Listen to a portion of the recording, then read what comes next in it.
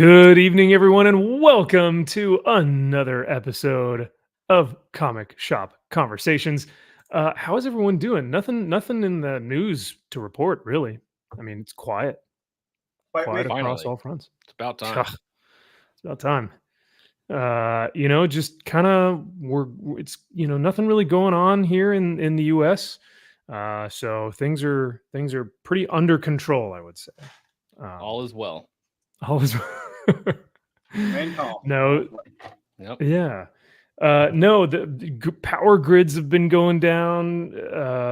Attempts at taking our president's life has been happening all this past week, and the RNC just finished up and everything. And we won't get too much into that because we are a comics, show. But I think it's appropriate to at least mention it. So just pretty wild stuff going around. Well, we kind of did mention it on my birthday stream last Saturday. So, but yeah, it's been a crazy week. We were talking about how fun it was to watch Hulk Hogan Hulk out on everyone, rip his shirt off, and have a big old MAGA shirt underneath. So that was pretty wild. America. So yeah, chat. What'd you guys think? Did you get to watch Hulk go Hulk out? And he started breathing heavy into the microphone, getting all jacked. But yeah, no, it was a pretty wild week. And not only just for like our nation, our country, but also in comic book stuff, we've been seeing a lot of reaction to that. So we're going to talk about that tonight. We're also going to talk about the industry in general, because there have been a couple articles that have come out recently that have talked about how comic sales or the comic market, not just comic sales, but the comic market is down 7%, which was released for 2023. So for last year. We'll also talk. Yeah. And at the end of the article, it should have said, and that's a good thing. Mm-hmm. And then, comics are booming. We've also got on the docket tonight, maybe talking about a little bit of some grading controversy, because PSA is now getting into the comics grading game. And then finally, the event that everyone is waiting for, San Diego Comic-Con, is next week. They're going to be talking about it. They're going to have the DC booth revving up, getting ready for all in absolute, or like absolutely all in, absolutely or is it all in? Oh, so wait, the title is all in, and absolute is like part of the all in universe. All in, all different. Yeah. All in, all different. All right. Absolutely. Yep. Oh hell yeah! All right, well, I'm in. I'm all in then. So but yeah, so we've got plenty of stuff to talk about, and then of course the comics that came out this week. Drew, I don't think there was I don't think I had a top comic. I don't think I can recommend one comic this week. I'm gonna recommend I think at least one, maybe two. I know at least one I'll be recommending. Oh, it's gonna be tough. I mean, I'm really gonna have to. Yeah, actually, I do have two. I'll be recommending. Yeah, I'm gonna have to like be putting them there. Three. Three. Wait, how are you? How are you just magically coming up with books that you're? I'm remembering I have a with backup your Rolodex. one. Oh, you know what? No, you're right. Okay, I'll give a recommend to one that I'm thinking of. So you guys are gonna hate me, but oh well, that's all right. We have dissenting opinions on this show, which is fine. I think it's actually more fun when we disagree. But last week it was interesting. Oh yeah, because we will disagree on a couple of Transformers. Today. Yeah, I felt like I was huffing pain. Oh yeah, when we were like, oh yeah, skip Transformers. You don't need to read it. That was pretty funny. The chat got after us too, Kyle. They hated us after that one. They turned on you. Hey, I'm right. That's all that matters. So I can sleep at night. That's okay. Well, good evening to everyone. We've got Zach's here. Hail, brother. We've got Aaron Louvier. Howdy. We've got Josh in the chat. What's happening, Josh McDonald? Dominic Mason. I can't wait for San Diego Comic-Con. Hasbro Transformers toy panel is going to be sick. Hell yeah. MG, what is happening, brother? We've also got Cajun Corey, a regular on this show. We've got Raphael Ponce, Chris with that One Piece logo. Love it. Love it. And Yeah. I think, oh, we've got Jack Frost. Jack Frost, the man himself. There he is. All right. I think we've got everyone. So now that y'all are here, let's get to the. I mean, this is pretty much the main event of the evening. We could have just shown this off and then just ended the show. Like we might. I mean, we might. I mean, depending on how people feel, we may not even have to do a show after this. So let's go ahead and show off the original art that I just purchased. So last weekend, Doth was my birthday. And I spoiled myself to a little something, something. I reached out to a famous comic book artist that is that we are a fan of, because Kyle, I don't know if you remember, but Jim Zub talked about him at Dallas, and he said one of the reasons that Robert De La Torre got so big was because he was sending original art to people of Conan. Yep. And I was like, how are these people getting their hands on original art? I know. So I was like, let me inquire, right? Sure enough, he sent me, I mean, it had to be like 10 different messages of all the different art that he had for sale. So immediately I started texting you guys and saying, what do I do here? What's the move, right? Because you guys are my kind of my guardian angels here. So started sending them a couple pieces and going, all right, this one's pretty. This one's like $4,000. This one's $3,000. This one's $2,000. You know, what do I do?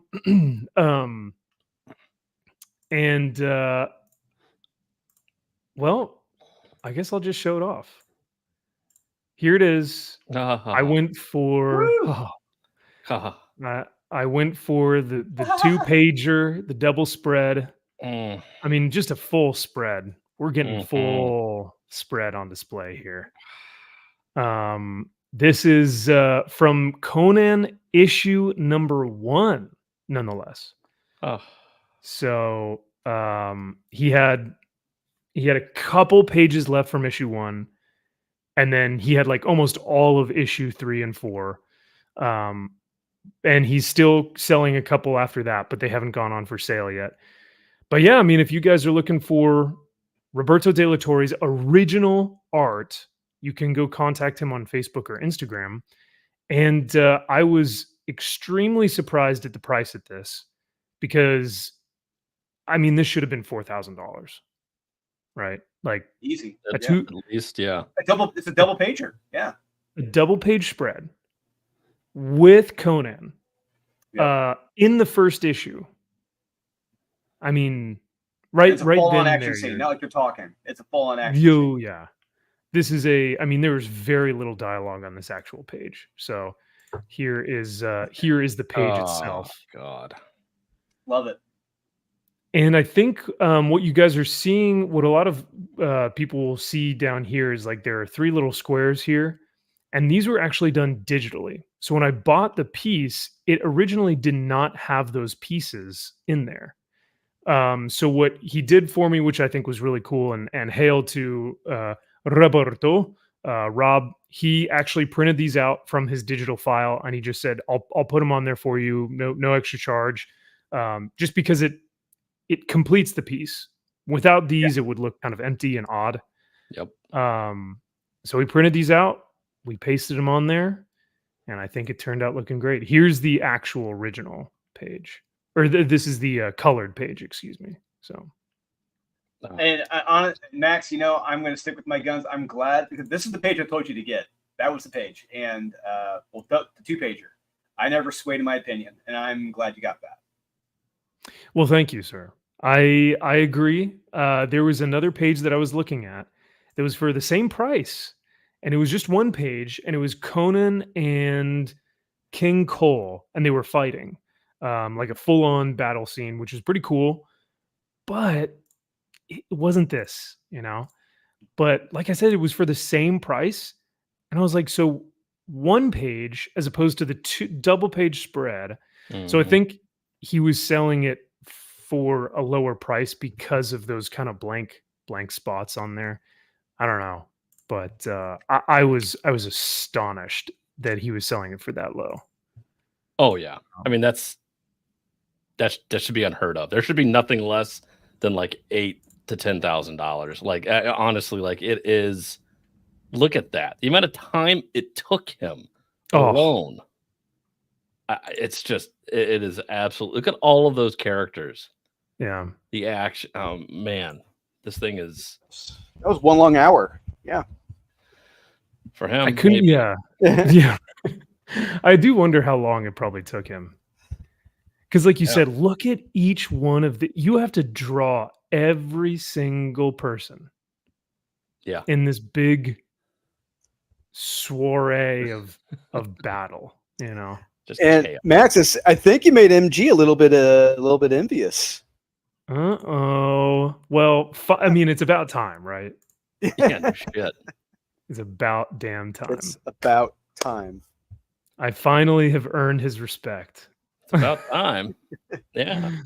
Because he's always coming in here. He's going, yeah, I have that page. Well, he's like a 10-upper. He's not even a 1-upper. He's like, oh yeah, well, I just bought that whole fucking original art for that entire book. It's like, of course you did. He's like, oh yeah, that's a cool page, but I have the cover and the first printing and the also all of the original art afterwards. So I mean, that's cool. No, like good for you. Good. Yeah, nice job. Yeah, it's adorable. Yeah. With all the garbage I own. Yeah, MG. 2, count them, 2 pages. So Max Sue's future wife. First is Jesus, then America. Third is my Roberto de la Torre art. Then you. So that tracks. Yeah, if we if we get into if there's a fire, I'm grabbing my Jesus stuff. So my Bible, my rosary. I'm grabbing my cat. I'm grabbing my original art, and then I'm grabbing my girl. So you don't grab the cat. Fuck the cat. Oh, yeah. I'd grab the cat before the girl. That's for sure. No. You kick the cat. No. Out the door. And be like, oh shit! I fucking forgot you were here. From the stream. That cat would be down the block and let you burn to death. Like that's how much that cat gives a fuck about you. And it'll watch as you burn.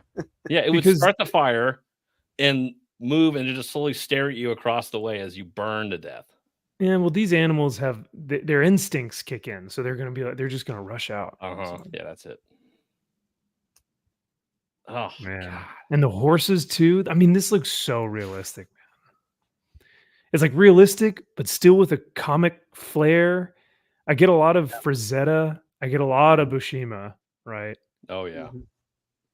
I mean, this is him at his finest work, but all the inking, it's just incredible, man. So there's a dash of Joe Kubert in there too. I see a little bit of Joe Kubert in there. Yeah, I think in the cross hatching. But I'm going to get this baby framed, hung up, put over my bed. I'm gonna kiss it every night. As you should. I mean, rightfully so. It deserves that type of worship. So, yeah. But yeah, no, it's pretty incredible. It's one of the most beautiful pieces I own, if not the most beautiful piece I own. And I'm super grateful to these two as well for, giving me because at first I was like, do I do it? I was like, the other page is just it's an easy sell.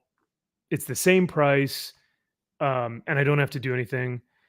And Kyle and Drew were like, dude, just ask him if he'll print out the digital pages. Yeah. Like just ask if he'll just paste them. And I was like, I don't know if I want to do that. And you were like, you're paying him a ton of money. He'll fucking do it.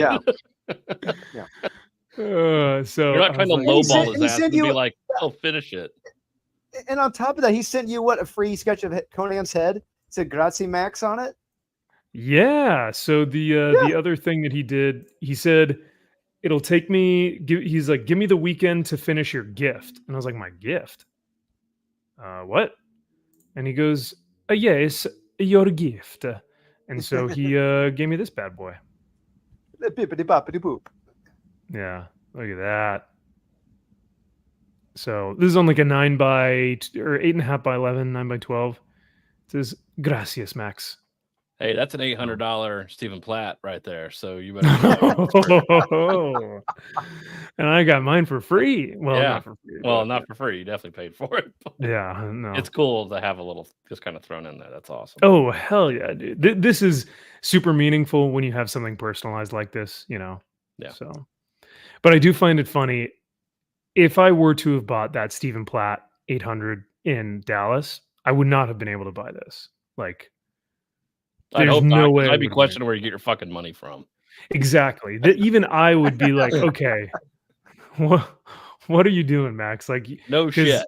yeah, like, yeah. So I'm thankful that Platt didn't work out, because at this point, I honestly think the Roberto de la Torre might be a better piece. It is a better piece. I don't give There a you go. fuck what Stephen Platt's doing. It is better than that.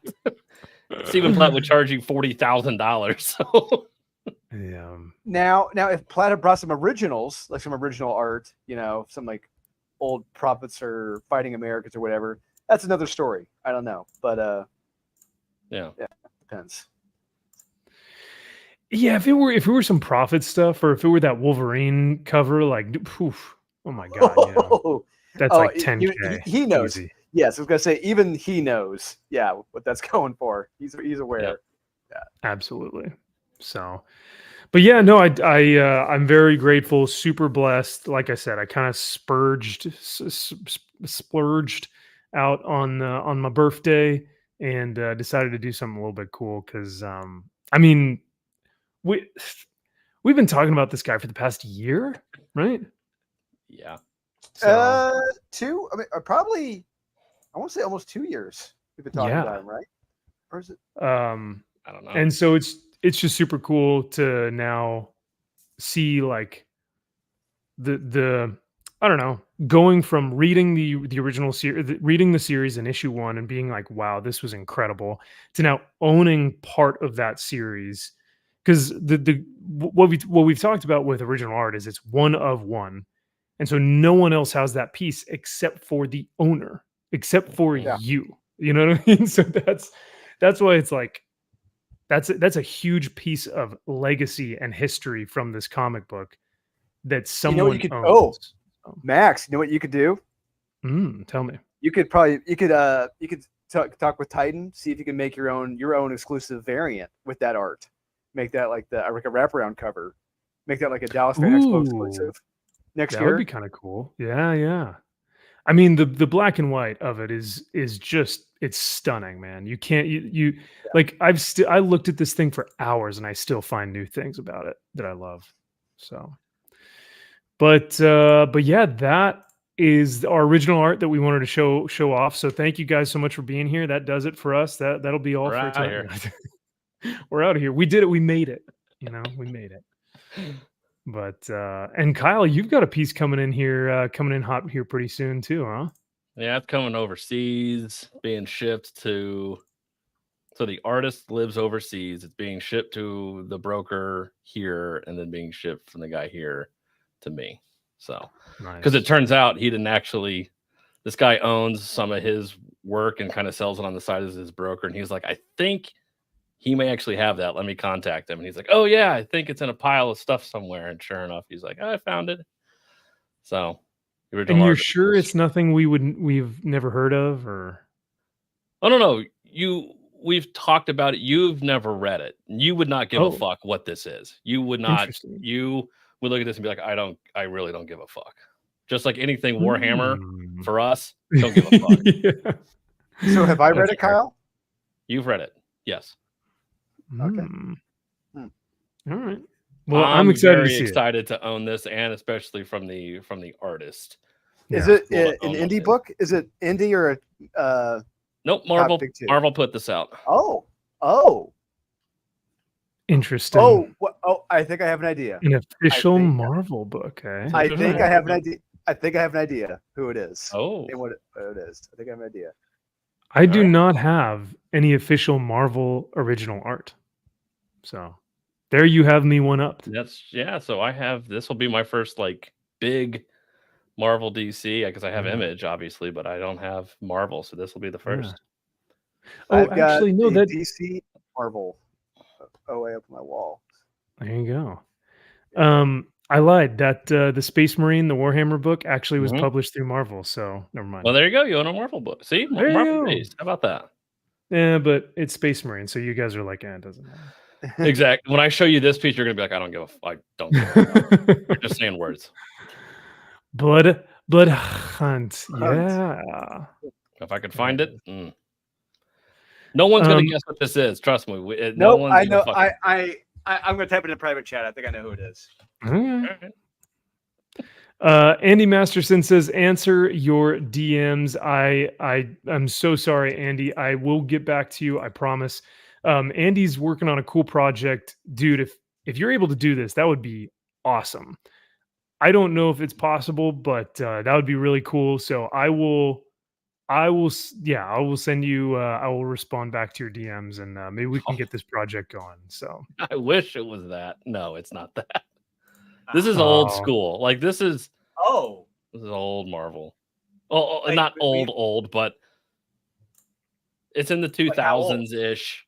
2000. It's modern. So.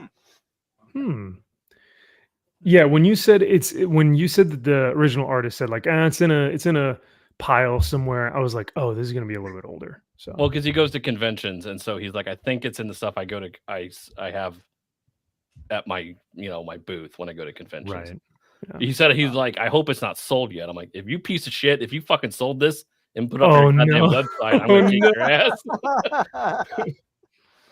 Dang it. So sure enough, it wasn't.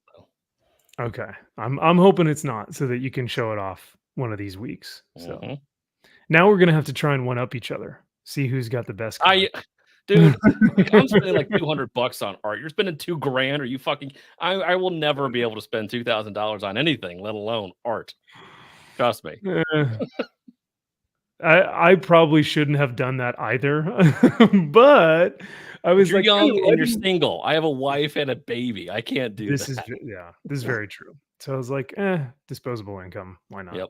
So I fall under the divorced dentist. Exactly. I have daycare. I can spend that money on daycare. That's fine. There you go. Yeah. I'm just not buying all these retardo, stupid variant covers that come out every single week. Now that is an investment. That is smart to do. No, I'm sure. I bet. Yeah. Speaking of investments, exclusive. PSA to add comic book grading division in early 2025. Kyle, you're a PSA guy. You know everything about it, and you are the expert when it comes to grading comics, grading PSA, grading baseball cards.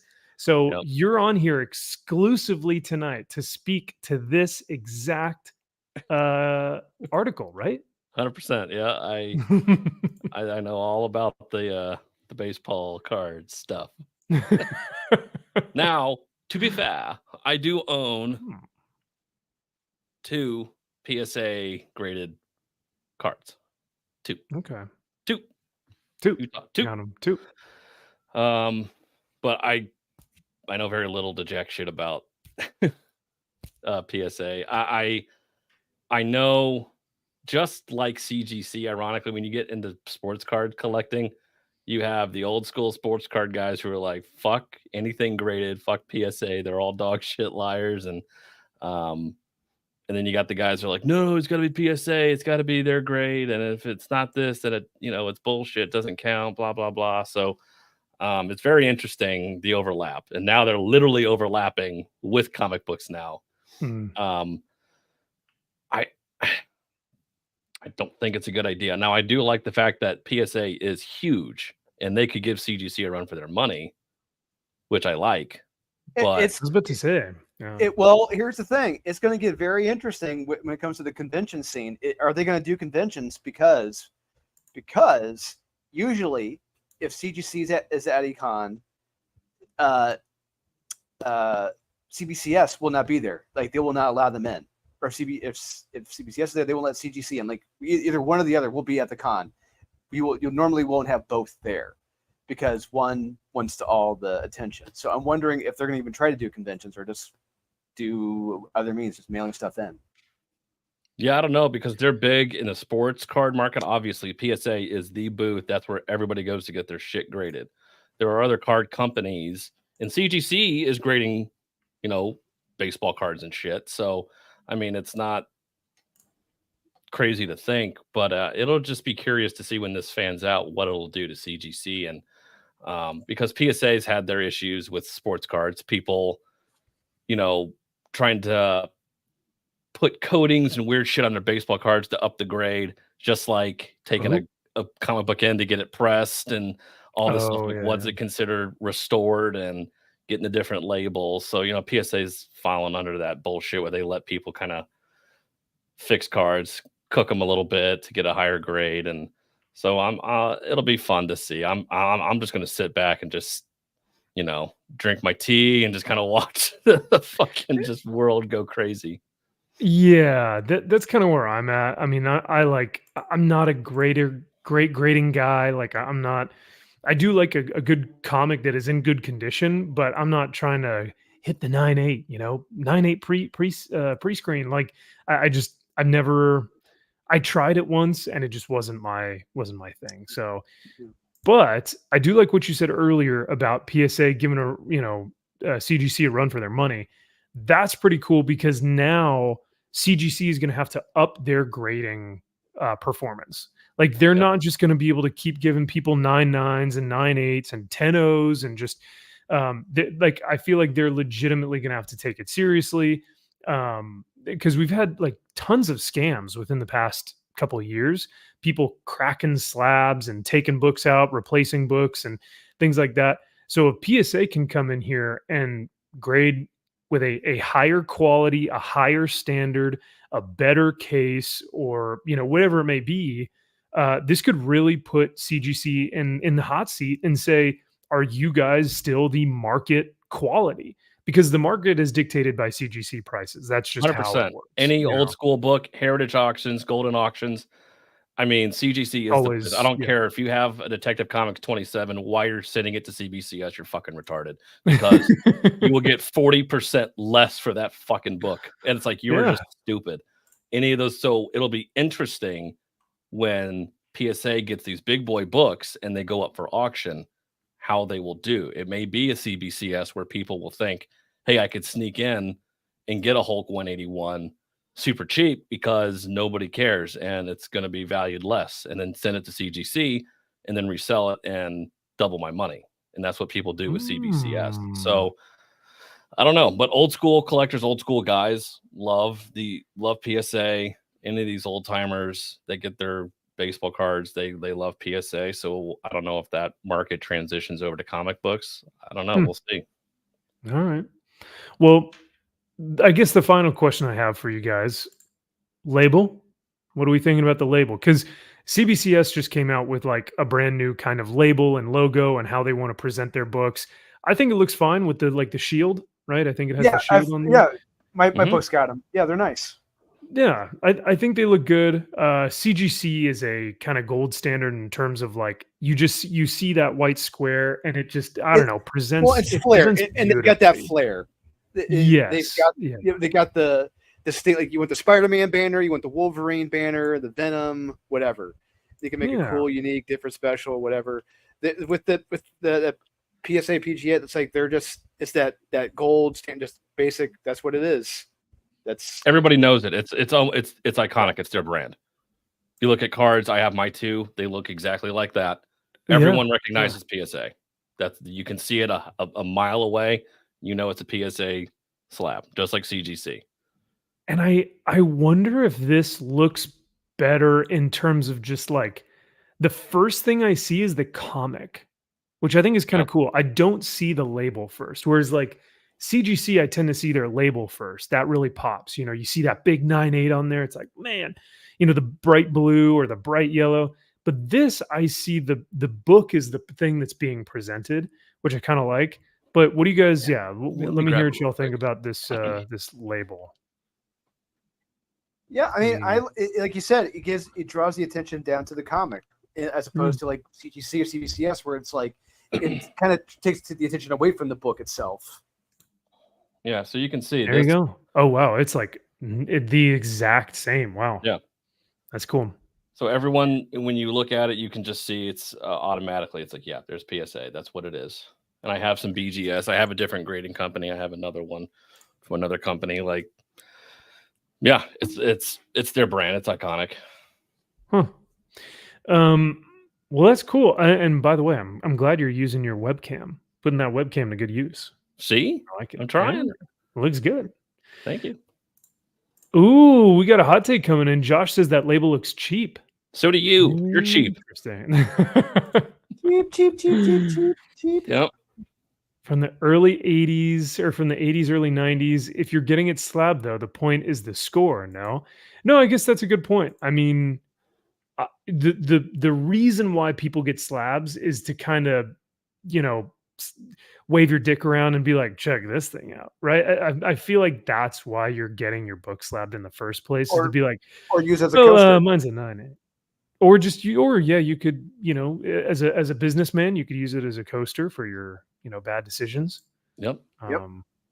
But no, I mean, like, yeah, no, I don't know. That's a good point. If you are getting something graded, you want the presentability of, bam, 9.8, right? But ideally, I don't know. I like the fact that someone's going after CGC. So hell yeah. I mean, graded comics are fucking stupid anyway. But yeah, whatever. It makes the market, it's a fair market. It makes it more competitive, makes it more interesting and fun, and it lets the consumer have options. If it's cheaper somewhere else, they can go there. You have options. That's what's great about a free market. Yeah. No, I would much prefer CGC to not have a monopoly over the grading game. So, because some of these prices have a monopoly on shipping comics. There you go. Yeah. Because some of these grading prices are redonkulous, like through the roof, where they do not need to be that expensive. And especially like we were talking about earlier, if it's CGC versus CBCS, the book could have a higher grade and present better in a CBCS slab and still be a couple $100 less than a CGC book. And it's like, if not more. Yeah, exactly. Why? Well, we just don't like CBCS. They're garbage. It's like, that's just your fucking opinion. That's just your opinion, man. Yeah. So that's worth $2,000 less? Yes, it is. Absolutely. Well, speaking of options and variety and, kind of choosing one or the other, which team up are you guys looking forward to the most? The all-in Justice League, just classic, heroes, or the absolute universe heroes? Man, these guys look cool. Hell yeah. Look at that. I'm all in. Woo. All in, baby. Hell yeah. Drew, are you all in? I haven't heard you say you're all in. You better be all in. Look at this. How could you not be all in? I'm going to be thrown from the herd. I'm going to be thrown from the... Wow. I'm sorry. Like, I'm not at all. From the initial image of Batman, I was chuckling. Then when we got to Superman, I was laughing. I was laughing in my office when I saw that hair. And then when they revealed like the plot lines or like the backgrounds of the quote unquote heroes, I'm like, they're literally the exact opposite of who they are. They might as well be the Earth 3 versions. They might as well be the Crime Syndicate, as far as I'm concerned. Well, for context, I think it's fair that I should, kind of introduce what is happening, because this kind of revamp, if you want to call it that, this new introduction to the new launch of the Absolute Universe, or the all-in, tie-in, or the new series. I think a lot of people are confused because they're like, okay, which one is it? Is there an Absolute Universe comic line under the all-in titles? Like, is that what we're doing here? And how does it fall into like Absolute Power? What's going on? So I guess for those who are still kind of wondering what this is, this article from ICV2 says DC to launch Absolute Universe with new versions of iconic superheroes, the new series featuring reinvented characters to run alongside core titles. So essentially what it looks like they're going to be doing is they're going to have a regular kind of all-in series, which is just the regular Justice League, the heroes you know and love. But then they're also going to have kind of like a Marvel Ultimates, but they're calling it the Absolute Universe as opposed to the Ultimates Universe. And that's this trinity over here with the Zoomer Superman haircut, the Xena Warrior Princess, Jason Momoa tattooed, Berserk sword, manga, Wonder Woman, and the beefy. I mean, what would you even call this Batman? He's a thug. he's a thug. Beefy thug Batman. There you go. There you go. And so Doomsday has essentially split these universes in two, and that's what we're going to be seeing in October. DC will launch the Absolute Universe with reinvented versions of the classic DC superheroes while continuing the standard continuity in its core titles. The launch will begin with the single issue event DC All In Special Number 1, written by Scott Snyder. There he is. That's a win. Is that all clearly, in? Look, you got to think about this with Scott Snyder, where he's at right now. A lot of the new books he's done, they've all failed. Like the whole IDW line he had, like all the Netflix pitch comics, they all failed. Anything he had with IDW or Image, most of those books have failed or have been, drawn out. Like people, what happened to Undiscovered Country? I know some people, one or two people are still reading that, but it's coming out sparsely. And Nocterra, is that even still coming out? Did that get canceled? No. That ended a while ago. He's just been doing the Comixology stuff, right? Or the Amazon. Yeah. And as far as I know, there's no numbers released on that. As far as I know, no one's reading that shit. So I guarantee you, this is a guaranteed paycheck and guaranteed exposure. And I think he needs something to go back to. He's going back to the well. Yeah. He had that Fire Watchers. What was that female firefighter book? Yeah, that was the Netflix pitch. It's a Netflix pitch comic he had. Oh. Yeah. It's actually a show on CBS, I think. That's about that exact same premise, ironically. So yeah, female prisoners who are fight fires. Yeah. Yeah. Oh boy. Well, I mean, the last thing that he did that was really noteworthy, and I think he's still riding this train, was Court of Owls. I mean, I think Court of Owls put him at a status where like people were like, this Batman story will go down with like Hush, Long Halloween, all these like, Dark Knight and Court of Owls, like Scott Snyder, he did it. Blah, yeah. And that was over a decade ago. That was over a decade ago. So it's kind of like, is he still the same guy? Oh, he's better now. No. Oh, like a fine wine. He has just been aging in that barrel, just waiting. Oh, yeah. Waiting to release this on the world. He'd been writing he'd been writing like the main series Batman. He wrote the All-Star Batman titles, like the two different stories. Then he wrote the one where I forget it was like in the far future, and Joker's head was in a lantern. And I really think he had like nothing left, and I really feel like he only came back because he would want it to be completely different, and I think this is a bit of a reach, but we'll see what happens. My inner love of 90s Rob Liefeld loves this Batman, but everything about my actual common sense hates this Batman. It's fucking stupid. Yeah, when you read the synopsis for who this Batman is, it's like, oh, he's not Batman. Okay, got it. Also, why is his bat logo just a rectangle? Because it's lazy and easy to draw. yeah, exactly. Yeah. Oh man. So Drew, why is this Batman? Why is he like fundamentally opposing real? Because I mean, to be fair, this is the Absolute Universe, so he can be kind of an alternate Batman, right? Not that we need another one, but I mean, this is what we're getting. So what's his origin? The point of Batman, the point of the Bruce Wayne becoming Batman was that it was anyone could be affected by crime. It could happen to anyone, regardless if you're wealthy, poor, whatever.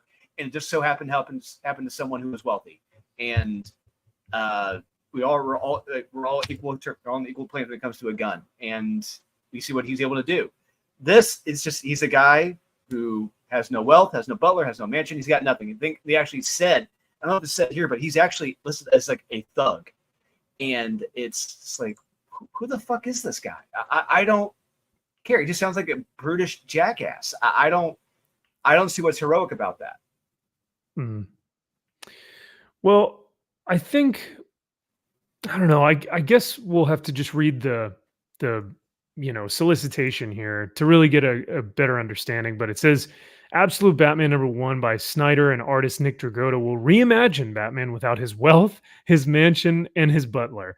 The first issue will be released on October 9th. Aren't they during the past I don't know how many months we've been reading I was about to say, didn't they just do that in the current Batman title? Yeah, I guarantee you that was forced upon Chip. It's like, oh hey, we need to fix this because we can't have both our Batmans as broke poor dipshits. So we need to have one have his stuff back. So fix it. At least have one that's roided out. He can afford steroids, but that's it. He's a brawler. He's a fighter. He's a thug. He's on Venom.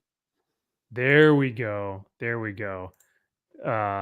Now I do like I remember one of the things talking about how maybe it was this one, how he wears like wrist wraps like fighters do, and I think that's kind of what you're talking about, Drew, where he's like a thug. He's got like the wrist wraps, right? Let's say he's got like the ropes, like the ropes that like, you do like the CrossFit gyms. Mm-hmm. Yeah. Okay. But with hooks on the end. Well, let's continue. The special also introduces the Absolute Universe helmed by Scott Snyder, in which the iconic DC characters come of age without the advantages they were given in the original continuity. So they're removed of their privilege. Privilege. No. That's it should be. Yeah, that's one way to read it. That is absolutely one way to read it. Yeah, your privilege is taken away. The 64-page one-shot, 64 pages. No. That is a flip book. Telling the story from retards. Okay, got it. Oh, Superman's point of view. Okay. In one half with art by Daniel Samperi, from Darkseid's perspective on the other side. Interesting. Okay.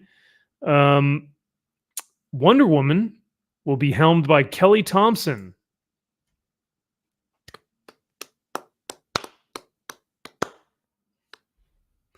Like, when is she actually going to get a good series? I feel so bad for her character. Oh well. Presents the Amazon. There have been chances. Presents the Amazon warrior in a new context without her home island, her sisterhood, or her mission to spread peace. So not Wonder Woman. Got it. Yay! Come on, guys. This is all the Absolute Universe. So it's like opposite. Okay, I'm gonna let you finish Superman. I'm gonna let you get that, and I'll tell you what the overall, all three of these have in common. I'll tell you what all three of these have in common. Okay. All right. So this last one, Absolute Superman #1 by Jason Aaron. Oh no, Jason Aaron's gonna get his hands on soups. Rafa Sandoval strips out some key pieces of the Superman mythos, including his family and his Fortress of Solitude, and will debut on November 6th. All right, Drew. What is the common denominator with all three of these titles?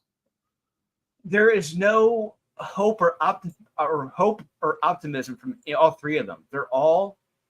They all, if you read those, they all come across as darkish, brooding brutes at their core. All three of them, just no positivity, no optimism, no hope. They just all sound like brutes, just dark, brooding brutes. Like, they all sound like a bunch of Punishers walking around. It's like, okay, a Punisher is great, but not when everyone's the fucking Punisher. And the fact that they're all like that, I'm like, I don't want that. I don't know who would want that. They're just being different for the sake of being different. Yeah, you would hope that they would go a little bit deeper with some of these characters other than just, we're just going to remove everything that makes them them. You'd hope that they'd maybe try something a little bit more interesting, or the one thing that I am glad that they're doing is that with the all-in universe, quote unquote, they will have an option to like just collect the main titles, which from what I can see is going to be your red trunks wearing classic Trinity, right? All the superheroes you know and love. It's really more of the Absolute universe that's going to be like weirdo versions of whoever these people are. So Yeah, it's like is that it's pretty much given the writers free reign to do whatever the fuck they want those books. So if you want to have all three, if you want to have the Trinity in a three-way, if you want to have Superman laying waste to a nation, go right at it. They've been given free reign to do that. Yeah. I'm just surprised because they're doing this at the same time. Like what in a business sense, like creatively. DC did that as well with in the past, about 5-10 years ago with Earth 2 and the main DC line. If you remember that. They're both going on at the same time. And then eventually they did cross over, but it didn't work out in the long run for the Earth 2 because the numbers just fell off like a rock. Off a cliff. And but I hate to say it, but I really don't think this is going to last that long. That's just me looking at this now. I don't see what there's to like. I don't know. I feel like this is a last gasp before it is the end. You know 100%. What I mean? Like you're a poker player. You're going all in with your chips. That is your last gasp. That is literally the last gasp. You're going all in. So if this doesn't work, they're fucked. That's all I got to say. Oh man. Almost backed out. Sorry, absolute line. Interesting. Yeah, I did not know this. DC almost backed out of Snyder's absolute line. I did not know about that or hear about that, but that's really interesting. Well, the other fun fact is that DC tried to get other big names to work on this. They couldn't. A lot of them did not want to do just like Marvel's X-Men. Just like Marvel's X-Men. They're like, let's get some freaking hitters on here. Yeah. Gail Simone, Jed McKay. Yeah. Kelly Thompson. Who else? We need some freaking operators. We need some. We need to pull in the audience. Who we got? Scott Snyder. Dennis Camp. Is Dennis Camp around? Scott Snyder around? Sure. All right. Yeah, I guess. I laughed. I audibly laughed at this when you guys first sent me this. We've been told that Kelly Thompson is writing the book talking about the absolute universe Wonder Woman. But we are always willing to be surprised. We never know what might come up. Either way, we have an absolute Wonder Woman with a massive broadsword, body armor, and tattoos from her shoulders down her arms, and a tip tiara. This next sentence killed me. Oh, and absolute Superman and absolute Batman by her sides. Like, oh, just an afterthought. Just like, oh, they're there too. Whatever. Says it all. Now,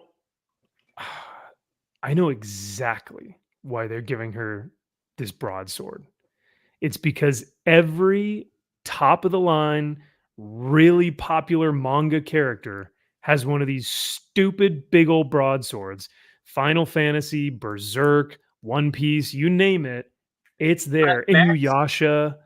How much do you want to bet her line is going to be a full-on lift from Berserk? It's going to be like the first couple volumes.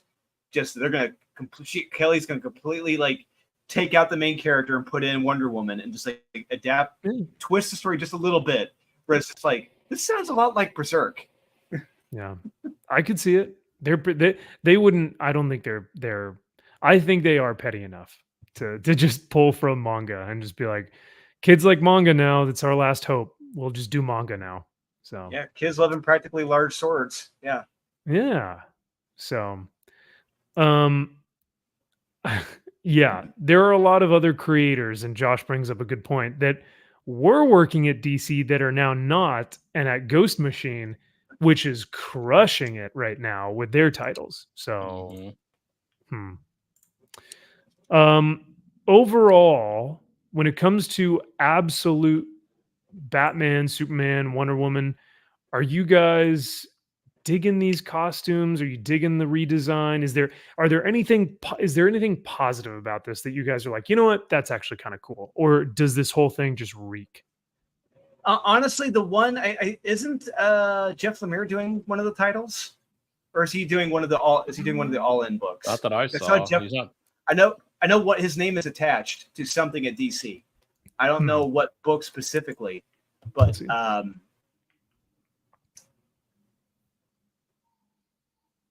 Chip Zdarsky on Batman. Tom Taylor on Detective Comics. Fail. Barf. Mark Waid on action. Mark. Oh gosh, and Mariko Tamaki. Mm-hmm. Dan Mora and Joshua Williamson. Wait. Tom King. Mariko Tamaki. What the hell is she doing?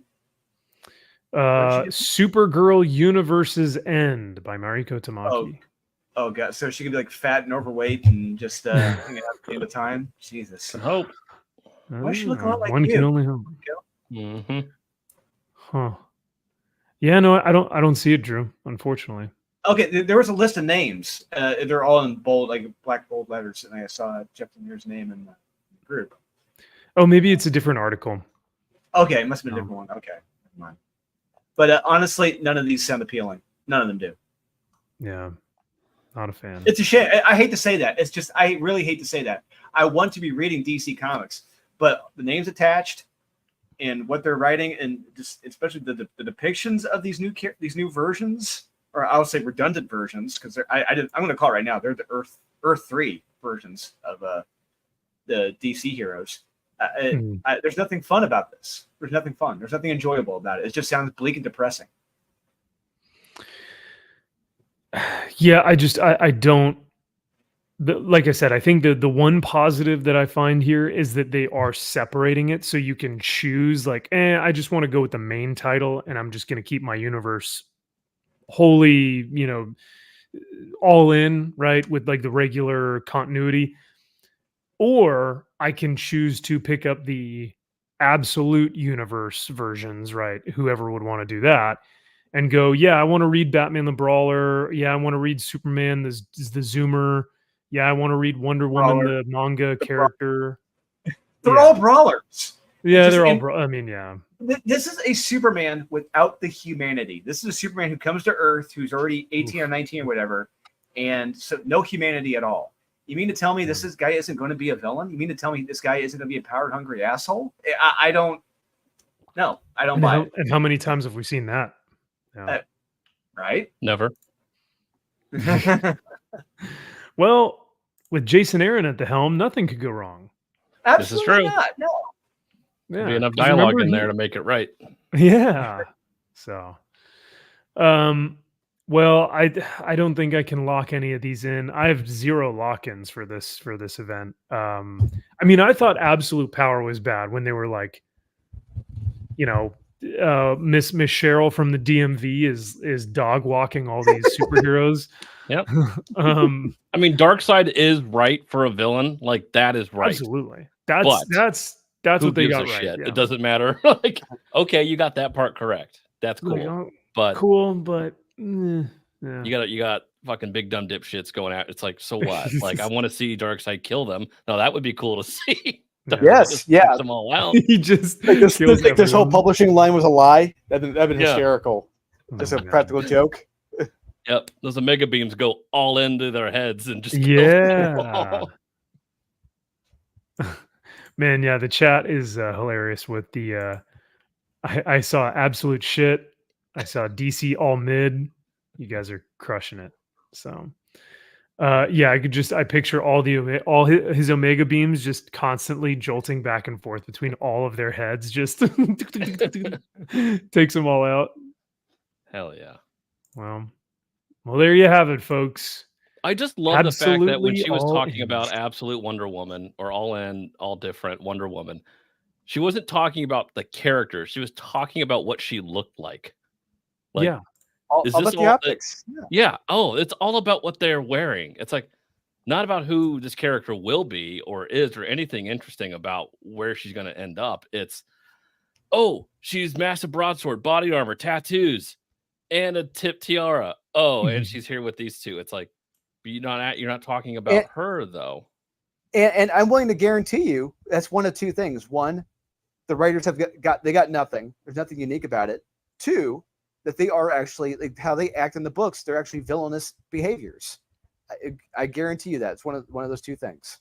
Yeah, then the villains become the heroes in this. Could be. Yeah, They're just misunderstood. Yeah, Bane's gonna be a really scrawny like guy because Batman's massive and hulking, and it's just gonna be just like the new Ultimates, where it's like, oh, isn't it funny?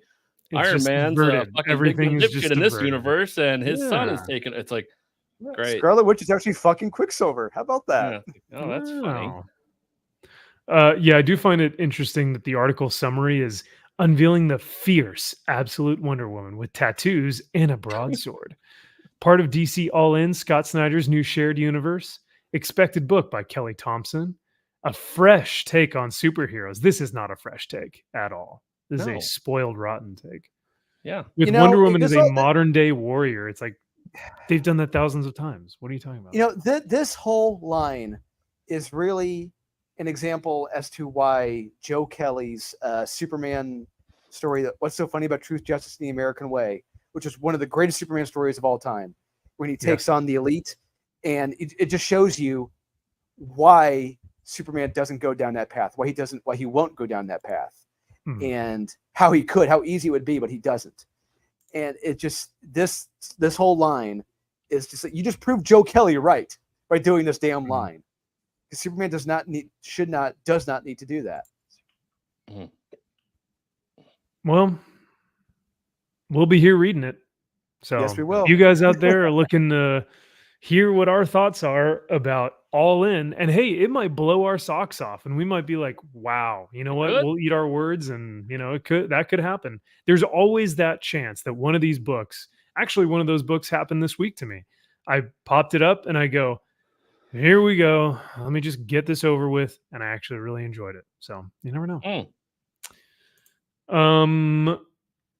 So, with all that being said, though, we can get to our next topic here.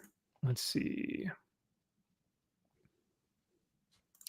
So, as we kind of discussed earlier in the stream, we talked about all the things going on with our country. And last Saturday, one of the biggest events in history that will go down in the history books, that is in our lifetimes, we will never see anything like that. I don't think ever again, right? Like, I hope not. Exactly. We think about like 9/11. We think about this now happening on Saturday. Whoa, how could you not include January 6th, the worst event in American history? Oh, you're right. Oh, worse than 9/11, worse than Pearl Harbor. Yeah. No, I mean, that is what everyone says on people who are terminally online. That's what they do say. So yeah. And with that came a lot of people who thought that they were going to be the good guys, or I think a lot of people who, came out wanting to respond to the situation. One of these people being a Marvel creator. So Sherilyn Eaton is a writer over at Marvel Comics right now. She is I think she's writing the Black Panther Blood Hunt tie-in book. She's a published Marvel writer currently writing. So let us all remember that. And after the events of Saturday's absolute like horrifying nature, where a man lost his life, Sherilyn Eaton decided to find that man on Twitter and publicly humiliate and shame him. So one of the tweets that she posted was, "Well, I guess the family of the guy who died at the Trump rally can take solace in the fact that he genuinely went out doing what he loved. Seems like what he loved was hating minorities." So that's just one tweet. She then took the rest of the day to just continue to post about this guy. She went to his profile and just constantly just going through comments. She says, "I mean, the man hated everyone like me and anyone like any of the people in my life, but it's still sad to see a life wasted. And he threw it most of that life away before he died. This is genuinely depressing." Multiple tweets to Cat Turd with no response. He was a quote unquote reply guy. If you guys don't know who Cat Turd is, he is like one of the more right-leaning, largest people on the platform of Twitter. They've discovered the Twitter account of the man who died at the Trump rally, and his tweets are exactly what you would expect. His last one was to cat turd. So Sherilyn Eaton has just been obsessing over this guy, this firefighter who protected his family in his last moments here on earth, was protecting his loved ones.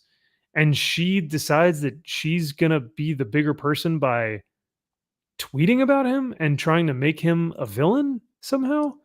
She's a morality police, Max. She is the chief of the morality police. I guess so.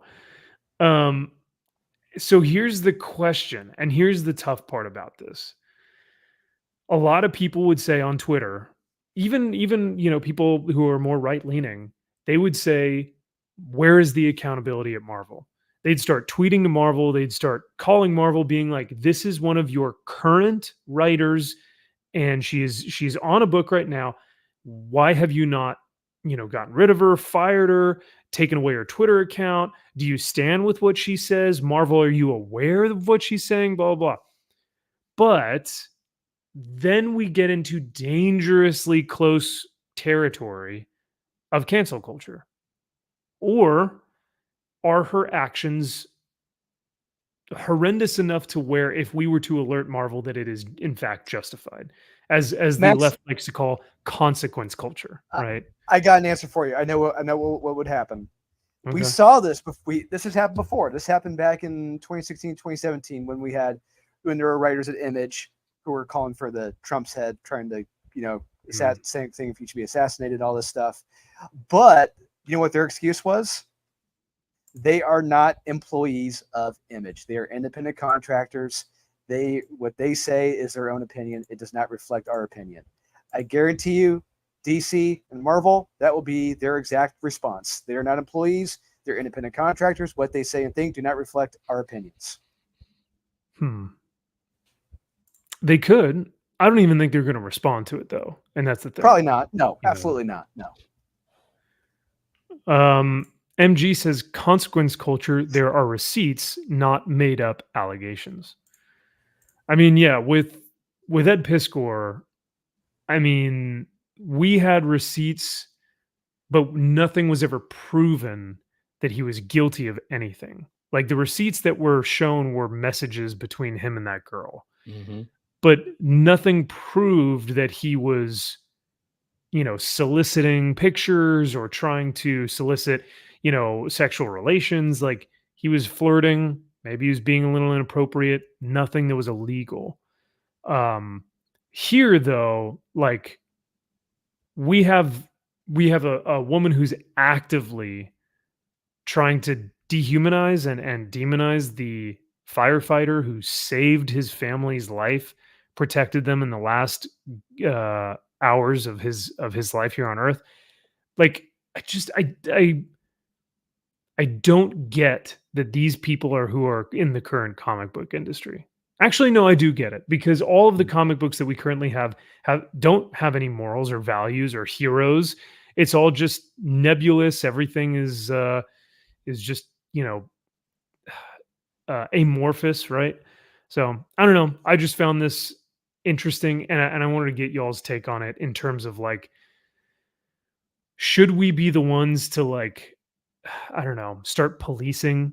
Because I don't want to be the guy who's going, Marvel, look what's going on. Oh, Marvel, you better look what she's saying. Because I'm not that, because I don't want to partake in like quote unquote cancel culture. However, I do think that what she's saying is abhorrent, and I don't know what I would say it's ever going to be. I would say more than anything else, I think the family should consider legal action against Sherilyn potentially. Because those words that's potentially slanderous. Well, actually, in this case would be libel since it's on Twitter.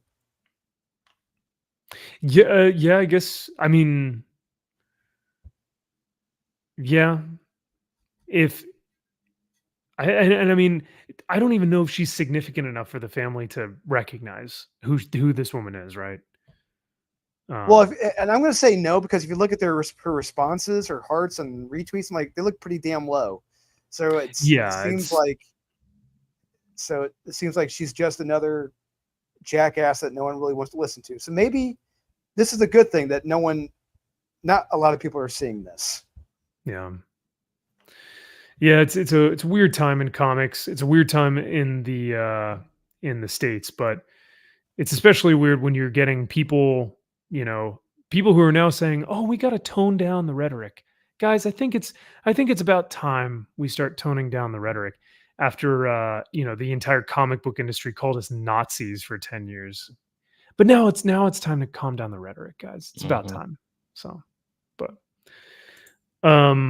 there's a great video on Wes's channel that came out today that actually talks about this very thing. It talks about Mark Wade. God, Mark Wade's comments were awful too, man. They were just disastrous. It's to the end of time till he meets his maker, he's going to be just that. He's going to be piss and vinegar. I guarantee it. Just it's not going to end. So if you guys can, definitely go check out this video. Comic Pro reactions to Trump assassination attempt are vile. And our good friend and co-host on the show, Aaron Sparrow, is with Wes on this one. So, but yeah, let me see if I can share this real quick. When it's coming from one side of the political spectrum. Yeah, so it was very, very disappointing. I guess we'll run down the thing and kind of talk about who was saying what. And obviously, this isn't in full encapsulation of everything. These are just the most important people that were saying the worst things. First off, obviously, we got to do DC Comics' Absolute Power showrunner, Mark Waid, posting on Blue Sky. If you're just tuning in, some fucking idiot with shitty eyesight just clinched the election for Trump. Fuck. Later deleted the post stating, because right-wing lunatics and Comicsgate incels have made a campaign today of sickly twisting my condolences about yesterday's tragedy into claims that I cheer political violence, I have deleted my post. I will not give them any fuel to spread their disgusting lies. I don't That's wild that CG, Comicsgate, and incels, they are his boogeyman. He cannot let them go. They are on his mind 24/7, no matter what. Even during this whole Trump thing, he's like, some idiot with bad eyesight just clinched the election for Trump, and then he blames Comicsgate for it. It's like, dude. Listen to the way you word it. It's like, so you're disappointed that Trump didn't get shot? What the hell? How fucked up is that? Oh yeah, no, and this is across the comic book industry. This was not just Mark Waid. Yeah. Hey, Steph, good to see you. Thanks for being here. We've got Steph in the house. Oh, I hope Wes doesn't copyright me. That'd be pretty funny though. Yeah, man. No, this was pretty bad. Mark Waid did it. Aaron had some great stuff to say about that. Who else was next? He worked with them. Oh yeah. Only are we going to talk about Mark Waid, we got to talk about IDW senior editor Heather Ontos, who posted. It's like everyone that you could think of. It's like, oh, yep. Who would be saying this? Mark Waid, Heather Ontos. Yeah, that tracks. All you need is a Vita Ayala in here, and it's like, oh yeah, that makes sense. They're all here. And then here's the Sherilyn Eaton. Did she say anything? Heather Ontos or No, Vita? I didn't see Vita say anything. Really? On her Twitter? I haven't checked, honestly. But what's fucked up about the Heather Antos, Jesus, hail Satan 666. Oh my god, because I'm edgy and I'm in my 40s and I don't have a personality, so this is what I have to do now. I'm edgy like Donny Cates. It was it's the fact that she implied through her tweet that, oh yeah, it was all staged. That was the implication from that image of the emperor. Yeah. It's like, are you fucking kidding me? No, someone fucking died, during this. Yeah. No, it's not fucking. He was shot in the fucking ear. He barely. It's just. It's ridiculous to imply that this was fake. It was staged. Yeah. I do like this comment from our man Don. What's happening, brother? He says, "How much you want to bet this shooter had Mark Waid and Tom King comics?" He's Tom a King, Tim Sheridan. Fan. Yeah, he's a Tom King Kite Man fan. Yeah. Oh no, no one is a Tom King Kite Man fan, except for people who shoot the president. So nobody needs to make up lies about Mark Waid. He does a good enough job making himself look stupid. Yep. Well, so that was just kind of some of the stuff going around the the comic sphere when it came to the rhetoric surrounding the attempt, and we would expect nothing less, of course. I mean, Yeah, that's just it's kind of disgusting. par for the course. Yeah, with these creators, yeah, just when you think that they're like, man, my expectations for you guys are pretty low, but how did I get a thumbs up? Come on. Don't give me a Wow. Thumbs up to that. Whoa. Whoa. All right. Well, the last thing we got to talk about in terms of news, hold on, let me find it here. If my show notes will come up. We went over Absolute Wonder Woman and Absolute Power. We checked out Sherilyn Eaton's tweets and being held accountable, quote unquote, if she will be held accountable. Now, let's get into something especially spicy. So apparently,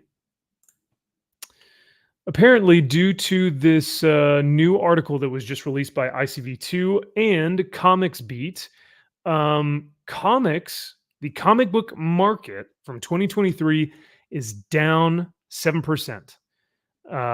This new ICV2 article had come out with some new statistics and some new data showcasing where the market's at.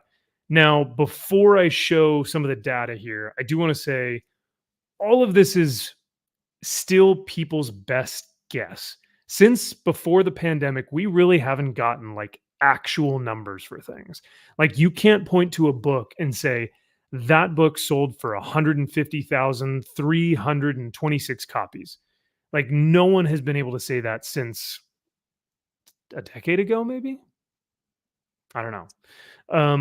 Because no one's getting the numbers from the publisher and the distributor. They're getting it from the comic shops, and even those comic shops, it's rare for them to utilize the software that these articles are utilizing to estimate these numbers. So a lot of this stuff is speculation, but they're still trying to spin it as in comics are booming. Comics have never been better. And it will never surprise me. It will never I will never cease to be amazed at the lengths of lying and slander, the amounts that these people will go to just protect their interests of guys, comics have never been better. And we will go over exactly why. To kind of showcase this, though, the first thing I have to bring up is the actual ICV2 article. It says North American comics and graphic novel market down 7% in 2023. But as you guys will notice, this is by revenue and not necessarily by numbers. So this isn't like 2 million copies sold of this comic. This is just like all the comics together sold this amount of money. And this graph is so disingenuous too, because it's like 2020, 1.1 billion, 2021, 2 billion. Whoa. But what people don't realize is that in 2020 or after the pandemic, once 2021 hit, one, we had an extreme surplus of just free money that people were spending on their hobbies. And two, they included manga and scholastic kids books into what was considered graphic novels. So anything that was then at that point in time, a graphic novel could be considered manga. And just to kind of show you guys what manga looks like, you notice a trend here? Title, author, publisher, My Hero Academia, Chainsaw Man, Jujutsu Kaisen, Demon Slayer, Chainsaw Man, Demon Slayer, Attack on Titan, My Hero Academia, Spy Family. This was the BookScan top 20 adult graphic novels in 2021. Weird. I don't see anything that's odd there. There's nothing that sticks out to you here? No. Oh, okay. Nope. Well, I mean, Well, because you love manga. So you're like, oh yeah, well, rightfully so. That's where it should be. Yeah, correct. Yeah, that makes sense. Yeah. Top 10, top 20 Hmm. is all just manga.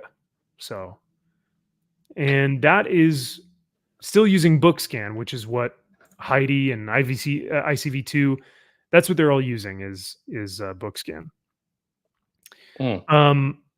But Heidi goes on to say on her Comics Beat thing, is she says, as you can see, it's not manga. It's not Dogman. Periodical sales are holding their own. When YouTubers, that's us. Guys, that's us. That's you.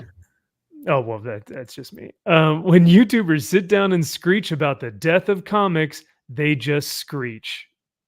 But we also sit. But we screech and we sit. I True. guess. They don't show numbers. They don't have data. They generally just make shit up. Oh, well, that's interesting. Just like what you're doing, you fucking dumb bitch. How about that? So, on the topic of numbers and data, let's actually take a look at some of the numbers and data, shall we? So, like I said, most of this stuff can only be from the point of sales from a lot of these comic from a lot of these comic shops.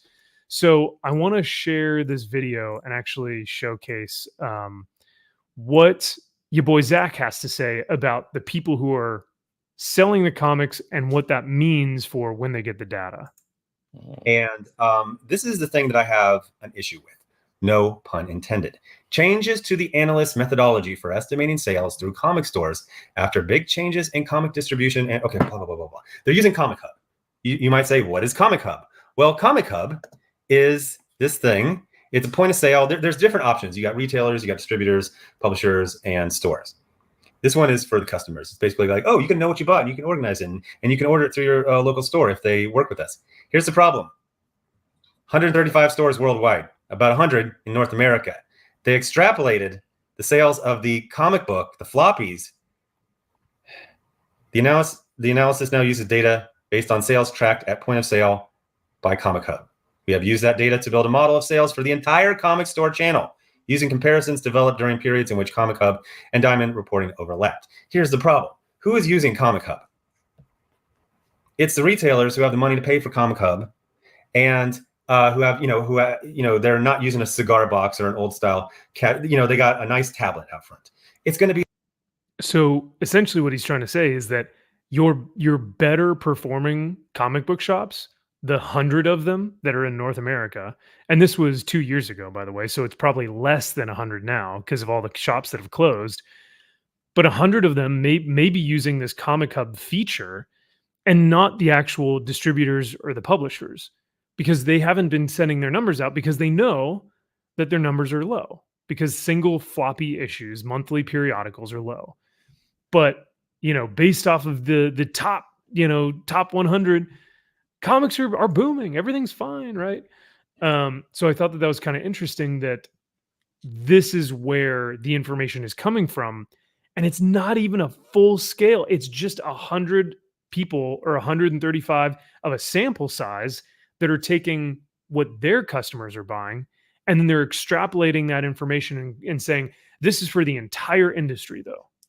Which is just crazy. It's ridiculous. Yeah, they're guessing. They're guessing. So if that's not, proof enough to say, like, listen, this data is so skewed in one direction. It's fully in favor of whoever wants to, someone could read that and go, comics are booming. And then someone else could read that and go, comics have never been worse. Let's also look at another video that Wes did where he talks about what that means for, like, why we see such a large jump and why it seems to be disingenuous. Details of some of the numbers that we do have. And like I said, this is very limited, so I'm going to extrapolate a little bit. I'm going to use my mind. I used to be an intelligence analyst, and I know how to look at numbers and see if we can glean some information about this. Here we have North American comic sales by channel starting in 2017, ending in 2021. You can see as recently as 2018, comic book sales through comic shops still were higher than book channels. But by 2021, book channels are absolutely dominating the market. There's been So when he means book channels, he means like Barnes and Noble, essentially. Like any big brand bookstore, Barnes and Noble, Borders, whatever. I think Borders went out of went out of business. Walden But like any Books? big bookstore, what's that? Walden Books. Oh, Books a Million. Books a Walden- Million is still Books a Million. Books There you go. I like Yeah. Books a Million. Yeah, Mhm. there we go. An exceptional growth in the book channel. It's over double over that 5-year period of time, which is absolutely amazing. That is great that we're getting so many new comic book readers. I wish they were going to comic shops. Obviously, they did experience growth as well from 2017 to 2021. Obviously, we do have that big dip in 2020 when we had the pandemic shutdown, but it's much smaller in nature when you compare it to the book channel. There's a reason for that, and it's because the driving force of the growth in comic books is graphic novels.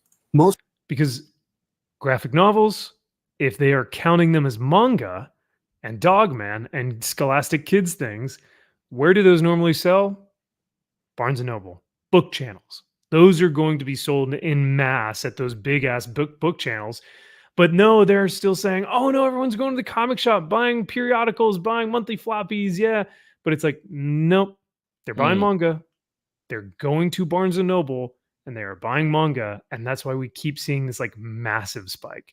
And once again, this is still just by revenue. So either revenue or profit. I think it's revenue, not necessarily profit. Yeah, no, it's revenue. Because the other thing is we have to consider that comic books, monthly floppies, are now $6-7. You know, like anywhere from $4 to I'd say $7. Yeah. So even though it's higher in 2021, we have to think about incentive variance, ratio variance, and how much an actual comic book costs in 2021. Interior variants now. Interior variance? What the heck? What is that? Yeah, like the Blood blood, Hunt. blood hunt. Yeah. Oh, The you red mean band. like red band editions? Yeah. Exactly. That's right. Mhm. That's right. I think he's got one more graph to show. Let me see if he kind of rounds everything out here. Mostly spurned on by manga for adults and for kids, like Scholastic kind of stuff. Your Dogman, your Raina Telgemeier, all that kind of stuff. So that's where we're experiencing a lot of the growth. I wish there was more growth among comic shops between 2017 and 2021, but that is not the case. But there is marginal growth at least. But Book Channel is where it's at because it's all about graphic novels. Let's look at the formats themselves because we do have those breakdowns. I've added these lines just as a point of reference to kind of show you the trajectories. You can see this one expands out to 6 years. And if we go back to 2016 compared to 2020, it appears that comic book sales are essentially flat. There is little to no growth over the last 6 years as far as comic sales. But we are seeing tremendous sales for graphic novels. That is absolutely the preferred format for comic book readers in 2021 and have been for the last 5 or 6 years. They were already outselling floppies, pamphlets, whatever you want to call them in 2016, but they're absolutely destroying them in 2021. So people are probably like, well, Max, how do you know that they're including manga in graphic novel sales? Like, how do you actually know that? Are you just speculating? Are you just being a chud and just making stuff up, as Heidi likes to say? No, it's actually on the, on the actual Comic-Con website. Let's see here. It says for 2021, graphic novel sales were especially strong in the manga category. So in fact, they are including manga now in the graphic novel thing. And hey, look, it's our man Derek June. Derek June even did a video about this. Voice of reason. All right. Yeah. 2 years ago, before the Rippaverse. And in this tweet, he even saw this. So it's foolproof, Mm. It says 2021 topped any year in comics history, inflation adjusted dollars, while early 1950 sales were blah, blah, blah, blah. It goes on, our annual reminder, while some manga used to get reformatted in comics magazines for the US market, modern manga are almost exclusively books with spines. Hence, manga are classified as graphic novels and not comic books. Graphic novels were up in 2021. So it's like, oh, okay. So you're artificially inflating your graphic novels to include manga and Dogman and Scholastic and whatever, because you anything else would show that weekly or monthly comics are flopping. And finally, this was the top 2,000 comics of 2021. once again, what do you guys notice here? King Spawn was number one. Drew, I think you were working for a comic shop during that time in 2021. Why Yeah. was King Spawn number one? Why did it have almost 500,000 copies sold? I'm sure it has everything to do with the in-depth plot of the book. Nothing else. It was written by Todd McFarlane, right? I think, or maybe, or partly, or maybe the plot was.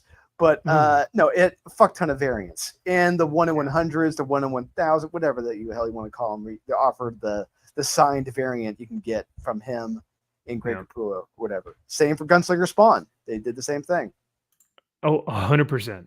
100%. It was King Spawn had a 1 in 1,000, I'm pretty sure. Yep. There are thousands of these King Spawns everywhere. You can find them in every back issue. Cases. You can find cases of it. I guarantee you, like, shops have cases. Storage units. It's bad. Well, actually, a funny story about that, Max. Funny story. I forget. I think it might have been Carrie from Nerdy Girl Creates. She told me that her store that bought, I think actually it was the Batman Spawn books. I think she said it's the Batman Spawn crossover that happened. Yeah. All those variants. The store, I guess, chucked most of those books in the dumpster. Got rid of most of them because they couldn't sell them. Huh. So, Kyle, I seem to remember you went all in. Speaking of, DC all in, you went all in on Batman Spawn. I did. You bought every variant, didn't you? Well, I got 3 of them anyway. You're part of the problem. It's the solution. It's the solution. I see. So yeah, no, I'm pretty sure King Spawn, Gunslinger, all these, Spawn universe things had like a 1 in 10, 1 in 25, 1 in 50, 1 in 100, 1 in 666, and then 1 in 1,000. So like, yes, of course, this is going to be 500,000 copies sold because everyone's getting the ratio variants. House of Slaughter, Gunslinger Spawn, once again, ratio variants. Berserker, you've got a huge name like who was it? Not John Wick. Keanu Reeves coming out with his first book. Venom was the 200th issue anniversary, which was $10. Yeah. So it's like, okay. It was a final Donny Cates issue. It wrapped up his run. Yeah, it was a mess. When you sell 300,000 copies, because this one had variant covers too. I actually have the 1 in 50, so maybe I'm the problem too. Yep. But when you sell 300,000 at $10 a pop, a comic book, hell yeah, it's going to look like you're going up. Like that's retardo. That people are not understanding that, like, in 2021, this huge spike. It's like, oh my God, look at this. Look at this spike. This is the most disingenuous graph ever. Look at that, 2021, 2 billion. Whoa. Yeah, that's a Rippaverse graph right there. That really, yeah. Eric July himself made this bad boy. Mm-hmm.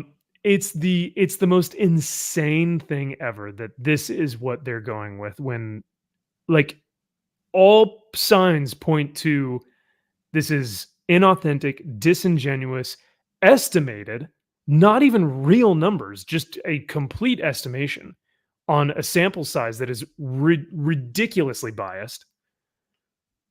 And even with that, even with all of that we've seen and all the things that we've provided, comics are still down 7% since last year. So it's like, yeah, it's a shame. all that to say, that's a shame. Yep, that's a shame. But from 2023, the one market they do say is up is crowdfunding. Crowdfunding was up 30% in 2023. Yes, by 30%. 30%. Yeah, and I guarantee you, it's only going to get bigger because this past year when we launched on Holy Nightmare, which is now finished, by the way, crowdfunding's getting crowded. There it is, right there. Now, why do you think Kickstarters are up 30%, Drew? Because there's a lot of money to be made there, and just there's a lot more people going on there launching campaigns. And this past year, they had the most campaigns ever in Kickstarter history, and that's why now more crowdfunding different platforms are launching because, I mean, crowdfunding is getting crowded now. They need more. Yeah, G.I. Joe this year made $3 million. Yeah. You mean, it's like, yeah, I guarantee you we're going to see Kickstarter's gone up probably 40% because of that shit in the next year or so. I mean, we've seen the next graph. But yeah, crowdfunding is getting crowded now because a lot of people are going there because there's money clearly to be made. I think you still have to come to crowdfunding with a sense of like talent and respect for it, which is why I think your crowdfunding projects have done well, Drew. And you know, I think that if you put on a good campaign and you really, you know, put your heart and soul into some of these, people are seeing like I can make my project come to life, right? And I think that's pretty cool. So I am actually like stunned that they included comic Kickstarters because Heidi never talks about crowdfunding books. Yeah. She won't. Yeah, touch notice them. it was just the blip right there. It's all it said. Oh Yep. yeah, by the way, comics Kickstarter is up 30%. Wait, what? Yeah, That's and now huge. she's it's massive, and she is probably still talking about like Zoop, which publishes like a lot of like indie books or even books that are from like actually big name creators and stuff. But when I Like think Heather of Antos. Kickstarters, Yeah. Oh no. Oh, Yeah, boy. it's like you can if one of her books. One of the things on Zoop that Heather Antos offered was that you can get a writing lesson from her. Oh no. She would have to pay you if that were the case. Speaking of that, did you see Bad Idea when they launched their tankers campaign on Kickstarter? What they were offering as their top tier? A donut? How many thousands? $10,000. Oh my god. One person. They will make a comic book for you, start to finish. Really? Yeah. You come to them with an idea. They will hire the writers, the artists. They'll print it. They'll ship it. They will do everything. That is their top tier. Do you get to choose? Yes. Probably not. Oh, you get to choose. Like, Yeah. Like I could say I want Robert Venditti Oh, well, writing that this. I will. I mean, they're like, well, we're gonna have a lot of talks about this, that, and the other. But we'll hire this. But There's I a mean, lot of obviously, contracts there. Oh, I assume there's a lot, but I was like, that's your top fucking tier, $10,000. Which, if you think about it, if you really wanted to make a book, and it's like, okay, I'll pay you 10 grand, but do I get a cut of the residuals? Like, who owns it? Are you owning it? Are you printing it? Like, Yeah. there's probably a lot of bullshit going on with that. But I was like, oh, come on. I mean, on the surface, it seems like I would pay $10,000 to get a book made. Like if they were saying we'll write it from start to finish, we'll publish it, we'll distribute it, and you get the proceeds. Like, dude, 10K is like you're getting out of there cheap, right? Mm-hmm. But like you said, there's a lot of red tape, and there's a ton in that legal document that says, "Oh, well, actually." You don't own anything. No. I Yeah, mean, it's ours, but yeah. But you'll have your name on it, but it's ours, right? But that's a typical bad idea though. Like that is so fucking stupid. At the same, it's like you may think it's smart at first, but then you're like, when you start thinking about it, you're like, no, that's actually kind of stupid. Like that's bad idea in a nutshell. Oh, 100%. It's like, okay, so you're selling donuts, but when you buy a donut, you get the comic book as well. And they're like, yeah. Right. But the only way you can get that comic book is if you buy a donut, and the donut is like $250. And it's like, what? And you're like, I just want to buy the comic. And they're like, you have to buy the donut. You have to buy the $250 donut to get your comic book. It's like, I'm on a diet. I'm diabetic. I can't have the donut. I don't care. You have to buy it in order to get this comic book. Do you guys remember the time that they were at, I think, San Diego, and they had a treasure hunt? So, or like a, what do you call that? Where you had to go to the Bad Idea booth, and then they timed you, and they said, all right, you have to hit each one of these people, get their signatures, and in 10 minutes, if you come back and you have all the signatures, you get a Bad Idea book. It was a scavenger hunt, not a treasure hunt. It was a scavenger hunt. So you had to go to booths, get signatures, and then you had to come back and you'd get a comic. Like, y'all are putting people's lives at risks, man, just to get a freaking, and it's probably not even a good comic. No, it's not. Most of them have not been good. No. I would say ENIAC, Tankers, and Monster Kill Squad were all good. Yeah. And actually like Mhm. very good. But everything else was like meh, If that. if that. So um let's see here. Was there anything else I wanted to say? I think we covered it.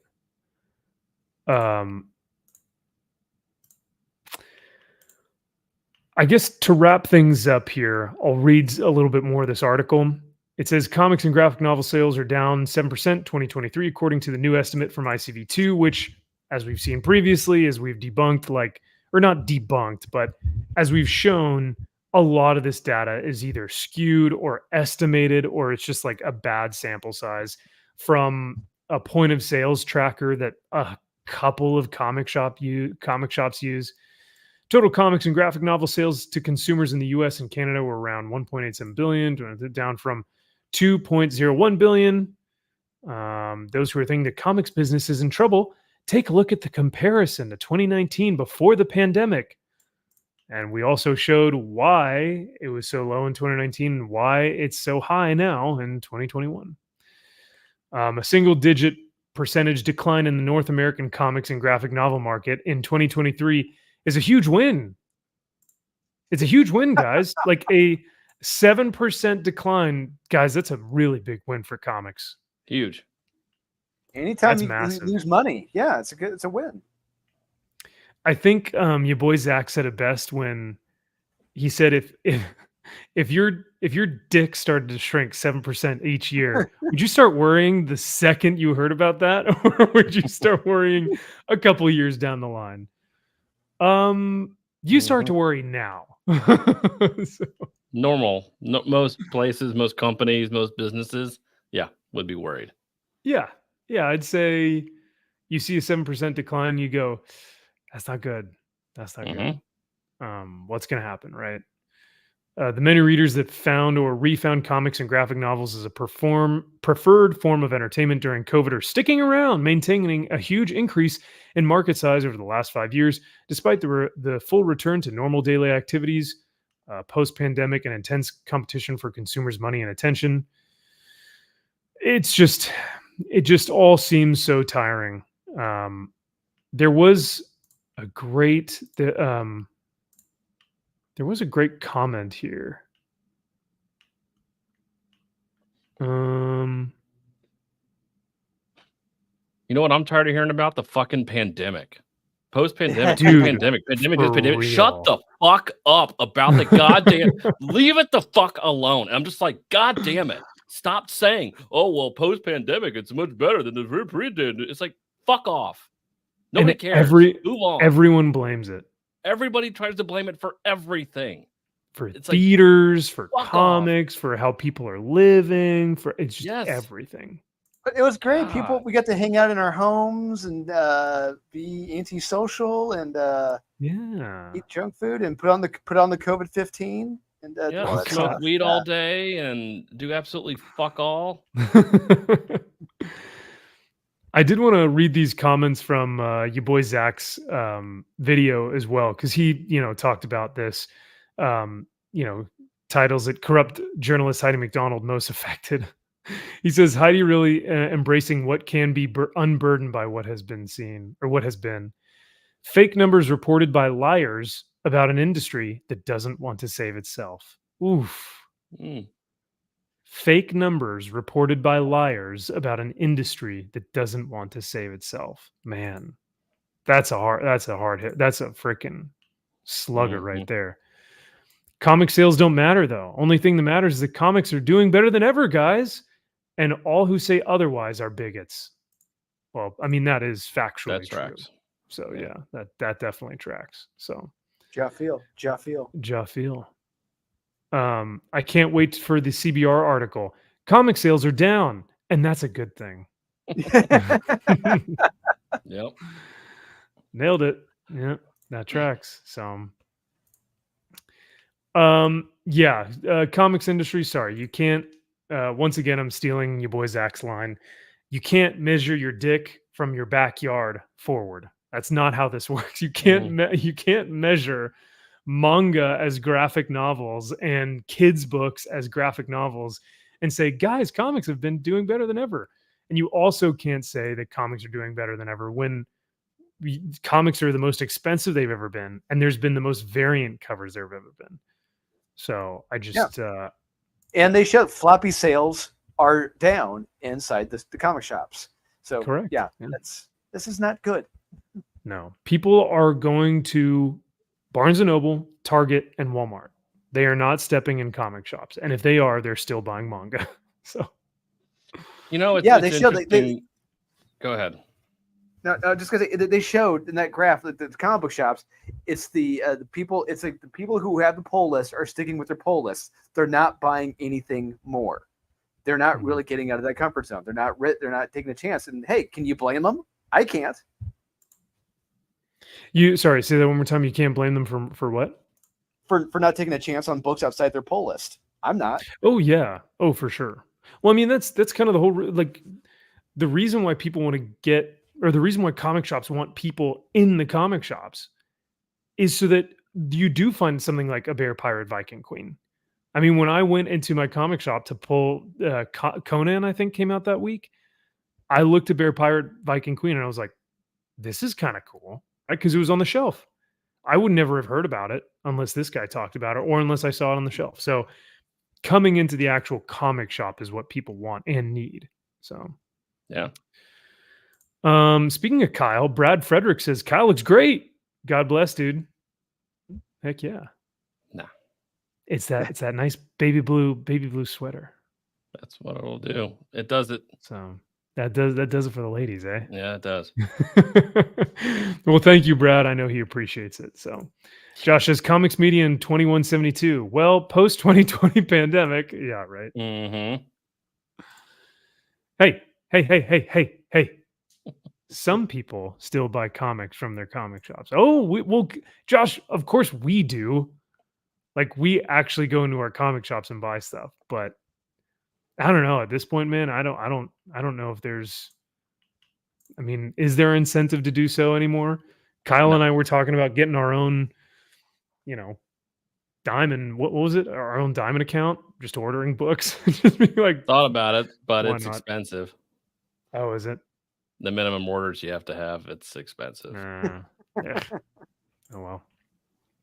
I looked into it, trust me, because it wouldn't make sense, but right? Oh yeah, for sure. We could start bringing Rippets back.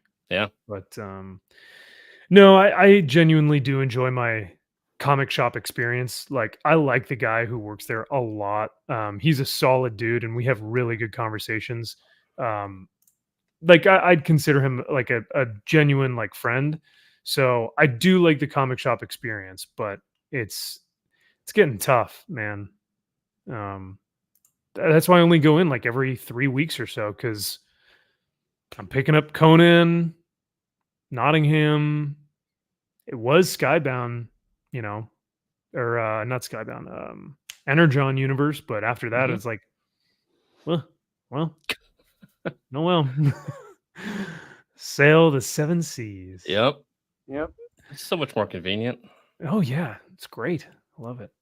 And when you do that, oh, what's up, Josh? Or granted, you got pop-up ads, but it's like, I can work around it. It's fine. Dude, just get ad block and you're. I say I got ad blockers. I don't even see that shit. Yeah, golden boy. Yep.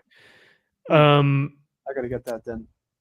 Oh yeah, dude. No, it changes your reading experience. Oh yeah, it's easy. It's how much you paying it's for a that? scene, man. Yep. No, it's free. Free. Yeah, Google Chrome, ad block, install. Yep, good to go. There you go. Yep. When Tybo on we it. get down here, we get down here. Tell me how to. Yeah, that's interesting. Okay, Absolutely, brother. Yeah, we'll get you. I can't believe you've been reading all these comics with ads on them, dude. Yeah, It sucks. It's a Yeah, pain it's in the impossible. ass. Yeah. Because you're like, you'll go to scroll reload. and it'll be like, big boobs in your area. And you're like, I'm just trying to read my comic, dude. Come on. But Josh McDonald for $5. Heyo, that's a comic book right there. $4.99. You just paid for my comic book. Thank you, sir. He says Soups reminds me of my old brother. He's a meth addict. Same greasy hair and stuff. What's bad is that pic of bats looks better than the one I tweeted. Ooh, than the one that you tweeted. Hang on a sec. Joshua McDonald, you tweeted a picture of the Batman? Of the Batman? Let's take a look see here, shall we? Oh my god. I did not realize that this is what his Twitter looks like. That this is his banner. Is that from Nice. Vegas? Where was this, Josh? I'm trying to see what it looks like. Vegas. No, or was it Dallas? No, I think it was Vegas. I don't know. Yeah, Josh, you're gonna have to confirm. No, this is the same. This is the same picture. Oh, here we go. Here's all three of these goobers. Yeah, like the greasy hair. Just ugh. I like it. You like the emo look where it's like over one eye, where he's like, "I listen to My Chemical Romance." Yep. Very dark. Yeah. Brooding, yeah. Very dark. Gritty. Hell yeah. Scott Snyder. Absolute vengeance. Absolute night. Absolute Batman. Gotham goes all in. Yeah, it does. Well, there you go. I'll just leave that up here. We've got Comics Exposed for $2. What's happening, brother? Thanks for being here. He says, "What up, peeps? Hope all is well. I hope you're doing well as well." Well.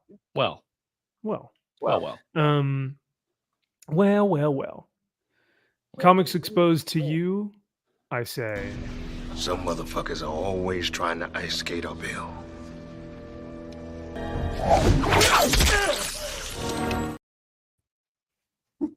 There we go.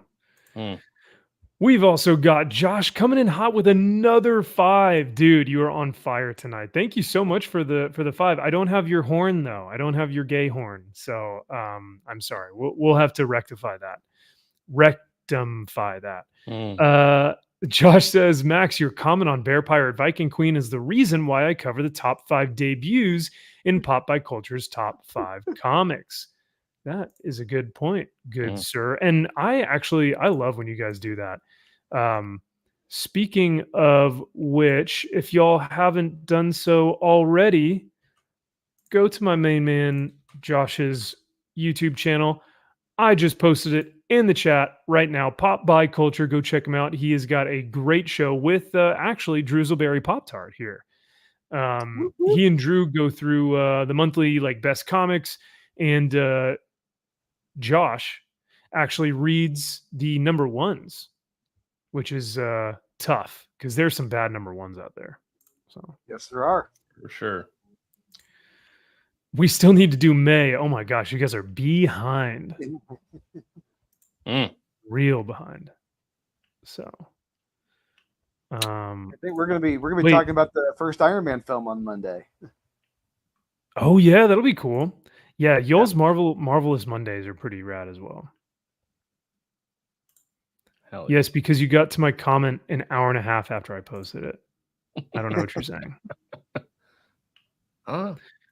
Point of personal privilege. Please go back to the big boobs in my hair. Point of personal privilege. Brad says, I've been getting books from DCBS for 15 years. Whoa. It's the only way I can afford to get as many books as I get. Brad, how many books are you getting, man? That's wild. I mean, I don't know. What was the most you guys were buying in I guess in a week and then in a month? Like at the height of when you guys were buying. I would say for me, it was when I was in probably high school. I think Kyle could tell you. I mean, probably. I mean, I was buying every Wednesday. I was buying anywhere between 10 to 20 comics a week. Coming home, a huge old bag, comics. A lot of indies, a lot of Marvel and DC stuff. But I was buying and reading, just trying new stuff, and I had a blast. I was spending a lot of money, and I was at a time when comics were probably $2 to $3 a piece, and so So you take that, do that. So it's probably $50 a week. I was probably spending on comics. Wow. And so Damn. probably $200 a month. Yeah, I would probably say, dang, during what was it, Rebirth? I Mm. was buying a Yeah. lot. So I'd say probably 150 a month. Yeah, it's like Yeah. 01 to 03. That was my time when I was spending the most on comics. Yeah. And Right. I know guys who would put down 150 a week. Like they would just buy everything. If it looked good, they'd buy it. Yeah, You know. probably all the variants and everything else, whatever. Mm. Yeah, probably. Yeah. And then you've got those guys who are like, I'm a Spider-Man collector, so I just collect everything Spider-Man. So I buy every not just like Spider-Man issue 1. It's like Amazing Spider-Man issue 1, 1 in 25 for the second printing. You know what I Yep. mean? Like they're buying Everything. everything. Yeah. I just I can't. Sickness.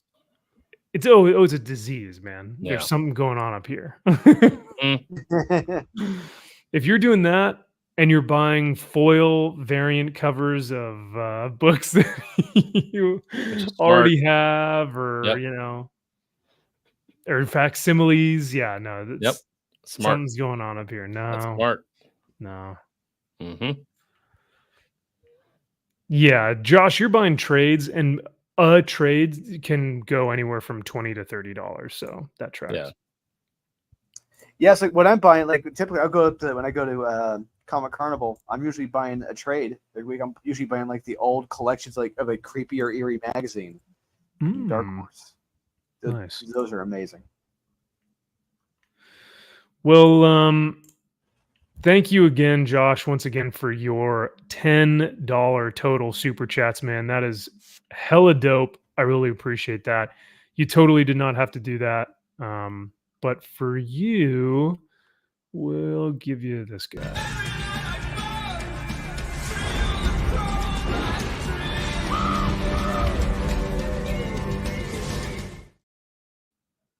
Oh, It's can't the wait new for the next Superman. movie. The new Superman. Hey. Oh, yeah. Actually, it really does look like the new Superman. Pretty accurate. Can't wait Pretty for the dang new accurate. Crow movie. Can't wait. It's gonna be exciting. Bestest Crow movie ever. Woo! Crow, Gladiator. Guys, they're bringing all the best ones back. Hell yeah. Did y'all like that Gladiator trailer? It was Hell something. yeah. It's It was great. something. I'm ready for it. It's Denzel Washington going, my man. My gladiator. My man. Hey, hey."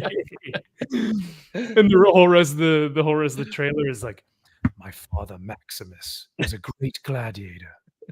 And then Denzel just, so you fucking my man. What's up? it's like okay, so it's pretty much the same movie as the first one. Okay, got it. Pretty all right. No, it's 100% the first movie. Hey, if it ain't Yeah, broke. If it ain't broke. Yeah, but why not get the same kid actor to play the son? Why not bring him back? What if he's a really terrible actor though? He was in the movie. Was it Split? Not Split. The one with the one with the Bruce Willis, Samuel L. Jackson, and James McAvoy. The trifecta from Looper?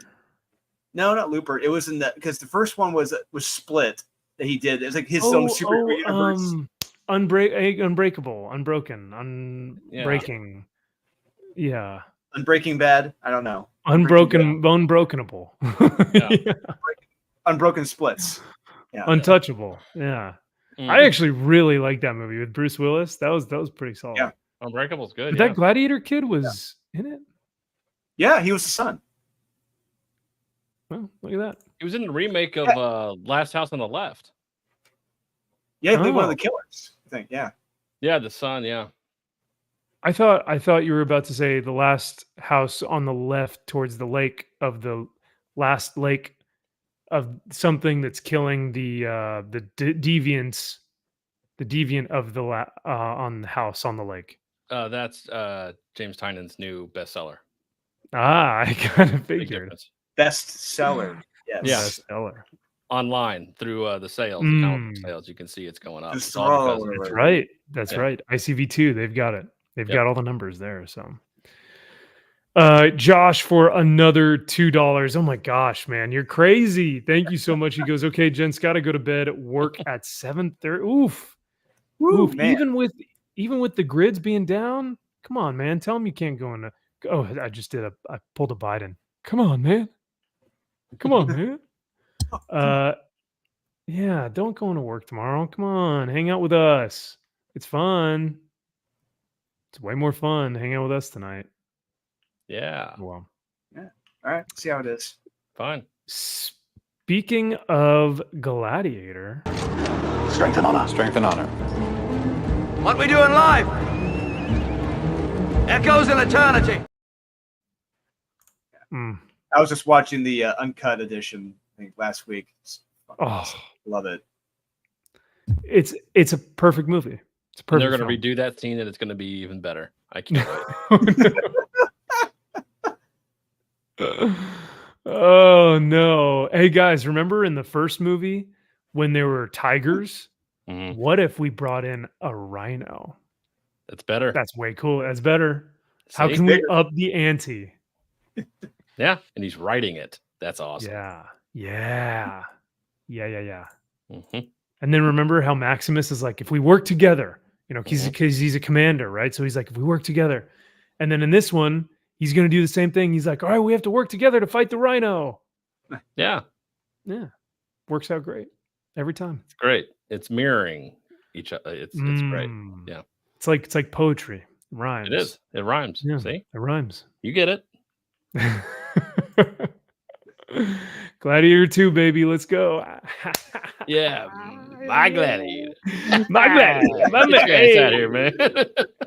Get your ass out of here, man. Get your ass out of my fucking my Coliseum, man. Get the fuck out. Denzel, you know you're in ancient Rome. Nope. You know what? Never mind. Let's go ahead and nope. Do you? Ridley Scott is like, you know what? I'm not even gonna. I'm too tired. Yeah, Denzel's a great actor, but would have been better if it's Idris Elba. Probably. that would have been sick. I mean, He at least has an accent. yeah. But it's like, I guarantee you, they just said like, just be Denzel.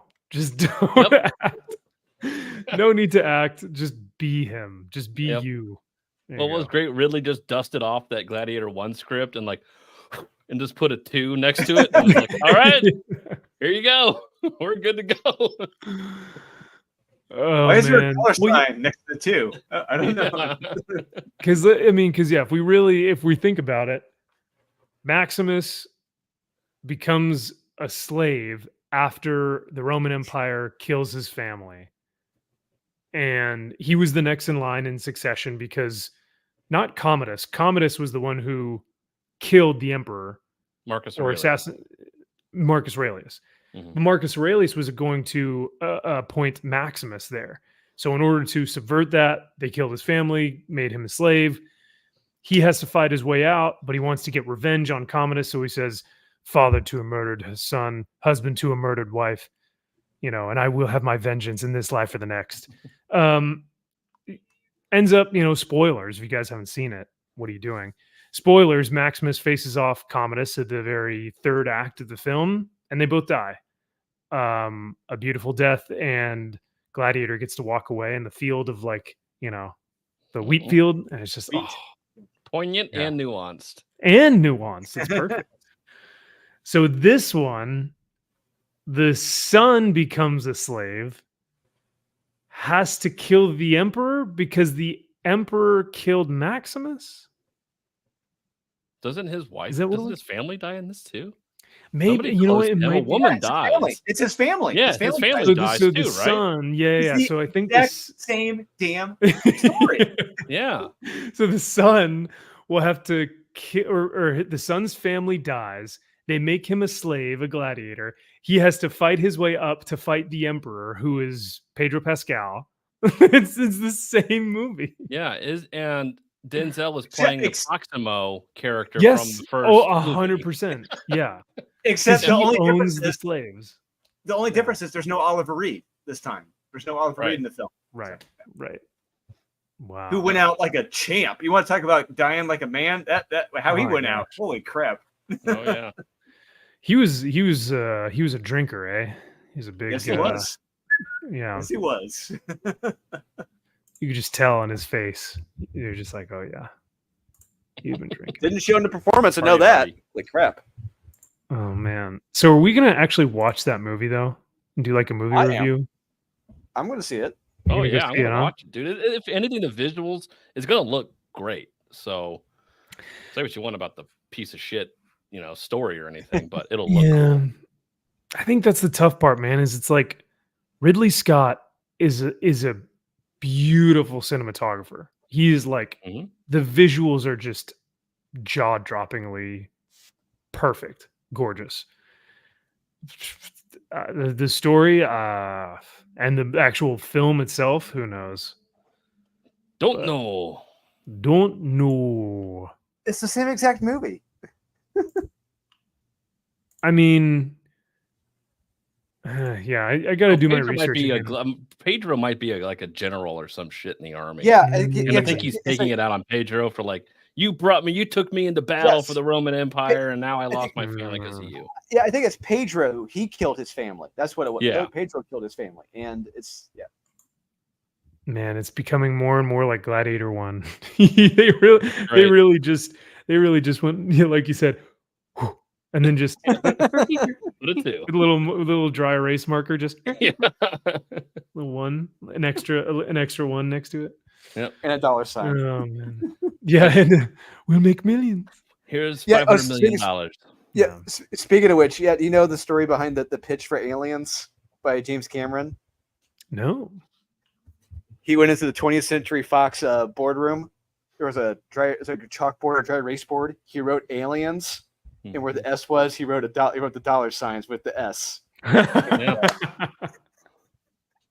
That was how he sold it. Make billions. He's right. I mean, he's not wrong. Mm-hmm. Pretty good. There you go. Yep. That's right there. I mean, you don't need to say anything else. If you're that confident, why say anything else? So, And he's been confident since Piranha 2. Yeah. oh god, all these sequels. So the first book I want to get to this week, because that's, I mean, unless I don't think we had any other news that was fit to print, so we can go ahead and start talking about the comics that came out this week. Let's go ahead and talk about Witchblade issue number 1, 2024 edition, written by Marguerite Bennett, and this was signed off by Mark Silvestri, the creator of Witchblade. I'm surprised that this happened and that this came to fruition. What were y'all's thoughts on Witchblade 2024? And then we'll look at Witchblade 1995, and we'll kind of compare the two and see where the pros and cons were for each book. I'll just go ahead and say right off the bat, both aren't great. I like the 1995 better, but yeah. It's honestly, Max, it was a close call. I read that. No. I read that. It was, yes, it was, Max. It was very close. I'm like, I read the 95. No, Like, it was the narratively that okay. So I'll give my opinions on the 95 Witchblade when we get to it. But because there's a lot of stories behind the scenes about that era and I'm sorry, yeah, around that era of Image. But this new issue, it was narratively, it was almost the same, almost a mess, just as much a mess as the 95 version was. I feel like the storytelling in this issue was not that strong. It was very hard to follow at times, and it was going back and forth with different characters. But it's not great. It's not bad. The art, and I think both comics, the thing that kind of makes it a meh is the art. Well, this was one of the only action scenes. This was one of the few action scenes in the whole damn comic right here. True. This was it. Right. Yeah. But I mean, you get your classic characters. So in this book, Sarah Pazzini is our Witchblade. She is still a cop, so it still tracks with the first one. We're still introduced to Irons, Kenneth Irons, who is kind of our big bad guy who's got the Witchblade in his, in his crosshairs or whatever you want to call it, in his possession, right? This is kind of odd though, because how they find the Witchblade, which is the hand, the gauntlet that creates the whole suit and everything, gives them powers, is in like Germany, and then it gets attached to someone, and that someone then has to go find the Witchblade's rightful owner, right? Or Yeah. it's like symbiote. Yes. Yes. Question It's- mark. It's a mess. It really is a mess. Like, it's just this weird woman manages to make her way all the way to the United States to find Sarah. It's like, Bingo. huh?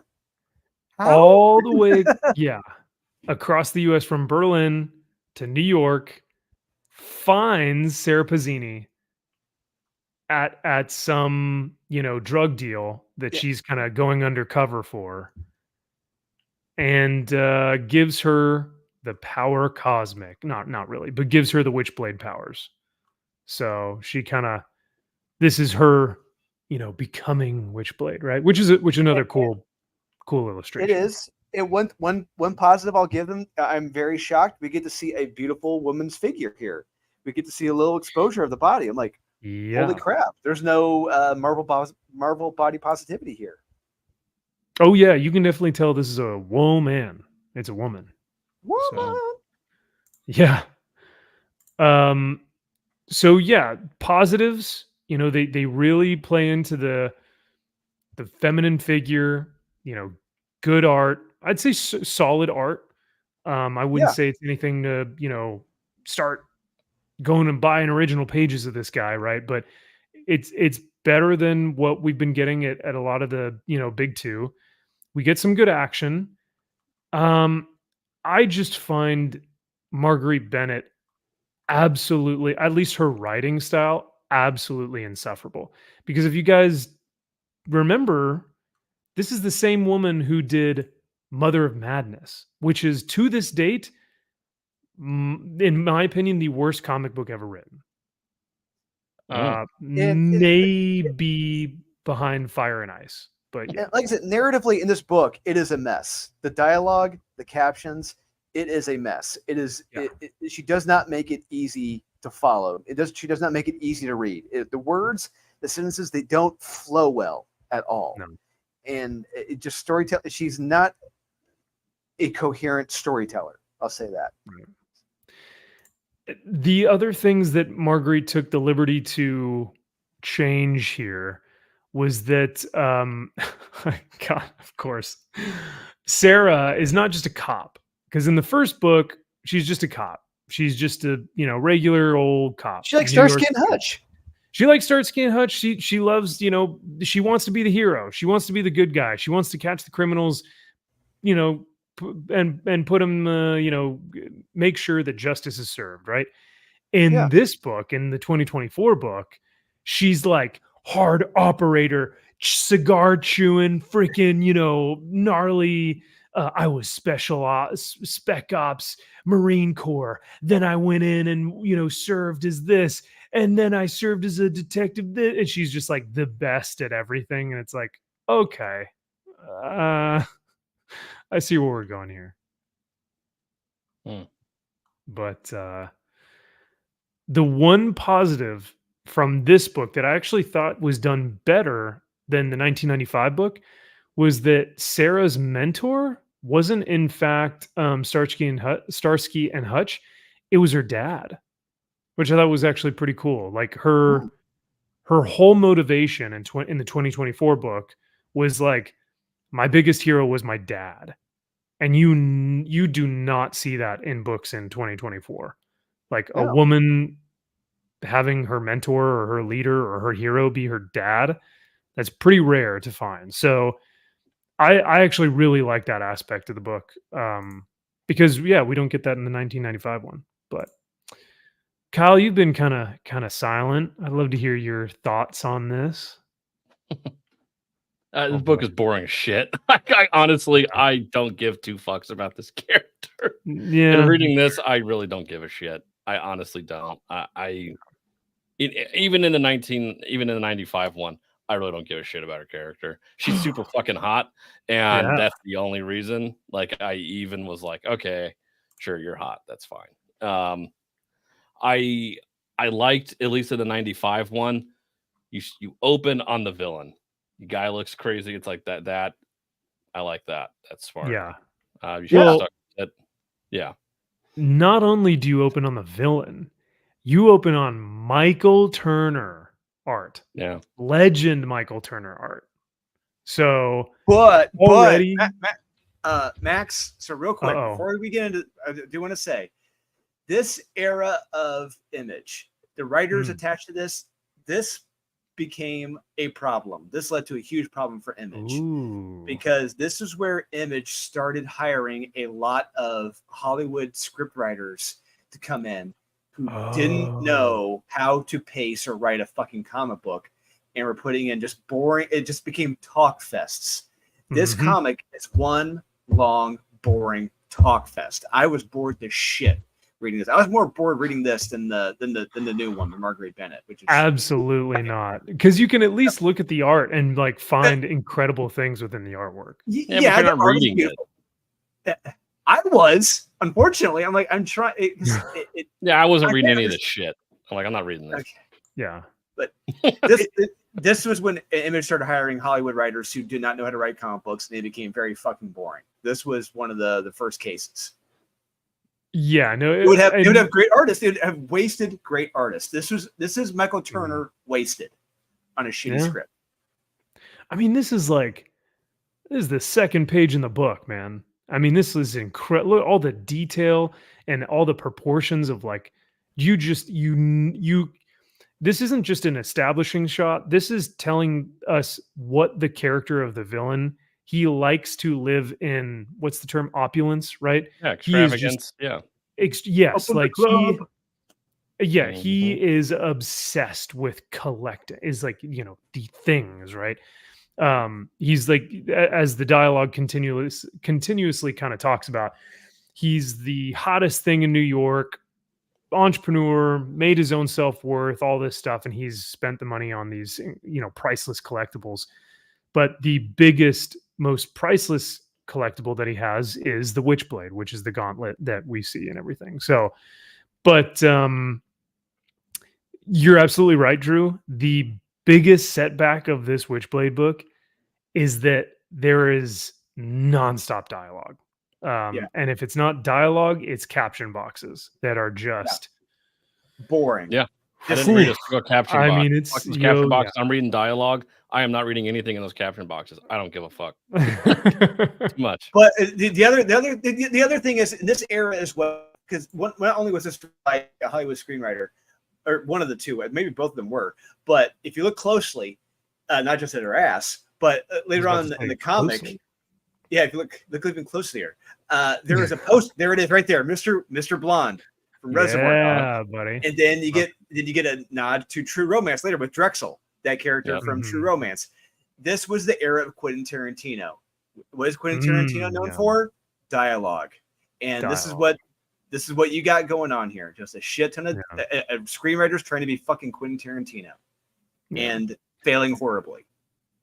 And that's the sad part, is that the book could have been paced really beautifully if it weren't for kind of the story and the dialogue, that's because it slows everything down. Yeah. But if you have us breathe a little bit, let us enjoy the room for a little while, right? And enjoy the extravagance of the room. And then to kind of have us slow down. We slow down here a little bit, seeing this figure. We're seeing our protagonist. We're looking at this, beautiful woman who's getting dressed. and then kick it up. Then we start getting into like fun action dialogue. We turn up the heat a little bit. She gets to the place that she's going to be undercover. Like there is a specific pacing, but when all of these panels and pages are just filled with dialogue, there's no solid, ups and downs to the book. So it does suffer from just brutal slog dialogue, unfortunately. So Right. They should have gotten rid of all those yellowish panels. Yep. You shouldn't have known she was a cop. You should have just seen this hot chick getting dressed, Mm. going here to do this thing. You're like, oh, she's probably a hooker or something. And you're like, well, what the fuck is Yeah. this? Then you find out she's a cop. And it's like, oh, she was undercover. Okay, I want to know a little more about her and why, she's so fucking hot and she's a cop and not, Yeah. doing literally anything else with her life and getting paid way, way more money. But yeah, there's just things you could have done. It's like you just tipped your hand a little too early. Like, I always wanted to be a cop when I was a kid. It's like, okay.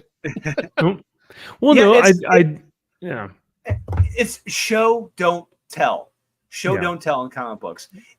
Why not have Cal was right. Why not have an air of mystery? Several airs of mystery. Who is this big opulent guy who's collecting all these things? Leave that a mystery. Don't tell us who the fuck he is. Same with her. Don't reveal that until the very, very, very end when she's in a police station. It's like, oh shit, she's a cop. Who would have thought? But no, they spoil that, all of it. I actually disagree with the villain. I think we need to know who the villain is. I think it's important that we know his backstory and why he's such a big collector of this stuff. I appreciate that we get introduced to him so early. We just don't need like all of this, right? Like we don't need his A&E biography. Yeah. yeah. But yeah, I mean, I can agree with maybe keep her a little bit in secret until the end of the book, and then we reveal like, oh, she's been undercover the whole time or whatnot. But I love this pose, man. I have never seen this pose in a comic book except for Michael Turner crushing it here. So, but yeah, and then like, oh God, she looks so damn good. Sorry, but like and I think that's what these Image comics are known for. What this era is known for is like these really beautiful, well done, perfect faces and body types and figures with just kind of really sluggish, schlocky dialogue. But yeah, I mean, here, case in point, Max, I have here the best of Curse of the Spawn right here. Ooh. You want to talk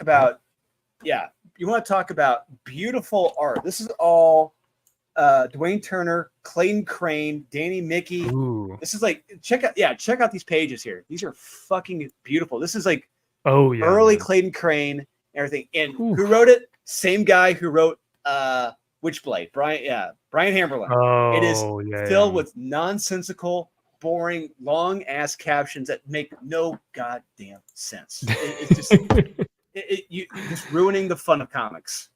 Dang. Wasting art, wasting beautiful art. So basically for the 1995 version, Witchblade goes undercover. She kind of takes out these guys who she had a past with. On her way back, her and her partner are driving back to, I think I forget where they were driving to, but they're on their way back and they see that there's this big, party going on at this theater in New York. And so she kind of is curious and goes, hey partner, why don't you pull over for me? I want to see what's going on in here. I want to investigate a little bit.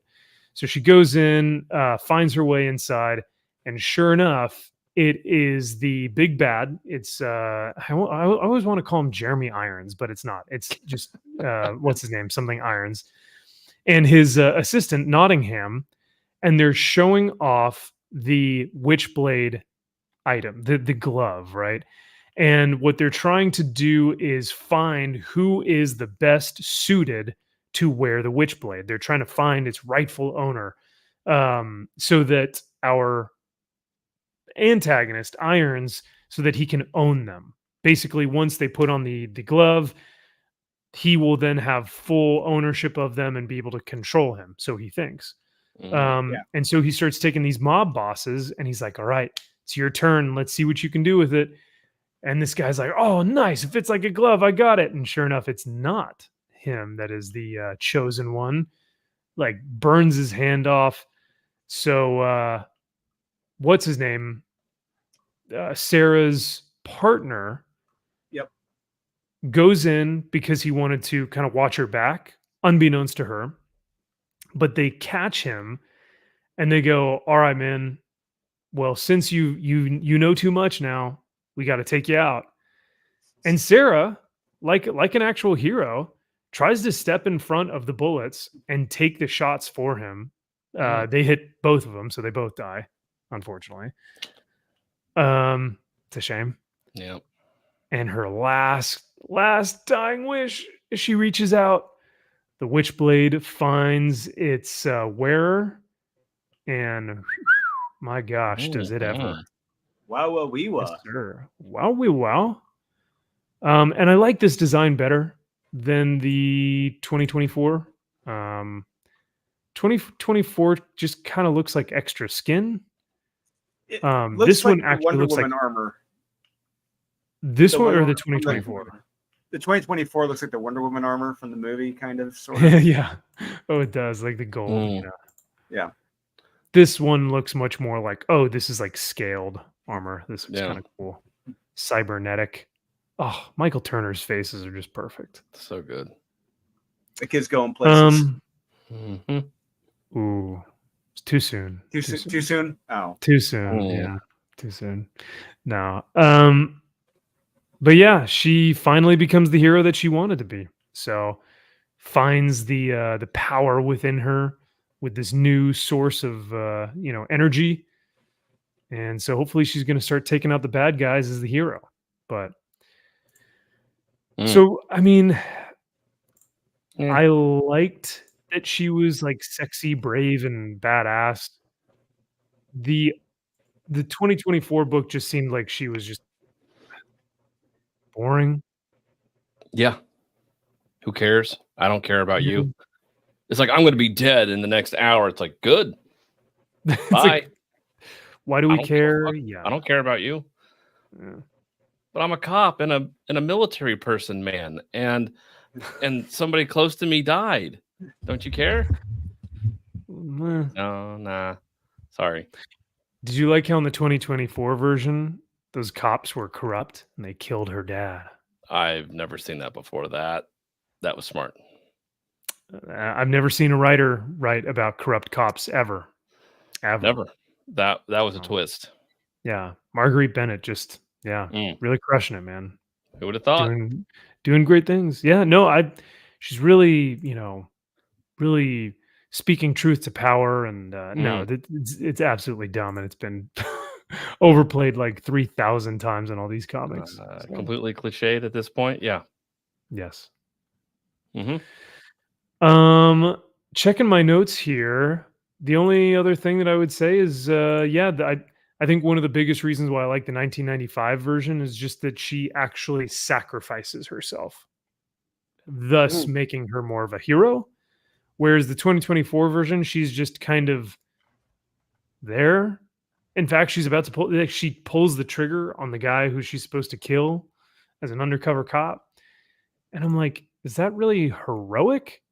So Well, she once saved again, people being sex trafficked or something. So that's something good, right? she lets them go. She Yeah. releases them, I think. Sure. I don't Yeah. know. I think because they were in the back, maybe. Yeah. They were like in the back of the warehouse. Yeah. That's good. Yeah, but it is good. But wouldn't any good, you would think that any decent person would hopefully do that. I don't know. In that first one, she like lays her life down on the line for her partner. It's the same thing. It's kind of cool. The 1995 one, It's just as good.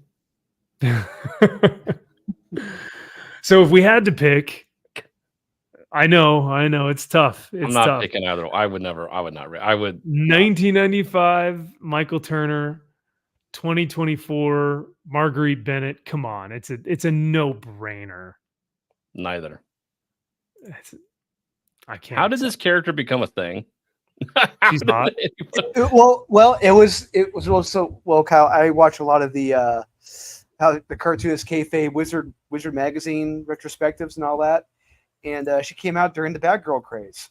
During the Bad Girl craze, you had her, you had Vampirella, you had I think Tarot, and I forget who all the other Bad Girls were, but just she came out during that time in the '90s when they were hot. But she's good. She's not a bad girl. She's a good girl, according to Max. She saves people, sacrifices herself. She doesn't have any grit.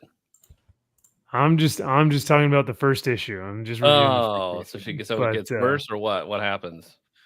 I would have to go back and actually reread the rest of the series, but do not. It gets convoluted and messed up as it goes along. I don't care. It's fun. Yeah. It's a mess, but it's a fun mess. I'd prefer to read that than whatever this is. And plus, she teams up with Darkness from time to time, so I love the Darkness character. I think it's rule of cool, right? When in doubt, she looks cool, she's hot, great heroine. But that's this 2024 one. So what's the difference? You just like the nostalgia. You like the fact that it's 1995. No, I legitimately like the Michael Turner art much better. Like the story seems to make a little bit more sense because it's in the 1995, because we don't have the Witchblade like going across from Berlin to New York to find its like rightful owner or whatever. She happens to be, walking in. Well, maybe actually the 2024 one makes more sense because it's trying to look for its owner as opposed to her finding it. By sheer happenstance of, hey, there's a party going on. I'm going to stop here and go inside and see what's going on. Right. That is so. Yeah, maybe that one is more not convoluted, but it's more happenstance. What's the word I'm looking for? Stupid is what you're looking for. These are both stupid. You have to admit they're both not great. Stupid. They're both not great. They're both stupid. But like I said, if we're ranking the story as they're both on the same level as like dumb, 2024 is better than 1995. The 1995 is better because the art beats out the 2024. No, you said story. You didn't say art. No. I said like as a whole. If we're grading the comic book on everything, 2024 and the stories are the same. The story makes more sense. I can read 2024, still hate it. 1995, you're putting me to sleep, and I don't give a fuck. Well, then you don't appreciate good art, sir. but honestly, I'm not reading either one. They both suck. So I would say they're not great. I don't think they suck, but honestly, the fact that this is a step up for Marguerite Bennett, considering that the first book I read from her was Mother of Madness, which, like I said, is still the worst comic book I've ever read. It was one of the first videos I did on this channel. ISOM 2 is worse than any fucking comic book out there. Read even worse. Yairen may be worse than ISOM 2.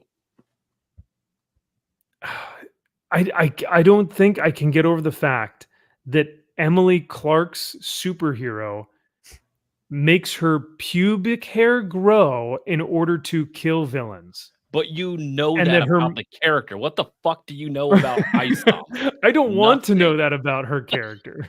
But you do. You guys are the ones. Y'all are the ones saying we need mystery. We don't need to know what Witchblade is. No. We don't need to know who Yaira is. Who is you Yaira? Find out. I'm talking about showing your hand at the third fucking page of the comic book. Oh, okay. Okay. Final vote. I'm going with 1995, hands down, just for the art alone. Kyle, you're going with the 2024. You really want to choose that?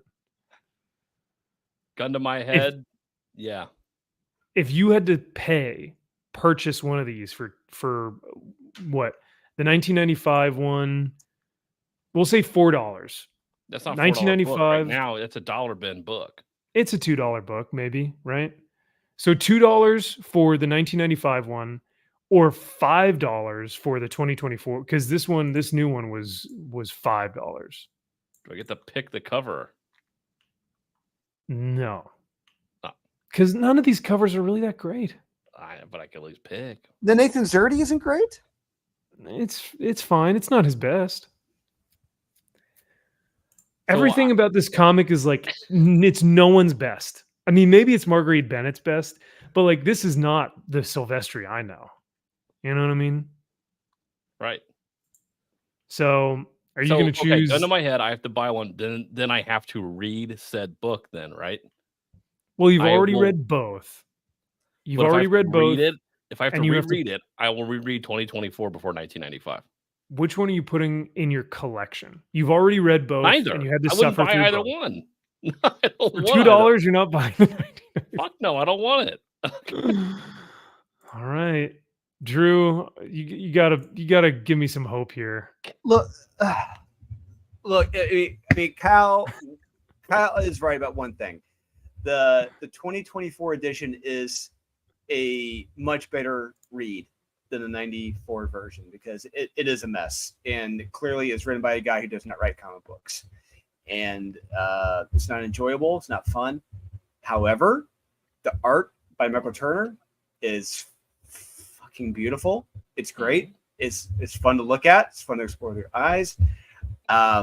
So it's purely for that. Granted, like I said, I mean, it is an easier read for the 2024 version, but the art isn't as sharp as Michael Turner. So I just got to. I'm going to give the slight edge to the 94 version. It's not by much at all. It is not by much. No, and that's they're fair. not. But Kyle's right. They're not great comic books. They're not. Mm-hmm. And They're not. It's like it's really it's a coin flip, really. But I'm going to come down to Michael Turner's art. It really comes down to that. Yeah. That's the defining factor. And I agree with you guys. These are not great books. And even I can say like that the 2024 version did things I think maybe better. Like I said, the having the dad be the kind of mentor figure as opposed to the Starsky and Hutch, how the plot kind of carries out. It's a little bit more cohesive. I don't even know if I can A little say more that. poignant and a little more nuanced. A little more nuanced, maybe. That's all you need. But and like I said, because I despise Marguerite Bennett's writing, and yet I still would probably say, because that's how unbiased I can be, is that I can say that this may be a little bit more coherent, even though I can't stand her stuff. But yeah, the 1995 blows everything about the 2024 out of the water when it comes to Michael Turner. That is the defining quality that just ekes the 1995 up, and why it, for me is my pick. But I also think, Kyle, you asked why did Witchblade get so hot, or why did she get so popular? Ask that about any female YouTuber, any female co-star, host, podcast, anything. Most likely the answer is just because they're hot. So yeah, I know, but still, but to revamp and it's just like this character was built on nothing. Like clearly, you go back and look at the first nothing, and it's just bizarre to see sometimes. Other than the fact that she's super fucking hot, I get it. Like, yeah, the character design sells, but yeah, it was during the bad girl craze. It was very much during the bad girl craze, and those books were selling like you had She by Billy Tucci, Danger Girl. Mm-hmm. This just J. Scott Campbell stuff. I mean, it was hot back then. Those books sold like hotcakes. Yeah, they were crushing it, man. And she had a good story, though. Yeah, She. Oh yeah, she. What about Fathom? Because Fathom, Michael Turner's Fathom. I don't know if you guys remember reading that one, but I tried. It was okay. What about Danger Girl? Danger Girl was fun. It was a female James Bond. It was a very fun story. I definitely picked up the covers from Campbell for sure. Oh yeah, I picked up those just for the covers alone. I mean, anyone would, but because now those covers go for they're a lot. Oh yeah, any of those early J. Scott Campbell, those go for good money. Well, that was when he was in his prime. That's when he actually tries. Yeah, because he did a cover for this, and it's hell, his G.I. Joe stuff he did at Image. Those are some good money. Those are hard to find too. But yeah, I mean, it's tough because for me, I'm a 90s guy, and I always joke the more pouches the better, right? And finally, they're like, "Hey, we're bringing a '90s book back. We're bringing Witchblade back." And I'm like, I don't think you can still capture that same feeling because you can't do the same stuff that you did in 1994. It was just such a completely different era. We're talking 30 years difference from the two books. And so you're never going to recapture that 90s audience just by bringing back the same character. You have to invoke the same themes or the same vibes or the same colors and artwork and dialogue. Like, you can't just go, remember Witchblade? Remember? And I think that's what these comic creators are struggling with, is they just keep Max, you slapping guys- titles on things. You have to say, remember Witchblade? Yeah, I remember Witchblade. Remember? I remember. I remember. Yeah. Shut up, Mimsy. Oh man. So, well, I guess that's 2 for 1995 and 1 for 2024. But did we have fun? No. No, not I had really. fun. I had a lot of fun. No fun. It's just so funny reading that 94 version. You really see pop culture in the world of pop culture, what was at the center, what was big. Quentin Tarantino. It's like, okay, this is where Brian Hammerly. Okay, he is a wannabe screenwriter, and this is what we get. All right, got it. We've got the Calico coming in here for $5. He says, "Greetings, fellow heroes. Please support this great channel and passionate talents in the world of comics. We're San Diego bound. Hit like and subscribe." Dang, dude, it is great to see you, brother. Thank you, HH. Well, did Kyle excuse me, leave? the Calico. I think Kyle, his camera froze. So Okay. so I think he had to drop out and come back in. But so I shall be gave here. HH. I gave HH a copy of the Unholy Nightmare, the PDF to read. So I'm wondering what his Nice. thoughts Okay. are. Yeah. Cool. Well, Calico, thank you so much for the support, brother. We really appreciate it. Have a safe trip down to San Diego. Have a great convention too. Enjoy the convention. Sell out of everything. I know you will. And we will continue to promote your stuff. Go check out Sigma Comics, The Calico. This is essentially what you're going to get with this comic. I'll dance with you.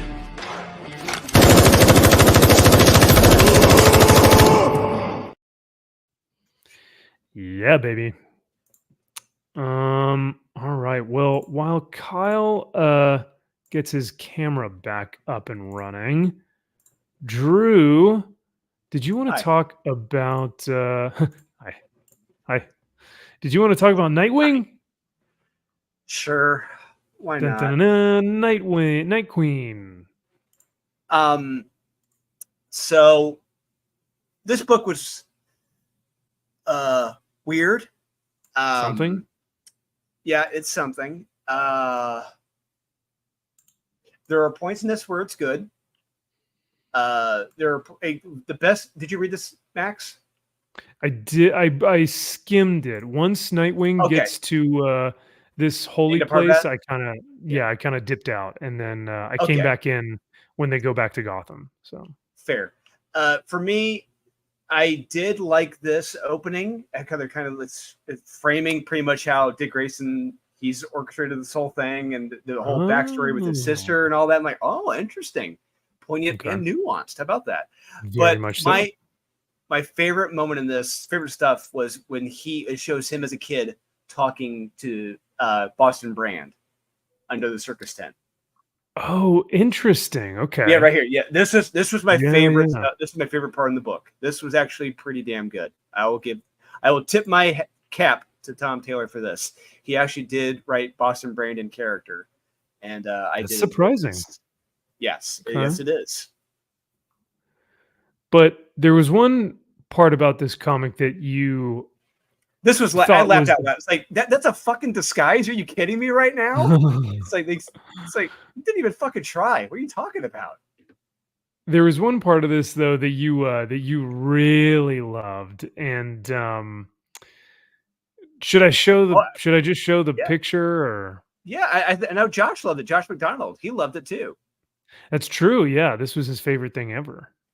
It. Um, I could not fucking believe. I laughed out loud. I'm like, words cannot describe how fundamentally flawed and stupid this idea is.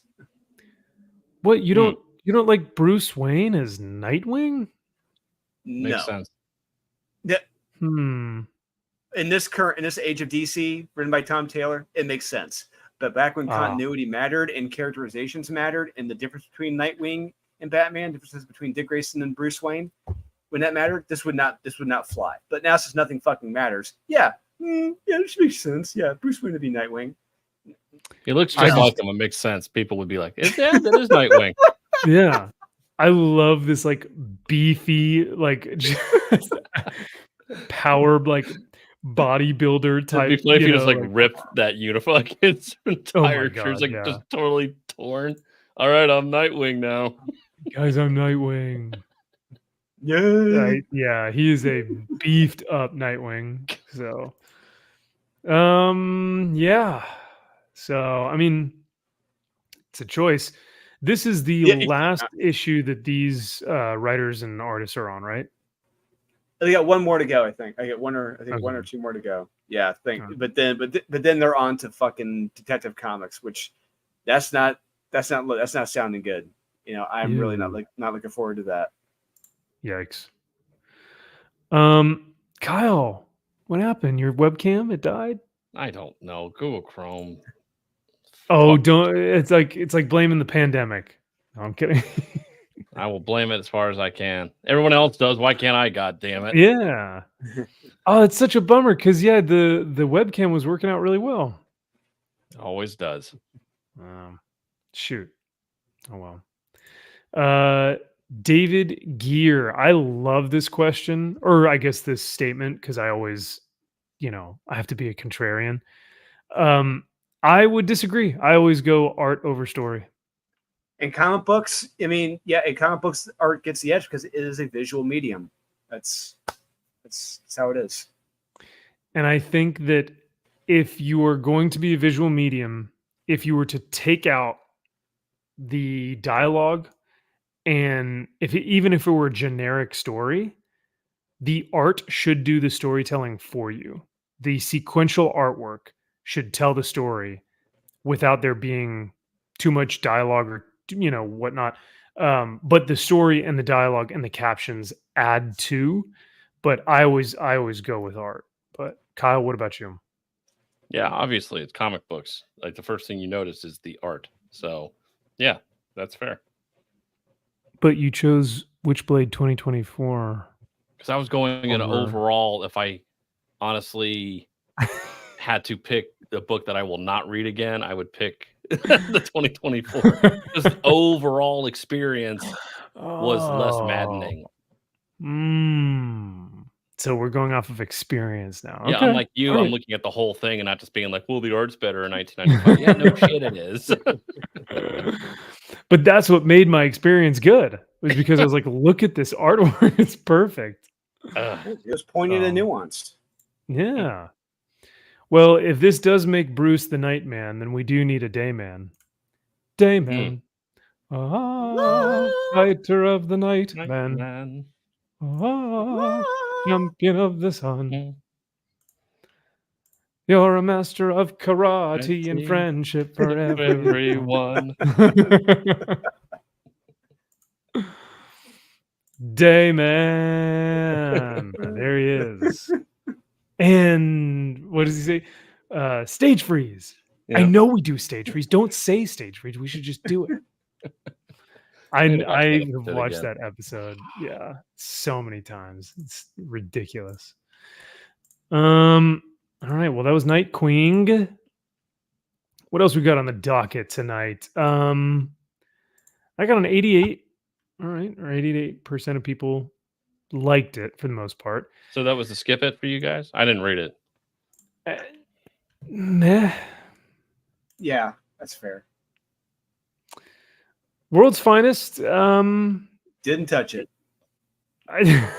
Well, it is Mark Waid, so I don't blame you. If you guys like schlocky Silver Age, goofy, kind of like just fun, wild kookiness, this is the series. Like this whole the past story arc has been Silver Age goodness. But if Silver Age is not for you, don't even look at this thing, because this just, I mean, it spews that kind of kooky Silver Age-ness to it. Dan Mora on art is still just absolutely brilliant. But yeah, this is the conclusion to the story arc following all the imps like Mr. Mixixpitalik and Batmite. And hey, wouldn't you know it, Batmite actually has like a heroic kind of sacrificial end to him in this book. So I was like, wow, all right, they went there. So I found it charming. Wow. Yeah. I know right. people hate Batmite, like I did. despise him, but I think he gets a good end here. So wouldn't you know it? Okay. I don't know. So you guys didn't read this one? I tried. This hurt my fucking head. Like Really? I fucking hate Batmite. I hate that all that bullshit. Yeah. So I was too Couldn't much do for it. me. That's all right. That's fair. I did pick up the Alex Ross cover though. The World's Finest. Ooh, Alex Ross cover. Oh, what? Actually, I got the other one. Ooh, Oh. Toe Storage. There were another two. one. Oh, So that's Very Jim good Lee story. pencils, Alex Ross paint. It honestly is one of the best ever. Yeah, so Max, this is before your time. This came out when I was Oh. still in high school. This is over 20 years old, that image. Damn, this cover or this? Yeah. What do you mean? That image. Yeah, they did that over 20 years ago. Wow. Well, no wonder. I was about to say Jim Lee could never do pencils like this right now. So He could. He No, chooses absolutely not to. not. But Alex Ross could still probably do this. Wow, that is gorgeous. Yeah, I had to get that. So I did pick one of those up. That is Yeah. like seriously magnificent. I think it might have been, I forget, it may have been a Wizard magazine cover, I think, or a promo image or something else. But it might have been a Wizard magazine cover. Oh, there's San Diego Comic Con. You can get it from his Okay. store. So I went on. I got it a signed version of that. But yeah, that. Oh, that's cool. that one By was tough. Alex Ross? Yeah. Oh, that's cool. I Mhm. like that a lot. I don't think I have anything Alex Ross like this. That's awesome. Yeah. I've Let got alone the something Fantastic signed Four. by him. Yeah. Wow. You can buy anything you want at his store. It's all overpriced, but you can buy anything you want signed from. Yeah, that's fair. I mean, he can so that charge was whatever he that was wants. so that image was actually a cover to Wizard magazine for issue number 155. Wow. Yeah. Well, Kyle, I'll admit when I'm wrong. I am not a variant cover guy fan. I think the whole thing is a scheme, but I might actually have to buy this. That's really cool. I mean, like it's the that a best lot. of both worlds. Jim Lee pencils, Alex Ross paint. I mean, yes. I mean, I Yep. could do without the Jim Lee pencils, but No, you can't, Alex though. You Ross can't. just makes it perfect. Because Alex Ross sucks by himself. Like, you need somebody to really punch it up and put really good pencils in there for him. Yeah. I mean, this is a Jim Lee Batman face. Yep. Like you can, you see that, you immediately go Jim Lee. 100%. Yeah.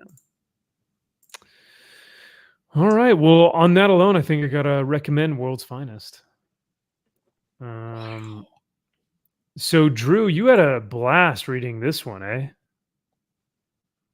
Superman. I'm sorry. Oh god, you want to talk about just absolute garbage? We talk about almost pretty much a bait and switch. It's pretty much just all about Zatanna. And look, don't get me wrong. I like Zatanna, but I'm not coming to Superman to read about Zatanna. That's fine. It's want to have that in Batman or Detective Comics. That's fine, but not in Superman. I don't give a shit. I don't care. And that's pretty much what it's all centered around her. And like, that's fine, but tell it in a side story. Don't tell it in Superman. Yeah. So Zatanna, so let me get this right, and correct me if I'm wrong. Zatanna has found a way to move within this like deadly magic webway with Superman to keep them hidden from Amanda Waller. So she can still use her power. She can use her magic still. There are other heroes who can't.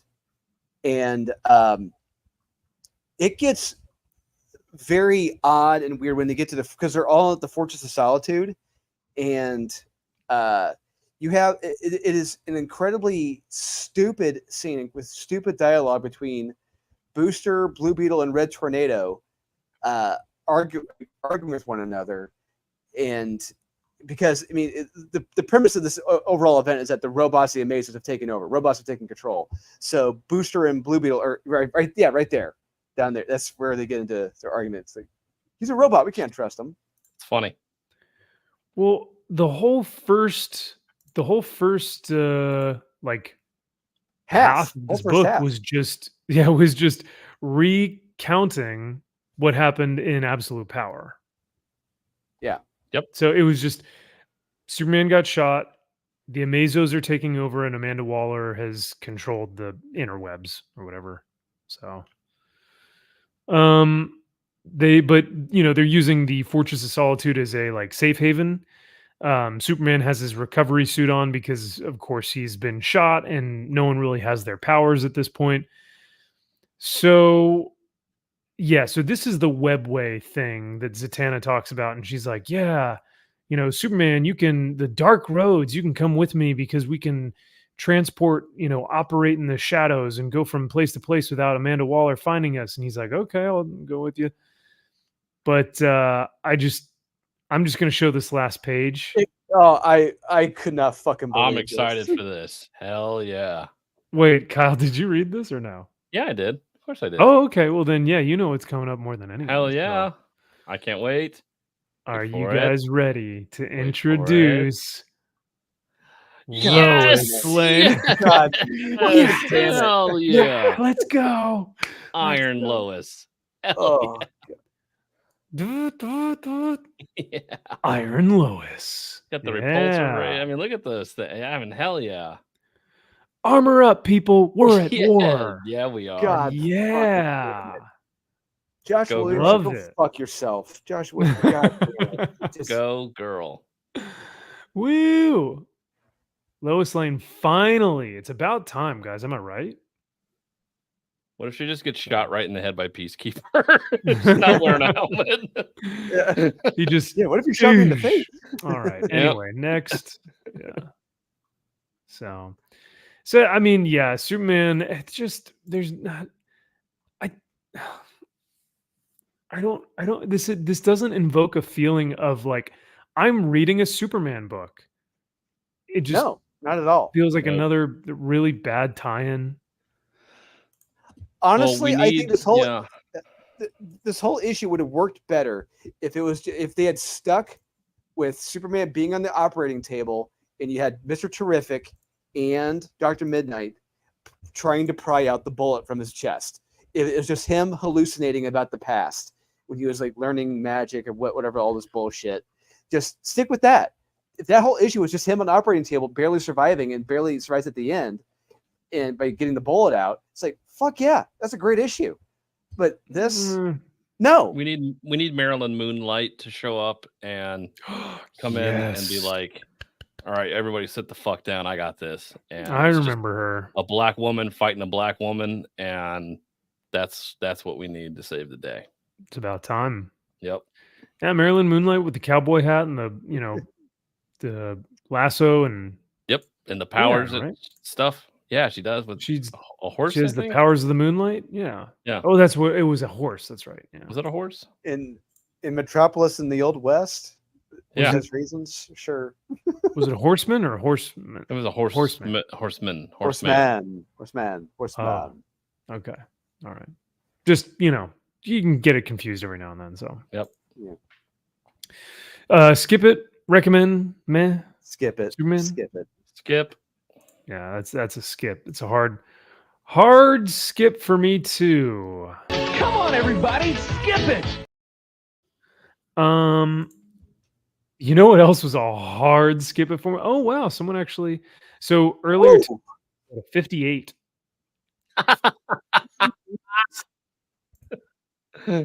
2.8 star average rating. Earlier today was like 2-point average star rating. I didn't even touch this issue. I didn't even want to go near this. You did not need to. What's hilarious about this is probably one of the better books of the Wonder Woman, because the Wonder Woman series that we've been reading is I mean, it's awful. It's one of the worst things I've ever read. And I don't mean that to be facetious. Like I genuinely, it's one of the worst things I've ever read. And yet this was a tie-in filler, which had nothing to do with the regular Wonder Woman continuity storyline, which was kind of a relief because I was like, oh, thank God we don't have to deal with Tom King's nonsense. But no, you still have to deal with Tom King here. But I am almost infatuated more so with the meta commentary around this, because I have never seen League of Comic Geeks hate a Wonder Woman so much. Look at all these comments, dude. I'm still going. Wow. I am still going, and it ends there. What's the 5? Is there a 5-star review? I gotta read. I gotta see if there's a 5-star review. Here's a 4, 3. There's not one 5-star from what it looks like. Wow. Here's There it is. Oh, there we go. There we go. Look, I'm simple. King understands when to be King, the literary man, King, the fluff writer, and apparently he can hit it out of the park with something that felt incredibly 90s image. Rob Liefeld would be proud. What the fuck? What? There's nothing 90s about this book at all. Oh, wait. So this person didn't even like the main story. The Trinity backups continue to be amazing, but the main story was not as bad as people say. Okay, I'm so surprised. I never read the backup stories. No, Like the backup stories seem to be like inconsequential. They're just ways to inflate the price of the comic book, so people can say, "Oh, we're selling it for $6, $5 because there's a backup story." And it's like, dude, the backup stories are always bad, always. Yeah. Oh, you know how I knew this book was going to be bad from the first fucking page? Oh boy. Because Tom King and his great infinite wisdom chose to set this story, this issue, a tie-in about not being able to trust what's going on, government bad, everything good.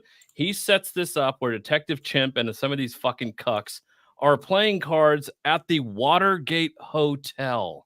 Oh, what? Fuck you fucking piece of fucking shit. You are a fucking idiot. Like, low level, low IQ, fucking moron. Like, do you get it? He thinks he is so smart. He thinks he is like high IQ. And this is the thing. He is like, where are my notes here? Because I was writing, I wrote a little bit while I was writing this. That's what it is. He thinks he's super profound with this, but he just ends up being pretentious as all hell. No, get it? Get it? Watergate. He's like, I am so insightful. Everyone's like, no, you're just a pretentious dickhole. Like, yeah, no one's gonna get it. And so then the whole book is just click. It was one of those click when the click. Every other thing was just like, dude, I can't read this. Is he quoting Oliver Twist? Wait, what's going on? Oliver Twist? No, Charles Dickens, right? I forget what retard it was. It was like, and then the Spectre's like, oh no, I know what's going. I'll save you. And it's like, no, the Spectre's absolutely fucking stupid. Don't you know that?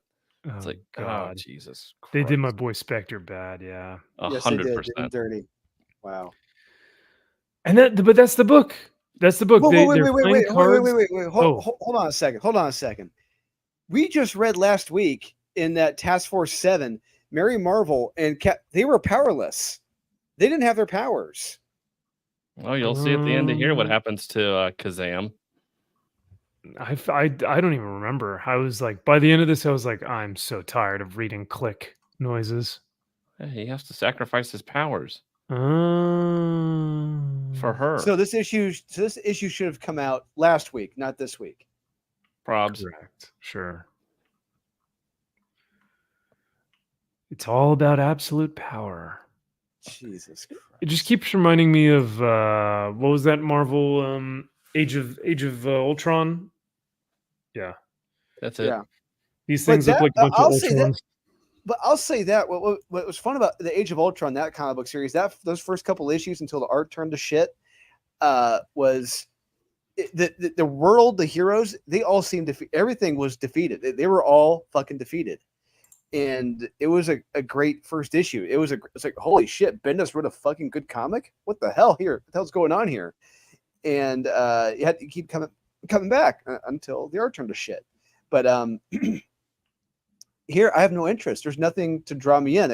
It's like, okay, we'd like to see the heroes getting daisy chained by the lady at the DMV. No, it doesn't work. Hey, it's Miss Cheryl. Okay, her name is Miss Cheryl. Miss Cheryl. Yeah, booth 7, DMV. License and registration. Actually, I'm here to renew my registration. License and registration. I can't help you without those two, sir. Well, you see, my other one is expired, actually, so I need my registration. That's why I'm here today. Sir, please do not raise your voice with me, or else I would tell you to get back in line. Miss Cheryl, I really that's my time at the DMV. So. Wow. You sound racist right now, but 100% accurate. Oh, okay, good. Phew. As long as I'm accurate, this milky cereal says, "Wow, I did not like this issue at all. Like others have said, I understand that it was necessary to have a tie-in, but this one was just not good." Click. It wasn't good. I didn't like it at all. 2.5 stars. Oh yeah. My favorite thing about the big two is when they derail storylines in the interest of a line-wide crossover. I get it. They want people to buy a ton of their books, try series they weren't reading, and they want to lay the groundwork for sweeping changes. Man, half a star because of a tie-in. All right. Oh. See, where are these people on the regular title? Like, they should be giving the regular Tom King title a half star, but they're like, how dare you derail from the original creator's storyline? That was so much better. Yeah. I was wondering for months how Wonder Woman gets involved in absolute power, you know? No, I don't know. I actually don't know. Sorry. I wanted to see them go back to the Space Mall. Space Mall was so cool. Yeah.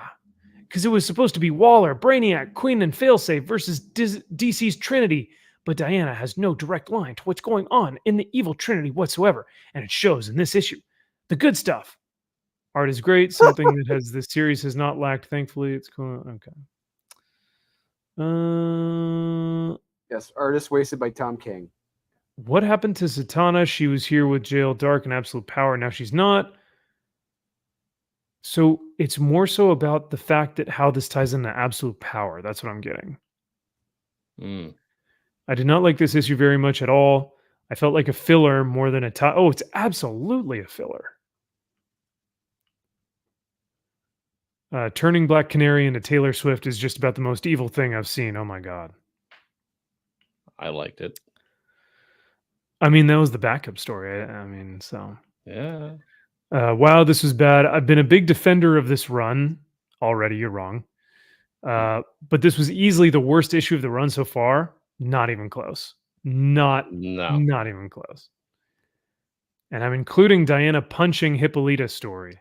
In fact, I'd have to go back to Tamaki to think of an issue that left this dissatisfied. The robot's dialogue was some of the most annoying dialogue I've read in a while. Daniel's a fine artist. I know Batman fans love him.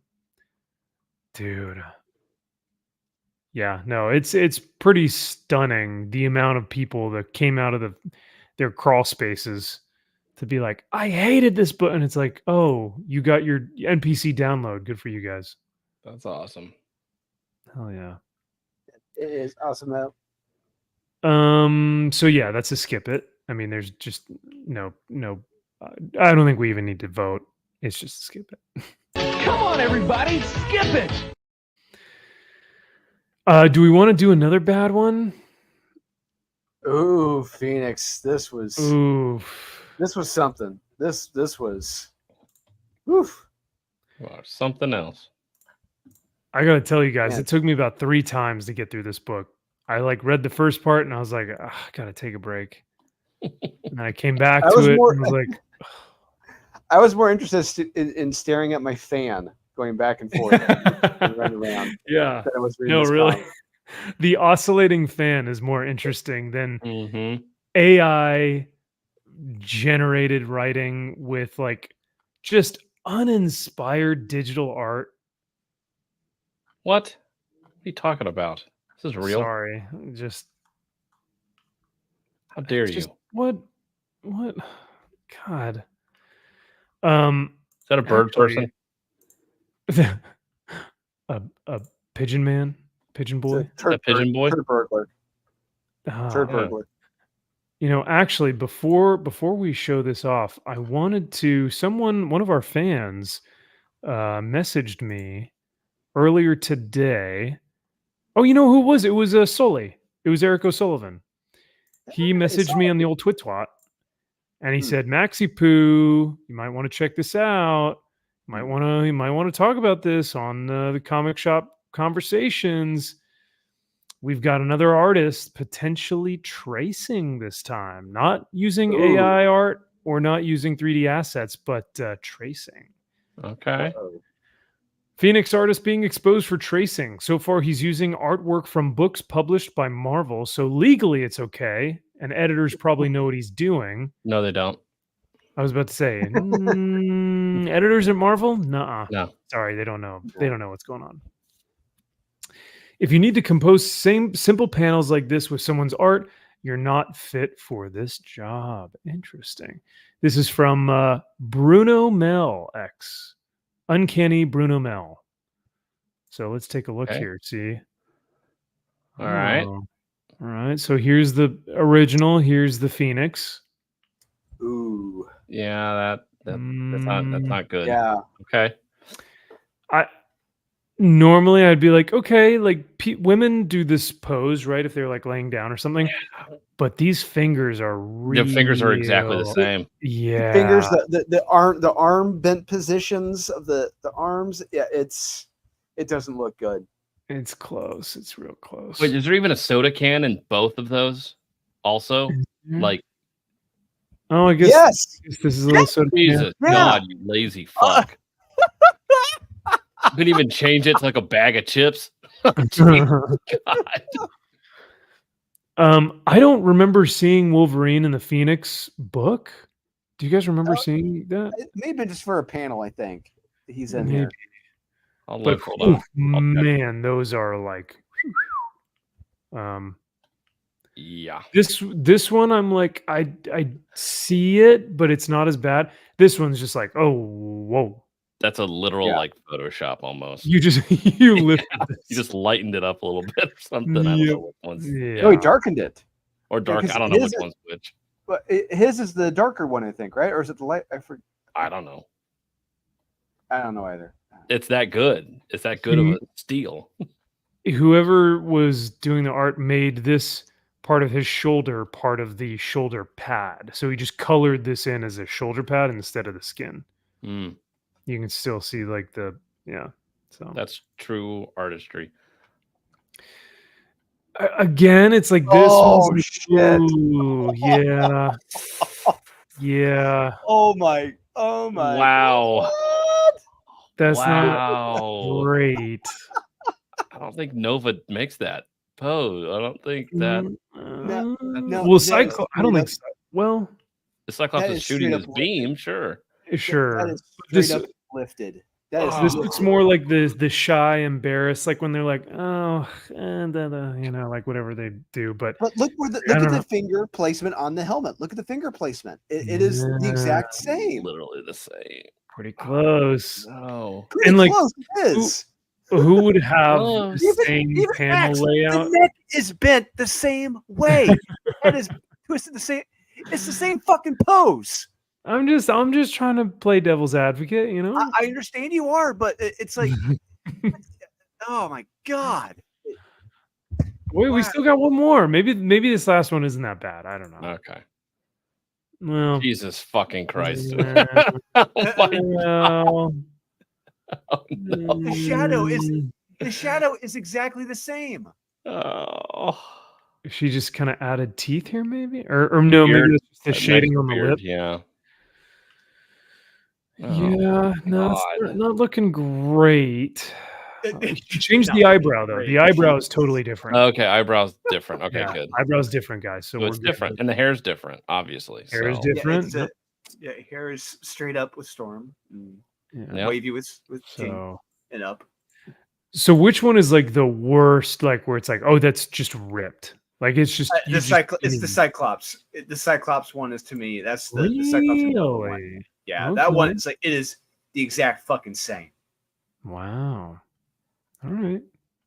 Yeah, I don't know how many Even like how breaking many, the panel border, just like Yeah. Emma is. It's you can't. Oh god damn it! yeah, I don't know how many panels where you get the kind of foreground background two characters, the one looking away, the other having the hand, but like it's fairly specific. I could definitely see this, you know, happening in two different books and having them be similar scenes, but this is like, yeah, that's pretty close. I think this Wolverine is damn near exact. I'm not seeing that in this book. The Wolverine? Yeah, I'm looking Me through neither. it. I don't see the Wolverine panel in here. And I wonder if they're pulling it from something else. This is definitely from the new Phoenix book, right? No, it's not actually. I don't remember seeing that either. It's from a So different issue. Yeah. I'm not. Yeah, go. Maybe. Oh, you know what? Maybe it was the Annie. No, the Wheezy one, because Annie Nocenti did a different book. She did the Storm book, but I think what's her name? Yeah, Wheezy. Wheezy did the first Phoenix book. Oh, I thought, right? Because this new Phoenix book is. Oh, you know what? It was called Jean Grey or Jean. It wasn't Phoenix. so that's from a different book. I think so. At least Oh from what I no, remember. that's on Because multiple yeah, I don't. books. Yeah. Yeah, that one panel of her in the bed with the drink is not on there, and the Wolverine panel is not in that book either. Uh-oh. The plot Okay. thickens. I thought it was this one, right? Louis Simonson. I don't remember this. Oh, come on. Yeah, you remember. This was 2023. This was just last year. Dude, I've slept since then. Maybe it's not this one either because the art looks totally different. Yeah. Interesting. Well, I don't see. Yeah, I don't know which Phoenix book. Well, we'll see if it comes up in a later issue, maybe. I don't know. Well, I guess we'll just have to keep our ears, eyes, noses, butts. What thing you could do? You could check out. Go to League of Comic Geeks. Type in Miracolo's name and see what books come up under him besides this one. Yeah. This says Phoenix #1 was good, but I don't feel like a third-person narration and when it was the best choice. The story told by anyone but Jean feels like a wasted and needed opportunity to create a bond with readers. It didn't feel like she owned her book. No, it felt like a Guardians of the Galaxy book more than anything else. It Yeah. sucked. Mm-hmm. But he shows off these images and they look like, yeah, see there's the panel. Yeah, right Yep, there. that's one panel. Yeah. Yep. So that's from this same Phoenix book. So at least there's one that he was trying to show off, but I don't know where those other ones went. Yeah, I saw some of the others. I did not see the Wolverine, and I didn't see her in the bed. Those are the only two I did not see in this book. The other Okay. ones are here. Okay. Huh. Well, after lots of evidence, gentlemen, what do you conclude? Guilty? Guilty. Guilty. Oh wow. Fucking percent. All right. Let me burn in hell. Yep. Damn. Yeah, I mean, this art was pretty lackluster, and I guess we see why. But I was just so. I mean, it's so tired.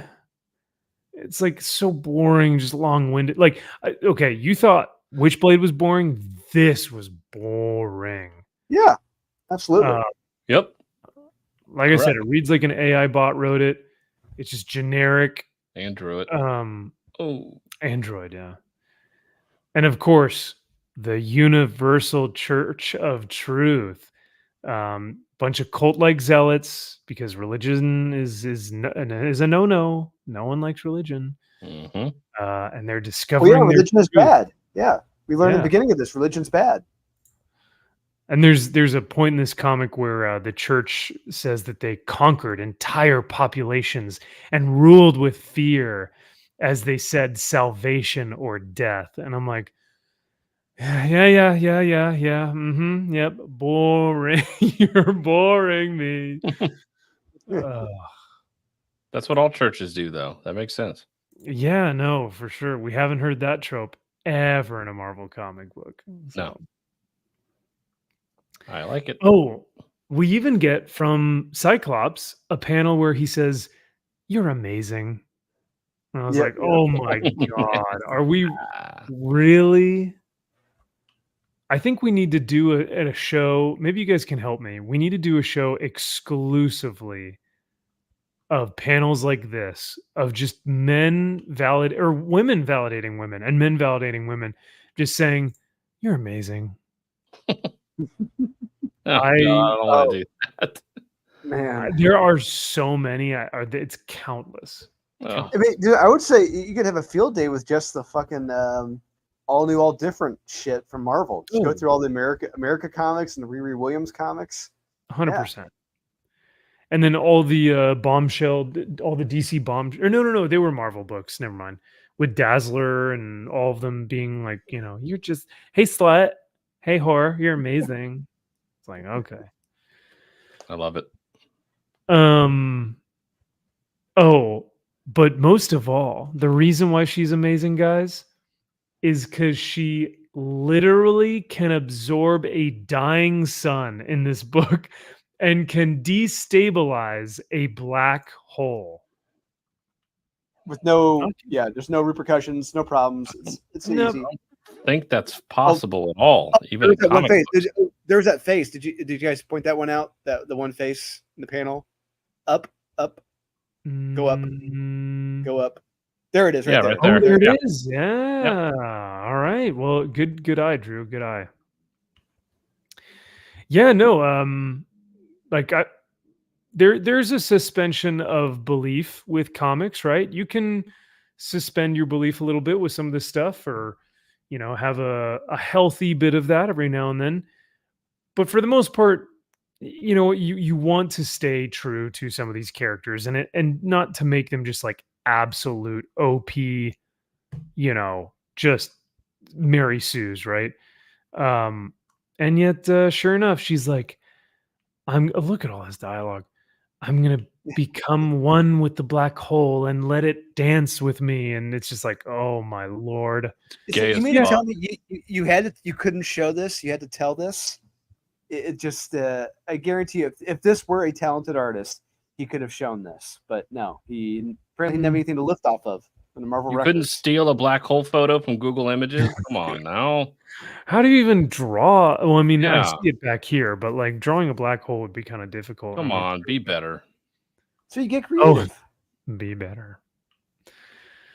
Yeah, the Phoenix just looks like flames. Like they just said, put a flamethrower on her, and there you go. There you have Flame it. on. I'm still trying to figure out how that flame of hers survives in space when it's just a whole huge vacuum. I don't understand. Yeah, that's a good that question.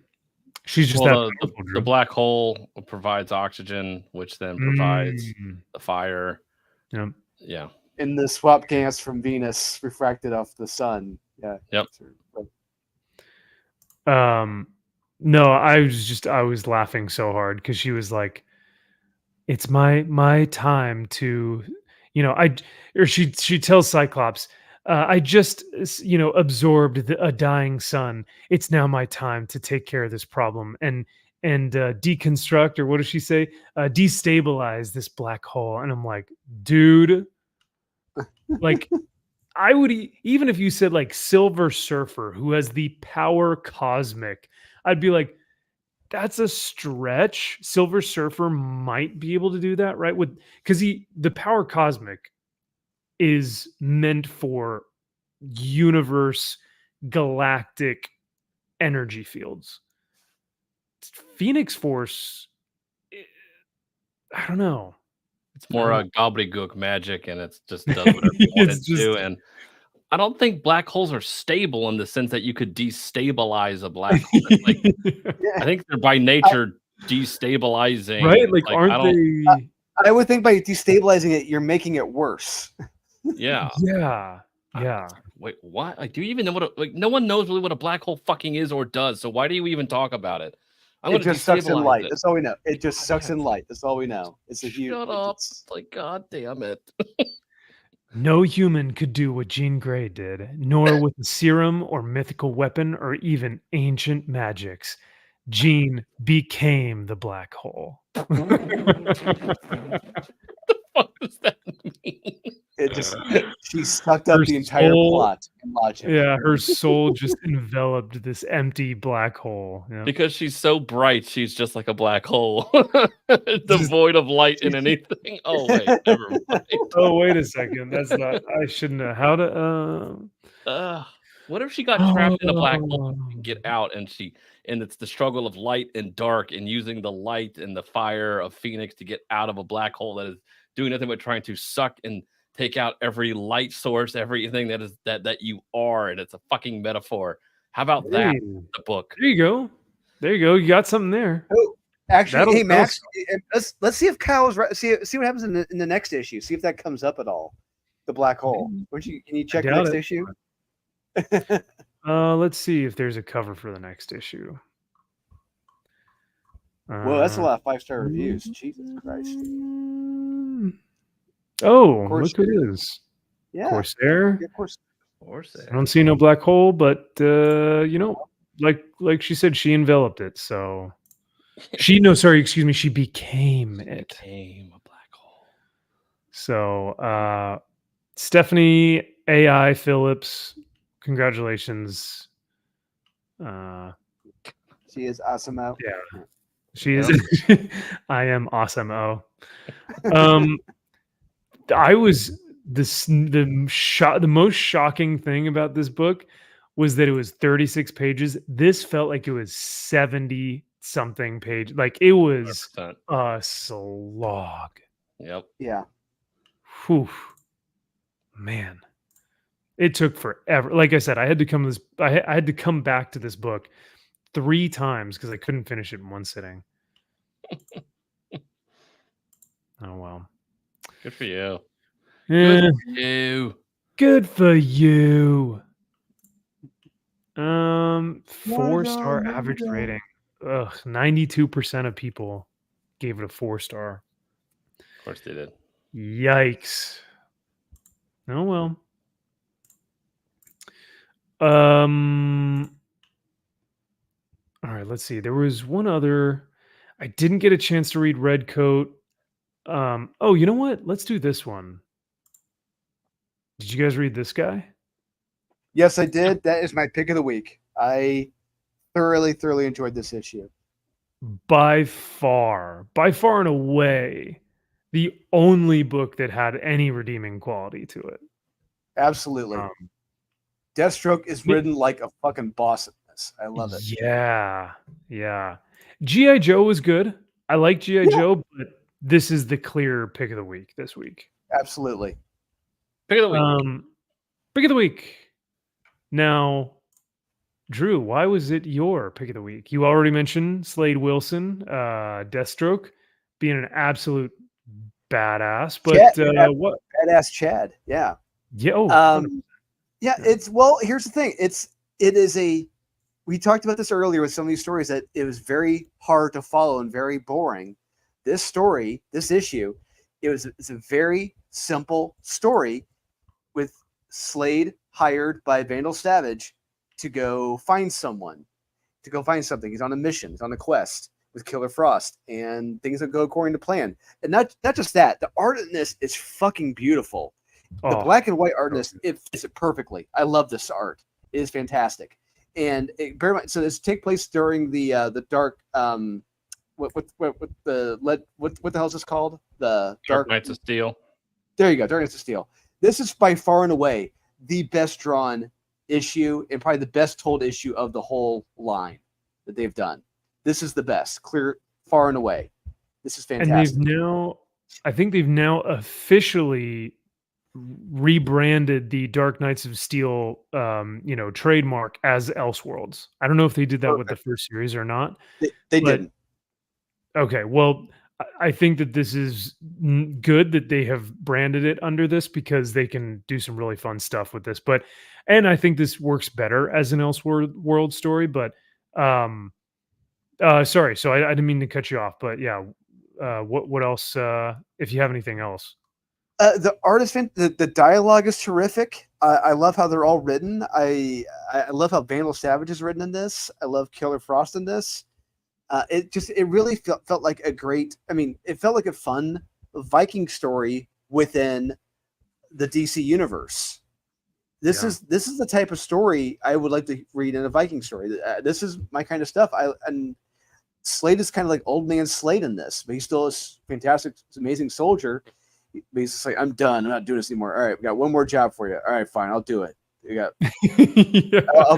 I'll pay you this much money. Okay, fine. All right, fine. I didn't know if I were going to like that or not. I was like, okay, he's the old salty, anti-hero who's like, I told you I'm retired, damn it. And he's like, I got one more job for you. Come on, And I was like, well, and sure enough, it's actually really fun because they make it unique to him. So I think it works. Yeah. And I love this journey on the boat. What happened? I don't want to. Oh man, I love it. What happens next? It is fantastic. So, Kyle, what'd you think about All Winter? No, this was fun. This was surprisingly good. I was shocked that I read both stories and both were good in this. Riccardo Federici on the art for the second story is just fucking unbelievable. Stunning. Yeah. I've been seeing him work on this issue. I've been seeing it because I follow him a lot, and I've seen a lot of these pages, and I'm like, what the fuck is he doing? He's doing something crazy for DC, but he couldn't say what it was. It was this. And I had a lot of fun with both of the stories. The second one, it has the problem of Dark Knights of Steel in general of, oh, hey, Batman? Well, this time he's a knight in this. And hey, do you remember this person and remember this person? Well, now it's like, all right. Like, wait, there's a backup in this? Mm-hmm. Yeah. By Ricardo I didn't even read it. I didn't even know there was a backup in this. Holy crap. Yeah, dude, backup with it was. I mean, the main story is clearly the far superior. Yeah. The backup is just a setup. But yeah, this art is, I mean, his art is just, I mean, it's masterful, man. And I never thought I'd say this because I thought that this would be gimmicky, but John and Martha Kent, that's cool as hell, man. I like that. Wait, that's John and Martha Kent. Yeah. You don't know likey Drew? Yeah, then Amanda Waller shows up. And here she is. No, not again. And And guess what? We also get Commissioner Gordon. We do get Commissioner Gordon. Gordon's here. Yeah, so this is Martha and Jonathan. Yeah. Oh, See, there they have are. to have the introducing phase. I'm Amanda Waller. I'm Amanda Waller, and Yeah, this it's is like- James Gordon. It's like, okay, yeah, we get it. Yeah. I know that name. I know that. I clapped when I read that Yeah. name. I got that reference. Same thing here. It's like, okay, these are interesting, like costume designs. Who is it going to be? Oh, I'm Emperor Manta. Manta. So Like, Black Manta. It's cool. It's like I love the art. get it. I like, but Yeah. the fucking tropes, like just saying who you. It's like, ugh, stop doing that. Oh, it's like I get it. So, Yeah. But art was But this- fantastic. But oh yeah. yeah, the first story was fun. So I would recommend this book. I kind of just want to see a story about Martha and Jonathan. I Sure. don't need all these other extra, hey, it's Commissioner Gordon. I just want to see these two fighting together. I think I don't need everybody to be somebody. exactly. Can't we just be regular fucking people? It's like, no, they Yeah. got to be so and so. It's like, why? Yeah, they call him the my name's James, but they call me the Commissioner, and then everyone's like, because Commissioner Gordon. Oh my gosh, yeah, because it's him, and it's like, Yeah, oh my we're gonna God, hire somebody to shut kill these up. people, and it's gonna be Joe Cool. It's like, wait, what? Yeah. Why? So, and well, you also have to remember this backup was written by Tom Taylor. So Yes, it That's why was. it sucks. Okay. yeah, so it's not great, but Yeah. which is why this story was actually good, because it was not Tom Taylor. Yes. Right. It was, I want to give him credit, Jay Kristoff. Woo. Jay he killed it. Kristoff and Terso. So Both whoever of them you guys killed it. are, absolutely crushed this story. This was fantastic. So so this is what's kind of cool about this book. I went into this book expecting not to like it, because I did not like Dark Knights of Steel. I thought it was going to be like kind of a Lord of the Rings, but it turned out being a Game of Thrones, and it was just way too convoluted. And then the publishing dates kept getting later and later and later, and then it was Mhm. like, is this book even coming out? So, and plus it's Tom Taylor, and he's got one of the most punchable faces in comics, and is like just he's a smug, arrogant virtue signaler who loves to do this type of subversion story. So I was like, I don't want to read something Tom Taylor.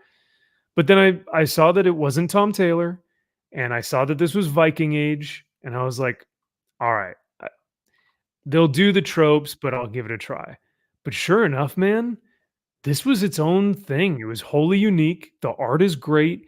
I love that they do the gray tones, so it's all black and white and gray.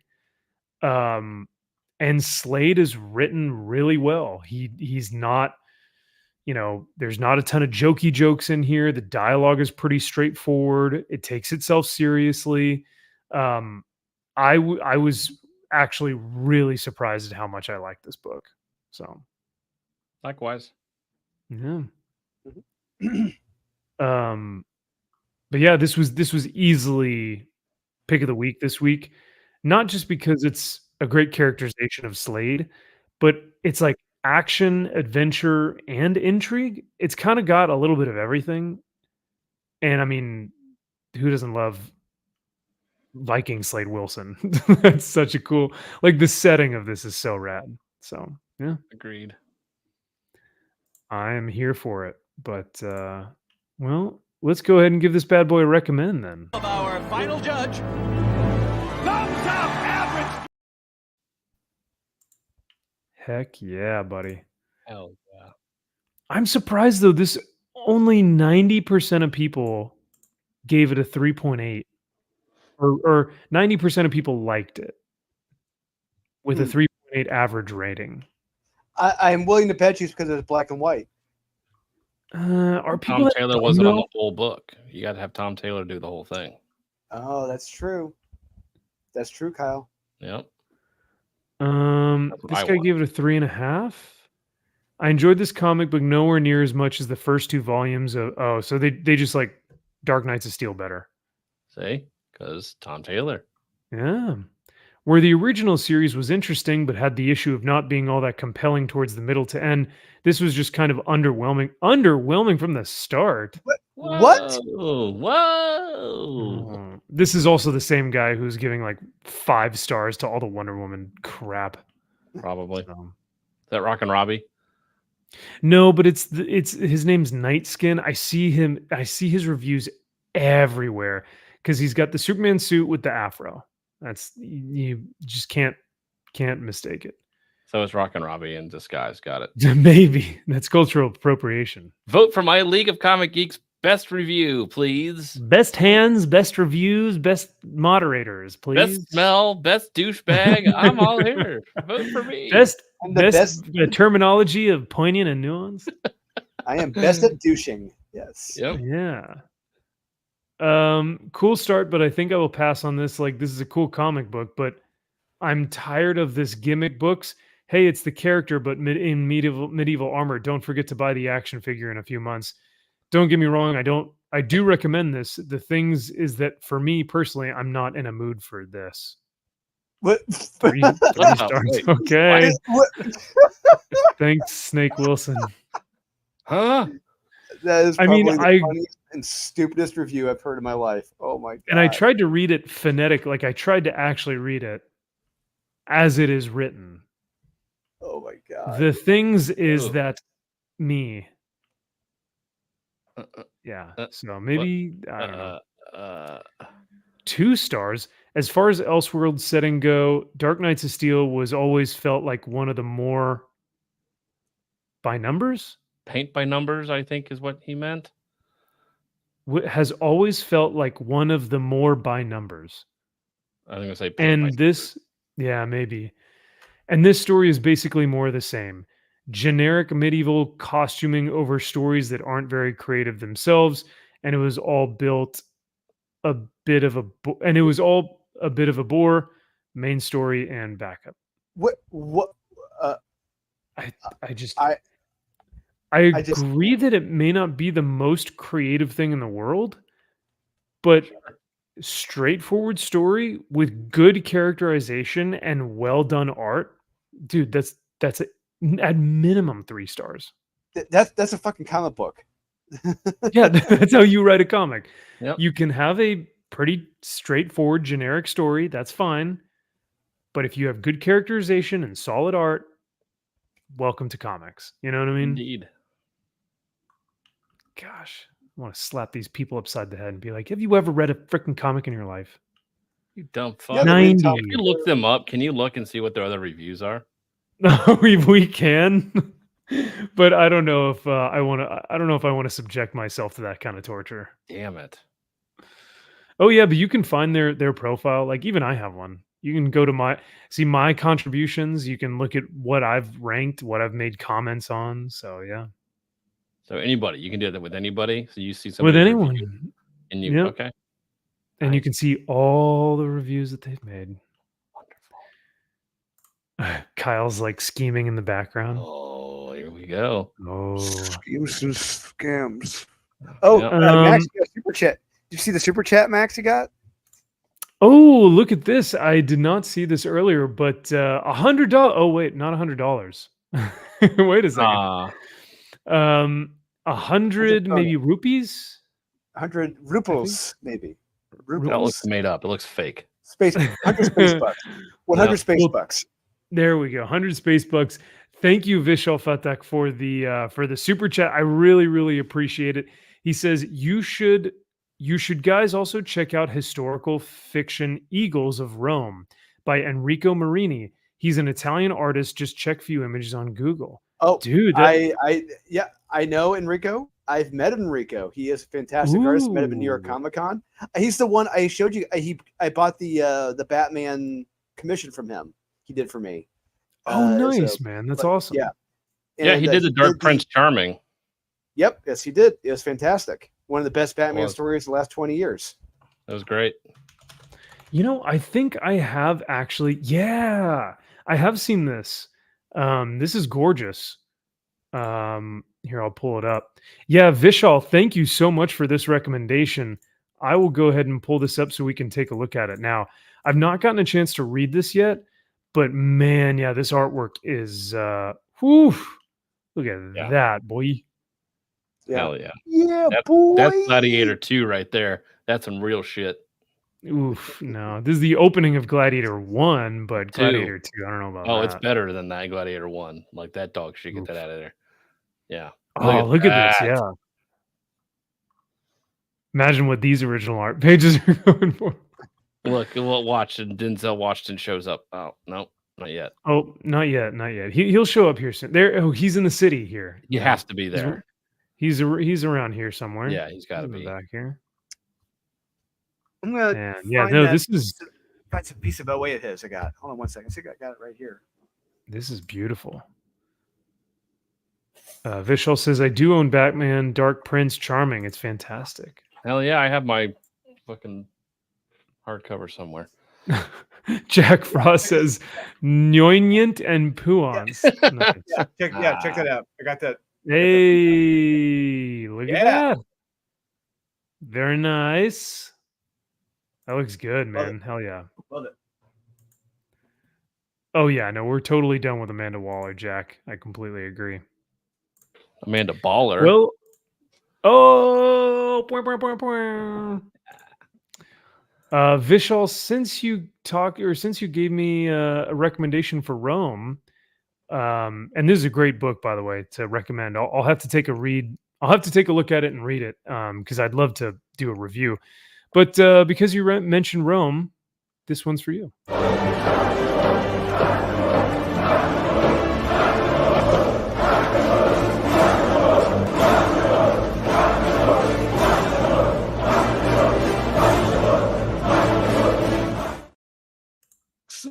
Woo! So, I can't wait for the second one when they do that again for that Hey, guy. his name is something like Steven. Yeah, Steven. Steven. Steven. It's gonna be just as good. My name is Jonathan. Yeah. Jonathan. Oh man, that first movie still it's perfect, man. It's perfect. It's Oh, perfect it's film. far from perfect, but it's a fun movie. It's 10 out of 10. It's perfect. Oh Jesus God, no! It is a perfect film. Oh, stop it! No, it is not. It's all a the good movie. performances, perfect. The set design, costume design, cinematography, perfect. Score, the soundtrack of that, like the soundtrack alone is perfect. I will give you the soundtrack is great. Is perfect. I'm sure if we were to go back and look at some of the acting in there, I'm sure some of it's probably not up to snuff, and just the overall accuracy of anything in that movie is absolute dog shit. Well, I mean, it's not. It is a Elseworlds retelling, right? Like a Roman commander, a commander of the Roman armies. They would recognize him as a gladiator. I would assume. But I would hope so. yeah. He's the general of general. It's like, okay, I'm pretty sure everybody would know who he was. Yeah.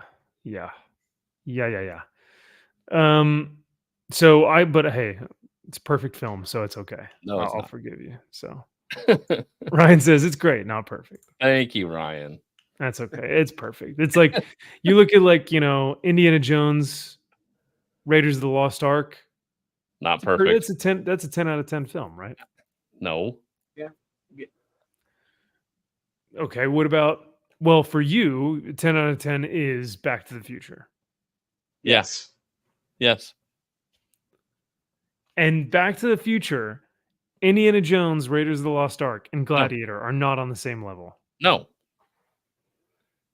If you take Indiana Jones out of Raiders of the Lost Ark, everything in that movie still happens. Take him out of that movie. What would happen? The Nazis would open up the Ark of the Covenant and they would all die. The end. Marion would have been dead. She wouldn't have survived. No big loss There there. you go. The Nazis What would still about- be defeated without Indiana Jones in that film. All right, what about Temple of Doom? The screaming in that movie was enough to be no.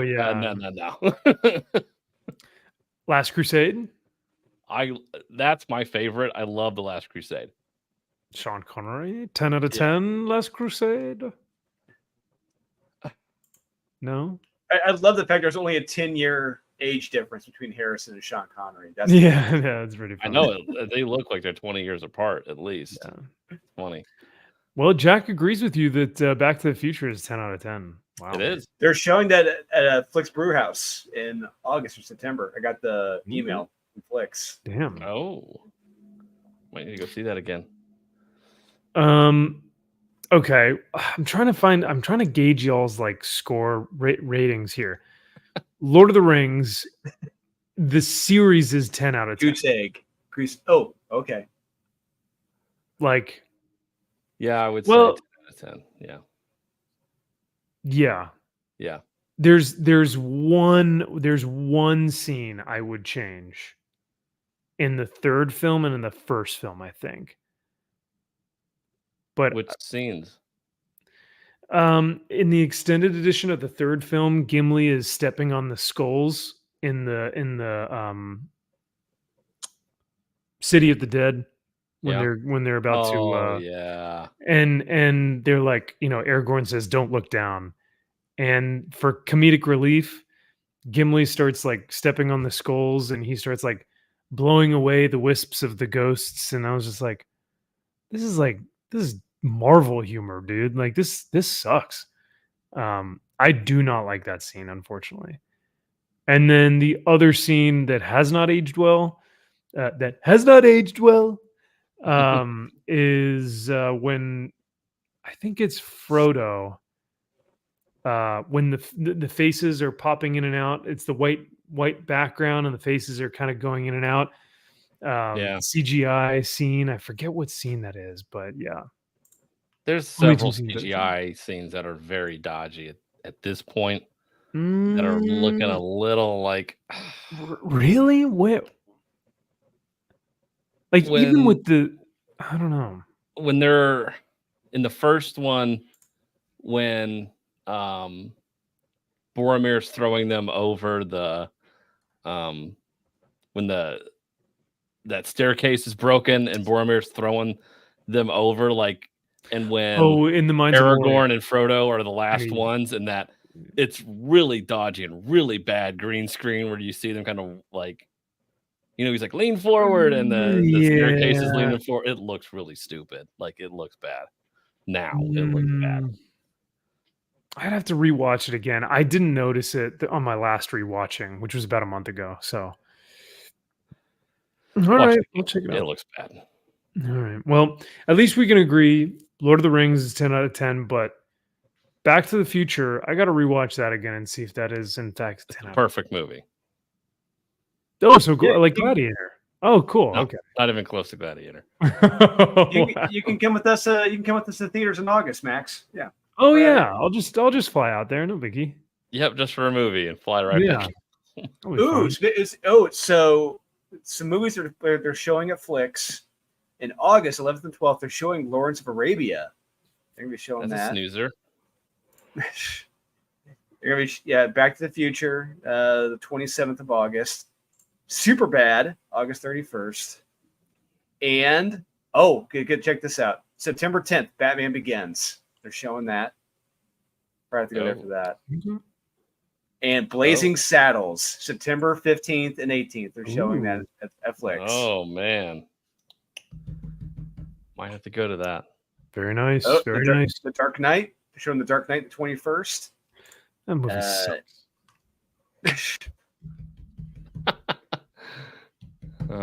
I mean, it's fine. Fine. It's fine. It's fine. It's better than Batman Begins. Batman Begins. There's a lot wrong with that film. No, I wouldn't say a lot. No, There's a lot. no. Begins is good.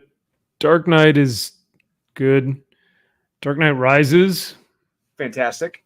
Bad. Oof. Hey, look at that poster I got Ooh. right. Hey, look at that poster I got back up there. Yeah, that's the Dark Knight Rises right there. Yeah. I'm sorry The for your, legend ends. I'm sorry that you have to look at that. No, I love that poster. It's one of the best movie posters ever. I love it. You know what, Kyle? Maybe we shouldn't have him watch Lord of the Rings. Like, if his barometer of like good things Is you the could Dark think Knight Rises? Yeah. yeah, I don't know. He's also a Zack Snyder sympathizer because he likes the Batman scene with or he doesn't think Batman kills anyone. He accidentally wasn't his fault. Yeah. Yeah. So just mistakenly throws a grenade and Yeah. tosses a crate into a dude's head. Yeah. Yep. Just kind of tripped over a little bit. Whoopsie. Not his fault. He was in the way. Well, we can knock this one out real quick. I just wanted to talk about this one lastly. This may have been the worst comic of the week. Now, I thought after reading Phoenix that was going to definitively be the worst comic this week. And I think Daredevil Woman Without Fear beat it out, and yet everyone loved this book. And I don't understand. I'm racking my brain trying to figure out what people can find of value from this comic. I don't know either. Wow. I do not understand. But first of all, we did not need a woman without fear. This is just another Marvel initiative, and it is just a tired trope. Drew, what did you think about this? This is the Tom Taylor all new Wolverine series where you had Laura mentoring the young honey badger, young beaver, whatever the fuck her name was. This is the same case here. You have Elektra mentoring a new wannabe Elektra sidekick. Like, This is fucking rote. This is fucking boring, lazy shit. There's nothing in the art. The art in this is fucking terrible. It's one step above Phil Noto, and I fucking hate Phil Noto. But it's still not good. It is not good art at all. And the fact that people enjoyed this, like, what the fuck is wrong with you? I don't get it. Well, yeah, I want to ask them, like, what is a redeeming quality about the book or the character or the art or the story or the dialogue? Like, it is Elektra is written completely out of character. This is not Elektra. Oh, yeah. None of this is what Elektra would do ever. This is absolute dog shit. Not her resting bitch face the entire comic. I like that part. No, but wanting to be a mom, being a mentor, it's like, no, that's not fucking Elektra. What are you talking about? She told this little girl to go fuck herself. I mean, look at this art, man. Yeah, and like I said, it's one step above Phil Noto. One step above Phil Noto. And that's not saying a lot. That's a low fucking blow. This art is so shit. These women are 5'2", maybe 110 pounds, 120 pounds soaking wet after a full meal. Yeah, barely any muscle tone. Barely an inconvenience. And they're freaking taking out crossbones, dude. Like, bullshit. He's down here. Crossbones. He is drawn undersized. He is way too undersized in this. He is not that small. But she's like whacking him in the face, and they're doing all kinds of crazy stuff, which, by the way, art's still bad. But it's hilarious. It's like every girl boss trope you can think of, just throw it in Daredevil, Woman Without Fear. Hell yeah. But her expressionless face is amazing throughout. Like, she doesn't show any emotion. No, yeah, you can anger, excitement, pissed off. It's just that face just says it zombie all. Yeah. face. It's like, I don't even know what you are.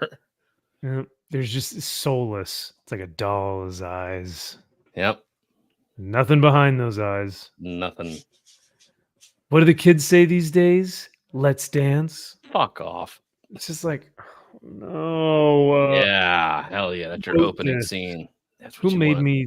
Yeah, Let's dance. let's dance. And then her protege gets caught up fighting the bad guys, the baddies, catching criminals in the act.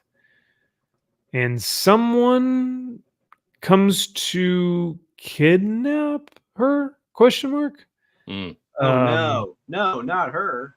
Oh no, the character that we know The nothing person. about and don't care about whatsoever. Yeah. No. This was the one page that actually had good art. This was Did it though? It's fine. Had some depth to it. I'll say that.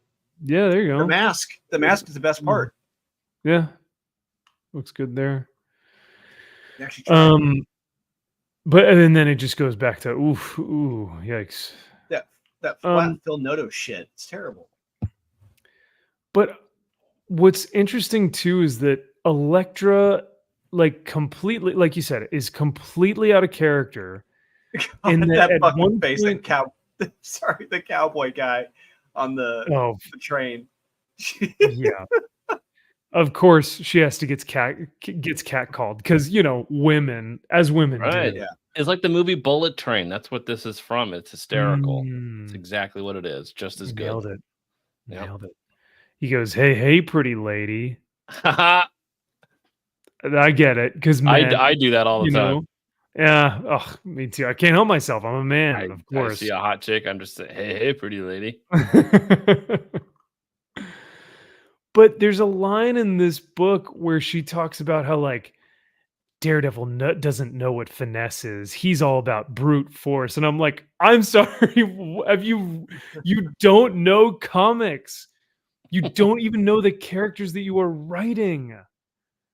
It's pathetic. Oh, Yeah. So, Oh, look at this action. whoa, Bonk. whoa, thunk, bonk. Bonk. The guy has a Hawaiian shirt on. It's funny. Oh, dude, the art where they get to these two jabronis. I could not Oh believe my- this part. Let's cut to a poker game. It's like what There's the The fuck? most no boring way. poker game of No, all time. No, blackjack. Playing blackjack. I'm sorry, blackjack. It's like, are you fucking kidding me right now? So between this and Wonder Woman this week, we got a lot of cards being played right now. Then you got autopilot right there. There's the bodyguard, and it's just like, what the hell's going on here? I don't.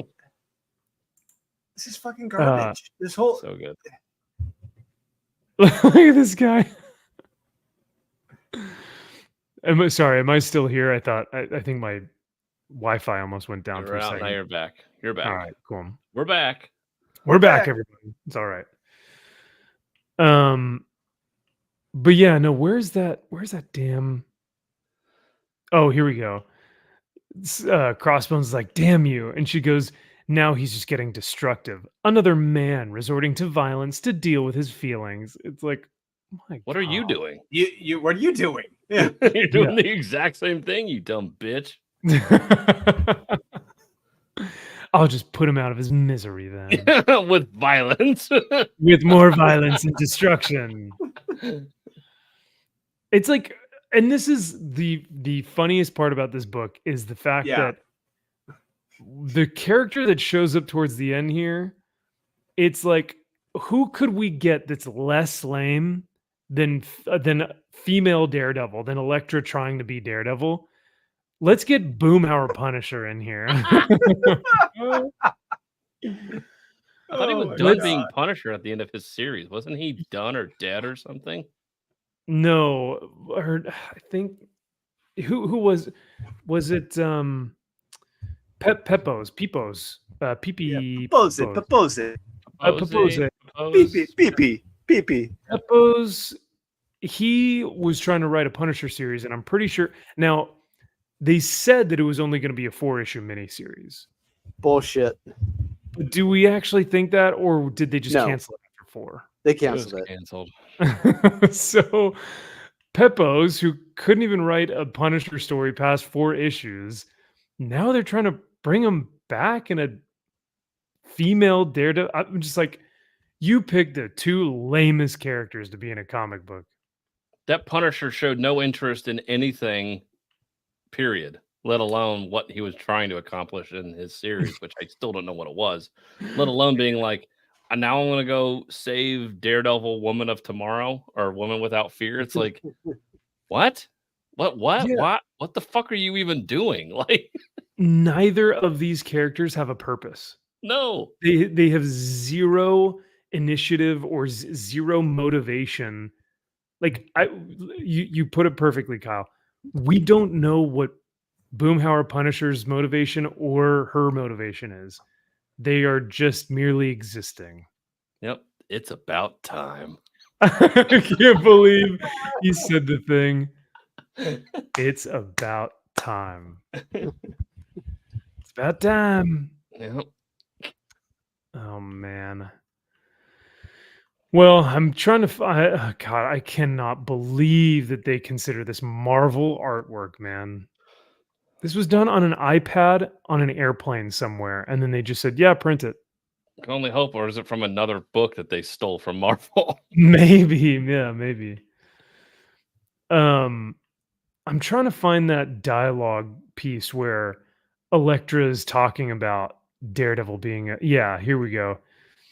So she says, "Who hasn't fought Captain America? Crossbones has no finesse. Most men don't. Am I right, ladies?" And then she goes, "Except maybe Matthew, of course, Matthew Murdoch. Mm. But even he thinks it's all about brute strength." The gymnast, the man who is the actual man without fear, Daredevil, Matt Murdock, has never been the brute strength. His dad was the Devil Murdoch. You know, his dad was the boxer, was the brute strength one. Matt learned from his mistakes and became essentially like a gymnast almost. Yeah, because he goes after Wilson Fisk, who is literally brute strength, and he has to overcome him with other things other than brute strength, you fucking dunce. Which is why why the two work against each other so well. Because, Yes. like you said, you have brute strength versus finesse. I think this is where you can blame the editor on this book for a lot of because the editor should have caught a lot of these stupid lines and told Erica, "Hey, Erica, these are clear shit." Yeah, no. Oh, you're roboting. Hello. Oh, dude, is our grids are going down? Oh, no. Oh, God. Oh no, our grids are going down. One at a time. They're coming after us. Oh boy, they almost got me. They got Drew though. Damn. Steph says Longman Maxfield. Yeah, Ooh. going into the late hours of the evening. Yeah, Jesus. Shieldwall says, "What's up, brother? How's it going?" Oh, Good to am I see back? you. Hello? There you go. He's back. He's back. Okay, There. okay. But no, you were talking about the editor should have called Eric. Should have caught Erica Schultz. Yeah. Yeah, the editor should have caught these errors she made. Yeah, Daredevil, make no sense. And but no, they didn't give a shit or just don't know what the fuck they're doing. No. Yeah, Well, these are a like little bit of both. generic sound bites or generic phrases that could potentially make sense somewhere else. It's like you just throw out these dumbass cliches and you're like, oh, I'll just throw that in a Daredevil Woman of Tomorrow book. It's like Woman Without Fear. It's like, no, that doesn't work here. Like, sorry. The Woman Without Fear it'll never work. It just it doesn't work. Elektra is her own character. She has her own lore, her own history. It works better that way. Yes, because she's an actual character with, backstory and depth and everything else. Why would you want to take that away from her? Why would you want to give her a different mantle? Why would you Right. want to give her the Daredevil mantle when her own character has enough depth Correct. being Elektra? Oh, does Marvel think that Elektra can't stand, that a female character can't stand on her own without the Daredevil title? Yes. That's correct. Wow. Yes. Yeah, so very Marvel at progressive. Texas. Yeah. So progressive. Yeah. So yeah, I think I got to give this one the worst of the week. It was a close call between this and Phoenix. I got to tell you though. Invincible Iron Man was Oh, that was definitely garbage. up there. Yeah, Oh, I hate really? I hated that comic. I hated This piece of shit Invincible Iron Man. Wait, why did Oh, you guys man. not like this one? For every There's a lot. conceivable reason.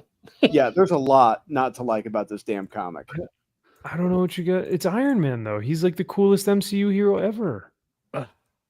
Not here. Oh, is that Faith? Oh, what is this Yes. face? Oh my god. Yes, I know. This is just the So- beginning.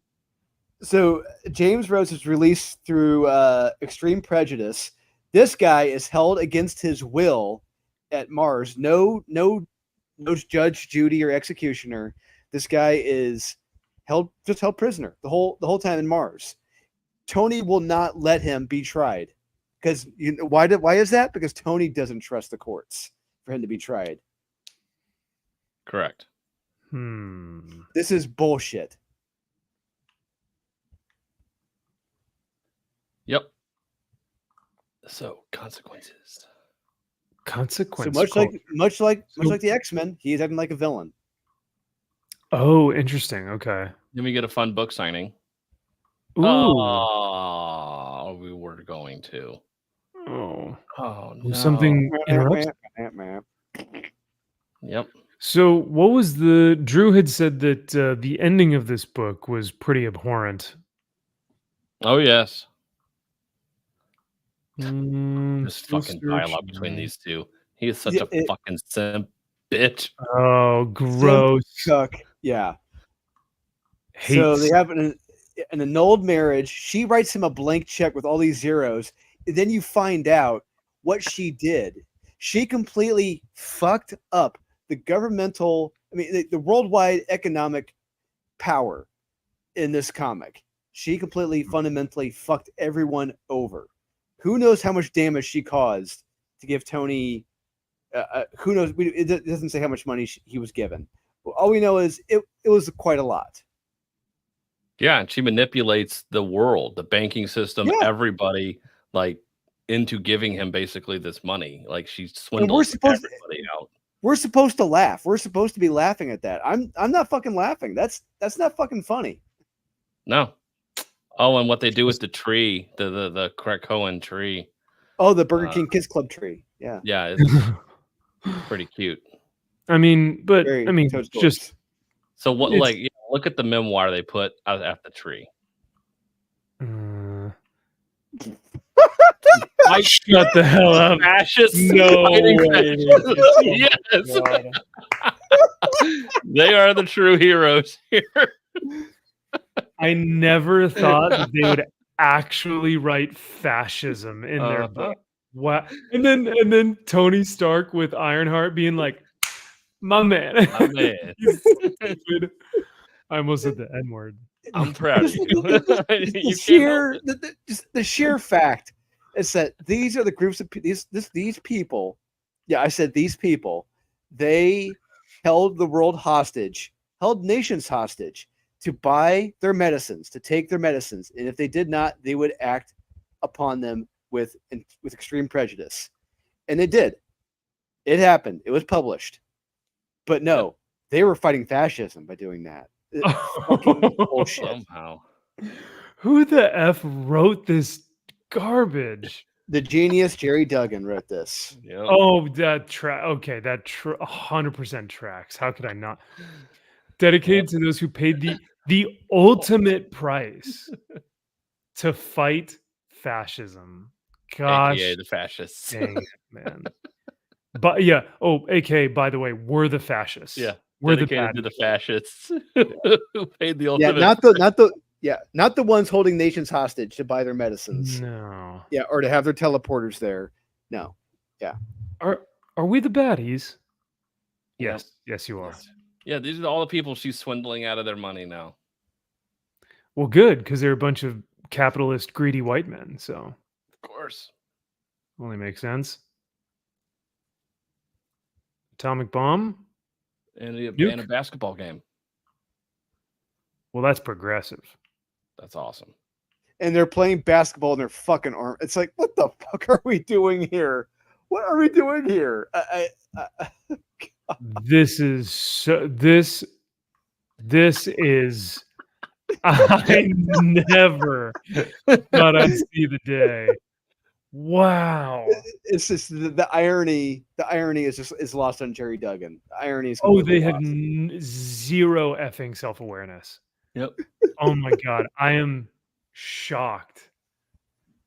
See, now it would make sense if one of the fascist X-Men put that on there. It's like, oh no, we're fighting another fight to fight fascism. It's like, yeah, you would think that because you're a fascist piece of shit.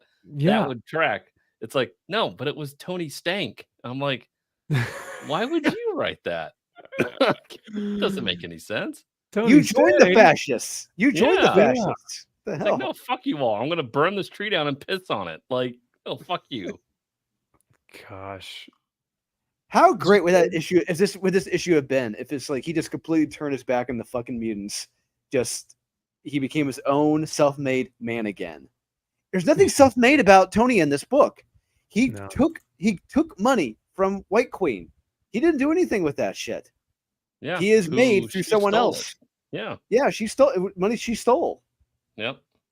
These are people who think that who inherently hate morality and virtues and nobility and honor, respect, and think that they're the good guys and tell us, the readers, we're the fascists. These people have zero self-awareness. Absolute disgusting.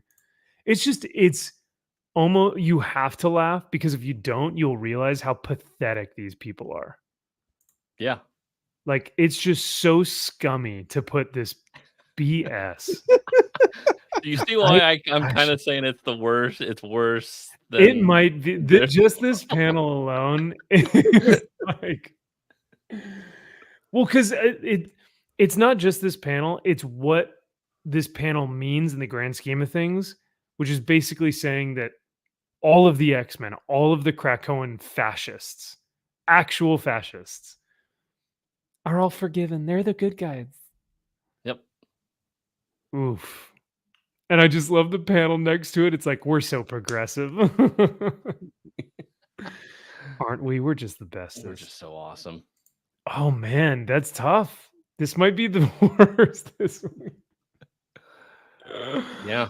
Oh, it's so blatant. It's so blatant. Literally, yeah. And I thought this was blatant when she's like, man, am I right? But this one's pretty bad. Yeah. Yeah. Yeah. Yeah. Yeah. Wonder Woman was almost inoffensive this week. I'm surprised to say that. Yeah, only because it was a tie-in, thank God. Gosh, bro. People, 96% of people liked it with a 4-star average. That's disturbing. That is incredibly disturbing. Gosh dang. Y'all need to get help. Please. Yeah. Yeah.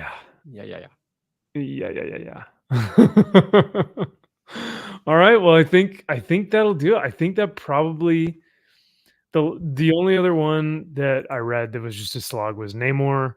But who is gonna buy a comic book with their hero in a hospital bed? I'm sorry, but no, I'm not sorry. I'm just confused as to why they decided to go with this. But how did he get there? Who cares? Why is he in the hospital? Why do I want to read a book where my hero is in a hospital bed? But why is he in the hospital? How did he get there? Don't know. You got to read and find out. I want to know. Well, Shield Wall of Dragons, do not read any of these books. That's why we do it for you guys. Member for 24 months. Shield Wall, you are the best. Thank you, my good sir. He says Marvel has lost their way big time. Oof. You're telling us, man. Mm-hmm. Both of the books that we've nominated for being the worst this week are both Marvel books.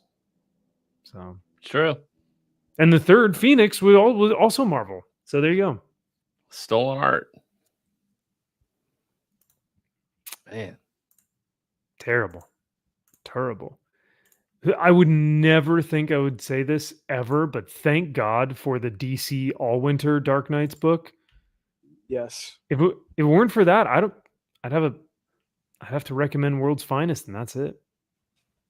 I think might recommend Destro.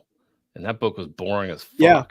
Yeah, I was gonna say Mm. Destro and Redcoat were my 2 and 3. Oh, There you go. It's Okay. sufferable. I did like G.I. Joe too, so maybe I'd recommend G.I. Joe as well. That wasn't bad. Rockin' Robbie's pick of the week. Pick of the week. No, you froze. Oh no. Max, come back. What was it? You froze. What Can is you hear it? me? Oh no. Oh hey, he's Am I back. back? God, talk about a fucking cliffhanger. Oh, jeez. Did it cut out right as I said his pick of the week? You were getting ready to say it, yeah. Oh. Do you want to know? Oh, I want to guess. Hold Okay. on. So I know he loves Tom King. That's what's weird. So But did he like this Wonder Woman issue? part of me thinks not, because it is a tie-in. It's not pure Tom King gayness. Yeah. So fuck. Hold on. Let me see what gay Are there indie some books came out. the really obscure indies Yeah. that like we'd be like, what the hell is even Like, that? Like, what is this dog shit? Like Way the Fish fuck outta Flies. here. Jeff Lemire, Fish Flies. I tried reading that book, and it's just the Iron Giant, but with a weird But with fly Cyberfrog? thing. It's a little girl with the best friend who's a weird alien thing. Okay. It's like, okay, that's Iron Giant, basically. So that's all the book is. God, what is this weird Scarlet shit? Witch, Thundercats, Undiscovered Country. You might like that. Rat City. That's so apparently the whole like new line of Spawn books, they're all failing horribly, and that's one of them. Good, they're bad. I mean, he may have liked Witchblade. He liked the Red Room spinoff. I don't think he liked Witch. I mean, I know that gets him all sweaty and out of breath, but I don't know. Fuck. There's a lot of really weird books this week that I'm gonna say Briar. I'll say Briar is his pick of the week.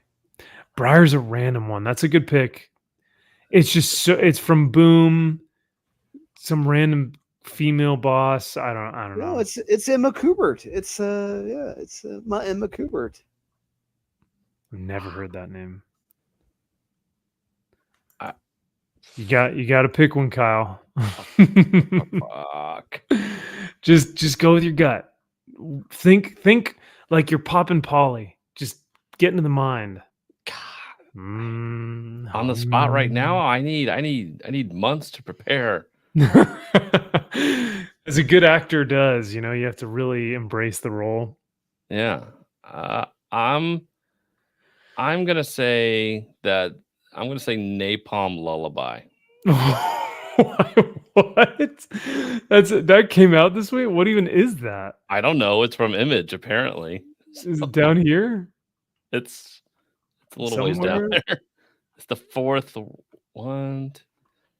row, next to Briar, actually. Oh, okay. Napalm Lullaby. All right. Both are wrong. Fuck. Yeah, sorry. It was okay. Is it Marvel or DC? His pick of the week was Destro.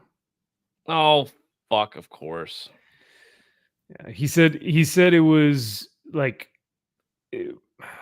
I'm paraphrasing, but he said that like the Image Skybound, Energon universe is like made better by Destro. So. So there you have it. That book was boring. I honestly, it's not for me. Eh. Oh, Christopher can't write well. Yeah, that would be up his alley Yeesh. too. It sounds right for Breyer. Yeah.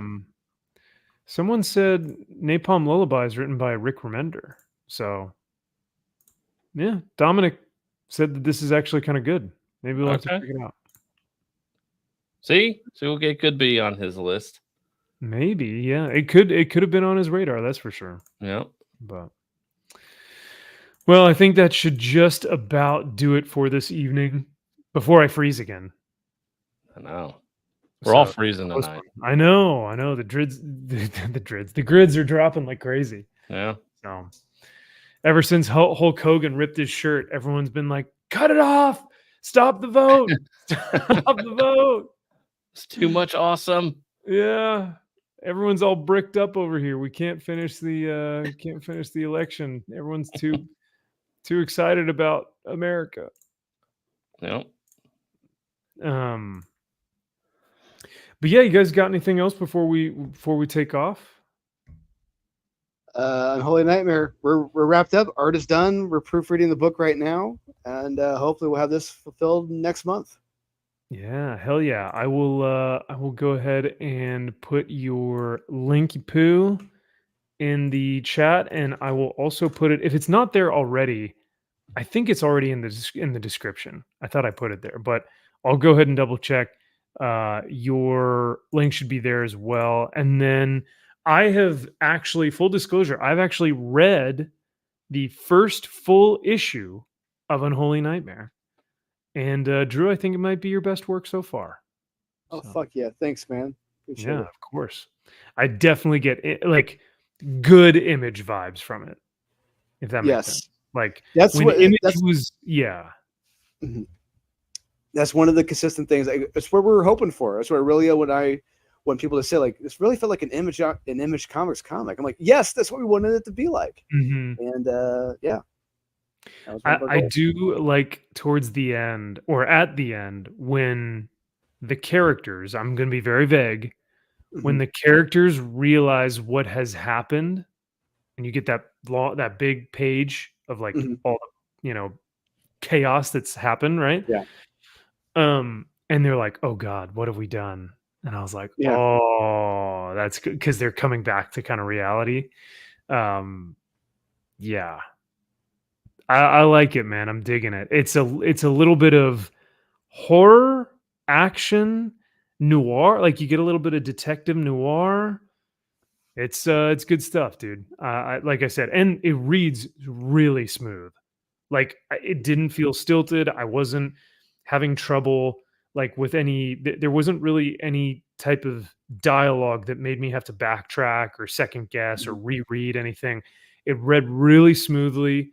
So yeah, that's kind of what I've got so far. But yeah. What's funny about after rereading Witchblade, I don't know if you noticed it, but and I was like, there's something kind of similar in the story with Witchblade in Unholy Nightmare, where you have like a female cop undercover, and then like there's that guy Drixel, and we had our guy Clyde Bishop that had. I'm like, Yeah, this seems I very guess you're similar right, to huh? Witchblade. Yeah. Except, Witchblade transforms because of the Witchblade apparatus. Yeah. Your guys do something different, which I like. Yeah. So I like a little bit more. And there will be answers. There are plans, and yeah, there will be follow through with what happened in this warehouse. So yeah, there's going to be hell to pay. Yeah. Whew, sweet. Well, yeah, I can't wait till everyone gets that in their hands, and I can't wait till we do a full review of it on the channel. But thank you guys again for hanging out with us tonight. This is always a blast. No interview this week, but we plan to maybe have one. Is it?